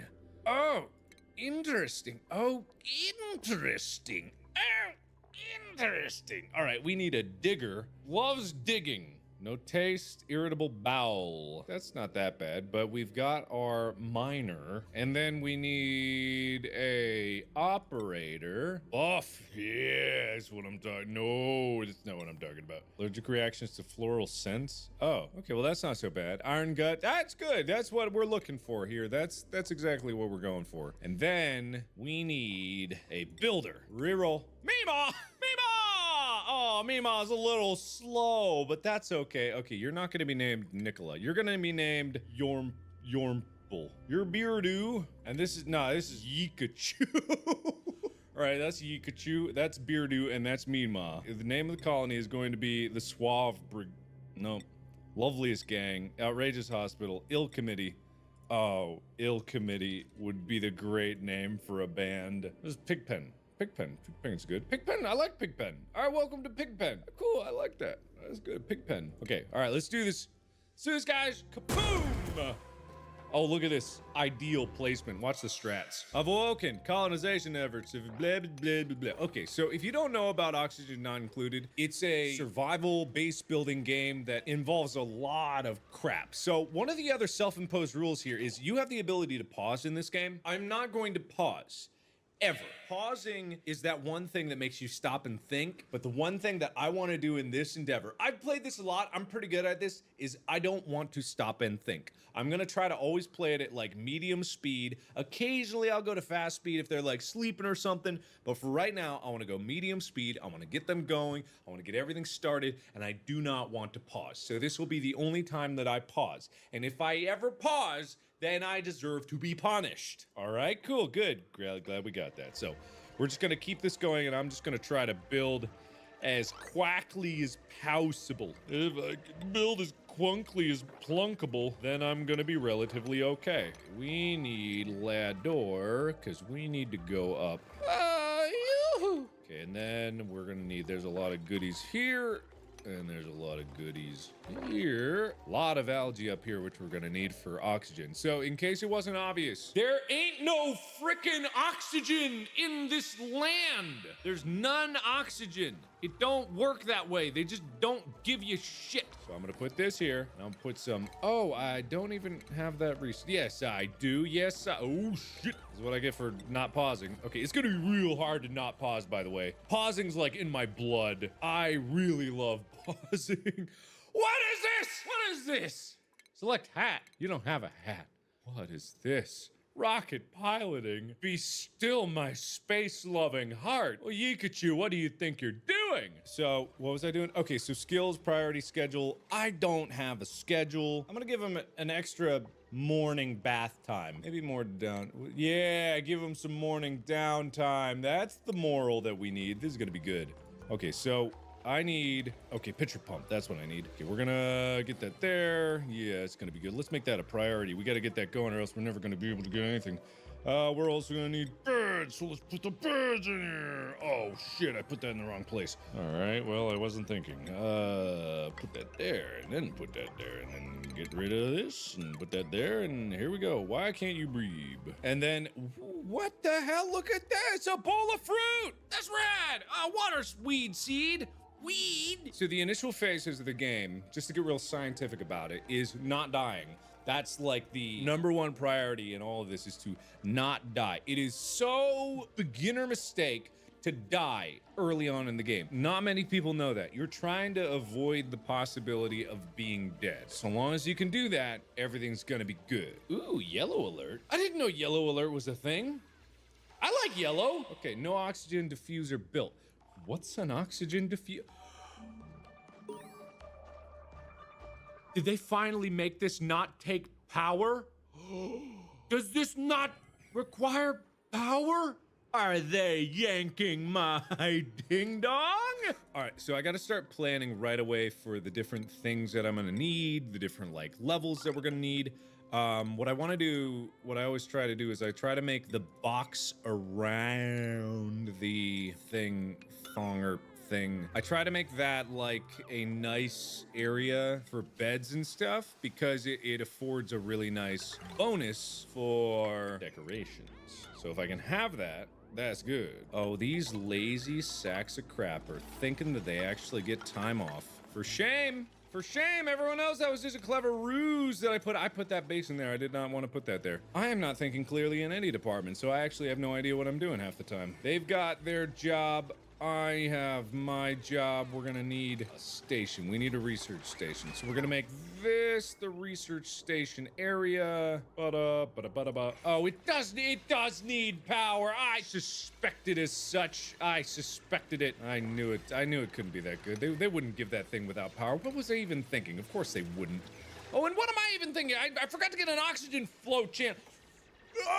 Fluid dynamics is weird in this game, or it's not weird, it makes total sense, but nature's weird and life is weird, so why wouldn't this game simulating life be weird? I didn't make an oxygen flow channel. What I'm gonna do is I'm just gonna make, this is gonna be the oxygen flow, and that's gonna be it. Because you need to have space for the oxygen to go up and down, or else it's never gonna be good. Manual generator, battery, wire, station, research station, wire, bada bing, bada boom. The reason I'm a little panicked is because if you don't set up the right stuff in the early game, you are screwed. And there's no other way to explain it other than that. You are screwed. If you don't set things up right from the very beginning and try to get things going from the very beginning, you are going to die. And not just you, but Yikachu, Beardo, Mima, they're all dead. They're all gonna die. And I ain't gonna let them die, because I ain't about that. I ain't about letting them die. So I'm not gonna do that. And also, I'm not gonna be an idiot, and I'm not gonna build my outhouses after I delete them. I'm gonna build them first, and then I'm going to delete the other ones, because that would be smart. And I am smart. Also, don't ask me why I did 3. I've literally never done 3 ladders in a row before, ever. I don't know why I'm doing it now, but it seems and feels like a good idea. Also, I really need that. I really need all that oxygen up there. So I need this flow to happen flowier. Ooh, things are looking so smooth, by the way. Can I mention that things are looking so smooth? What are you eating there? Yikachu, what's wrong with you? All right, whatever. You guys are so fun. You guys are great. I love you guys. Guys, that's weird. See, if I'd have deleted them, they wouldn't have built the other ones, and then I would be swimming in shit. It would be poop literally everywhere. But right now, there's not. They can't wash their hands, though, so that's... Ah! Mima! Why are you getting up? Why are you getting up? Why are you waking up? What? Unrested? There was a light left on? Oh, you kidding me? My strategy is dead! My strategy is dead because there's light. Oh, no! My strat! My 6 strat. No! No! I thought that I could have gotten the decoration bonus. I'm an ass. Okay, whatever. We're gonna do it without the 6 strat. We're just gonna make a big old smorgasbord of cots up here, and that's what it's good. This is gonna be the cot room, and that's it, because we're uncultured swine who don't actually deserve to have anything nice in their life. That's what we are, isn't that right, Yikachu? Colony achievement earned. Hey, what did I get? Hey, what? Have at least 1 toilet in the colony and a bed for everyone. I did it! I am the winner! Pigpen is looking up! Pigpen! Pigpen! Pigpen, baby! Actually, let's not destroy that yet because we don't have the means by which to recycle. So, there's gonna be a lot of poop if we do that, so let's not have poop. It's kind of a personal policy of mine, not have poop. Why did I make this too wide? This is too long. It's an oddly shaped... Okay, anyway, can we get some gosh darn power going? Because if we don't get any gosh darn power, we're not gonna get any gosh darn science, and we need science. Mima, I know you're too stupid to understand, but Mima, there is database update. Ooh. I've synthesized enough ooze to print a new duplicate. All I have to do is choose a new, what, really? Duplicate skills. Colony, what? No, you haven't. No, you haven't. Reach the temporal tear. Send a duplicate on a one-way mission to the furthest star map decimate. Pardonnez-moi? Excusez-moi? Can you build this gosh darn... Beardo stuck, you douche it, you piece of... Yellow alert! I like that. Yeah, yellow alert, hell yeah. That's cool. I do like that a lot. That's pretty cool. I'm about that. I am all about that. That's pretty neato burrito, guys. I don't know if you've ever had burritos, but that's neato. New friend! Oh, what? Care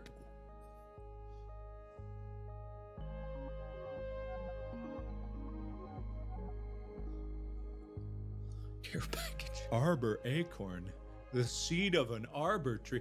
I don't know. I know about Arbor Day. I don't know what an arbor tree is or an arbor acorn. I see. Well, I'm not gonna do it because I think I need another person first. Okay, bottomless stomach, probably fine. Athletics is good, that's good. But you can't be named Nisbet. You gotta be named, since you got twinkle toes, I'm gonna name you Tinkle Toots. Yeah, Tinkle Toots. Hey, get in here, Tinkle Toots. Hey, oh, look at Tinkle Toots over here. Oh, dancing with your tinkly toots. All right, everybody. Hey, say hi to Tinkle Toots here. Hey, how you doing? Skill point of it. Skill point available. What does that mean? What does that mean? What does that mean? What? Tinkle Toots is gonna tinker. Tinkle Toots is gonna tinker. Tinkle Toots. Skill points. All right, let's research. Hey, look, that looks similar. Hey, that looks pretty good. Ooh, fancy. Let's get food going, because that's always a safe bet. And I do want to get a lot of wrangled up animals. I want to basically have a prison for animals. What do they call those? Zoos. Yeah, I want to have one of those. All right, is this enough oxygen for everybody? Are we doing okay on oxygen? That's not oxygen. Yeah, it looks pretty good. I think we need a better CO2 trap eventually, but I don't have to worry about that right now. I don't think it's ever going to get to a problem unless it becomes so compressed that people's ears stop popping, which is definitely a possibility. It has happened before. So let's try to do some preventative crap about it. Let's go straight down, not that far, and let's dig. This is just like a busy project for them to do in the meantime. I don't want to have them forget things to do, you know, at any given time, but I guess it's break time now, so I guess we don't actually have to work. I guess we're done, you know. I guess we're just, you know, I'll be over in the corner just slapping my dick around while you guys do whatever the hell you were thinking of doing. So I guess we're all good here. Thanks. All right, Tinkle Toots. I'm gonna call you Tinkle Tush. Tinkle Tush. That's a better name. I'll call you Tinkle Tush. Okay, we need to start thinking about expending, and these can be destroyed now. This can be just set to the right, I think, because I just want people to wash on the way out. Hey, you know what? Actually, let's do both. Porque no los dos? Doth, right? Doth. Yeah, Dothraki. All right, guys, get to work, buddies. We don't have the compost heap, but we will, so that's going to be good. Okay, that battery's going to start storing power. Okay, that's going to use power, but that's okay. Look, things are looking up. Things are doing good. How are we doing temperature-wise? Temperature's like the other thing that you got to worry about a lot. Temperature's like always going to be a problem, because it's like the law of thermodynamics. Everything's trying to reach equilibrium, but everything just gets hotter and hotter, and then everything gets colder and colder because everything is surrounded by the vacuum of space. Yes, we are on an asteroid, and what that means is that we are going to die. Isn't that cool? Pretty cool to me. All right, so those are done now. They're spitting out polluted oxygen because I am an asshole. Why didn't I just put that down here? This would be such a better place for that. Listen, my big brain is just so big that I'm going to big brain all over this. This makes so much sense, right? That makes sense. I don't need two of those, but it looks good. So if it looks good, then it must be good, right? Okay, we don't have anything else to build, so I can't do anything until they build things. Well, that's good. That's great. Can you guys hurry the hell up? Maybe I should go ahead and build some tasteful memorials, because I'm pretty sure that these guys are gonna die. Well, maybe not these guys, but people are definitely gonna die. Tinkle Tush might die. How are we doing on research? Not enough. Come on, come on, come on. We gotta research. Go, go, go. All right, we can destroy these now. Well, I mean, not yet, I guess, because the wires aren't there, but all right. You know, it's fine. It's fine. The wire's not connected, but all right. You know, that's fine. That's fine. Yeah, it's totally fine. Not powering anything. And having two of those just means that two people are always going to be on those. I don't think that's a good idea. We're going to redo some things here. This is how we're going to do it. This makes sense.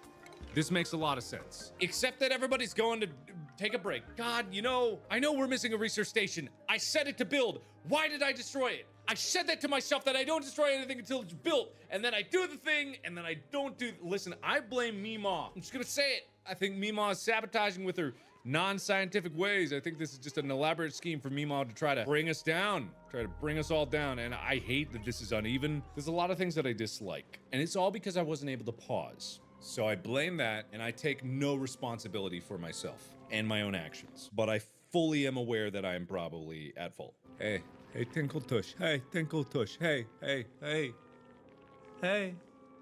sleepyhead.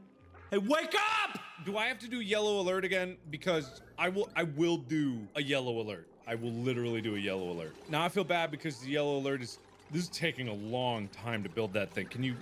Oh, also I interrupted your break, I guess, but you know, frankly, I think that you guys might have deserved that, but whatever, it's fine. Anyway, let's focus on evening this out, because This is apparently the most important thing that I have to do now. There we go. Now, isn't that better? Now, isn't everyone happy? There we go. Now, we don't have as much oxygen flow. That is true down this channel. But hey, I think 2 is probably more than enough, right? It's only one of the main aqueducts going up and down my base. So how important could it really be? All right, fine.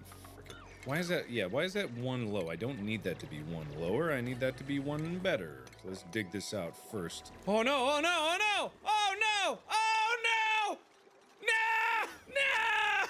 Oh no, what have I done? No, well, there's no rescuing you guys. I wish they didn't do that when they drown, because, oh no. Hey, but food though, so there's that. I feel bad. Not that bad, but I feel pretty bad. I do feel bad. I really feel bad. I do.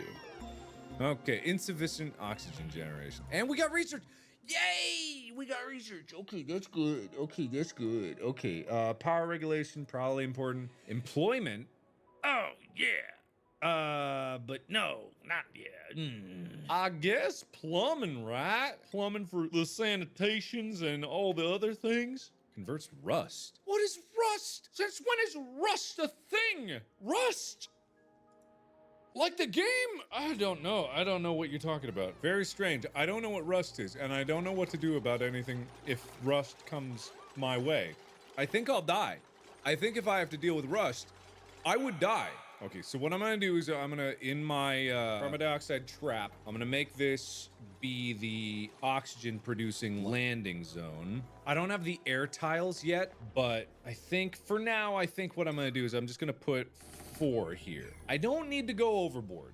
That's something that I learned. I do not need to go overboard with the algae because it's just not that important, especially right off the bat. It's not that important.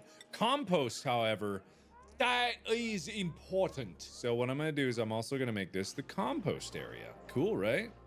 Probably, I don't know. I'm gonna put you in a box, and then when I'm able to make that be actually airtight, that's what that will be. But for now, that's just going to be a box. I don't know why I'm making doors, but it feels good. There we go. Nice. Yes. Yeah. I like things being organized, closed off. That's what I like. Sue me. What did you get? What happened to you? What? Did you just get you get a skill while you slept? Oh, skill point. To-do list. Oh, that's so helpful. Oh my God, look at your to-do list. I can actually see what you have to do. That's amazing. That's amazing. That's cool. Pikachu's got, yes. You're my miner, correct? You're my miner. So you are all about digging. That's your job, Pikachu. You're all about that. And I believe in you. All right, cool. Anyway, so far so good. This is actually coming together quite well. If you remember my attempts at my first few bases back in the day, they did not go too good. I feel awful. What is this? Skill points available. Who's got skill?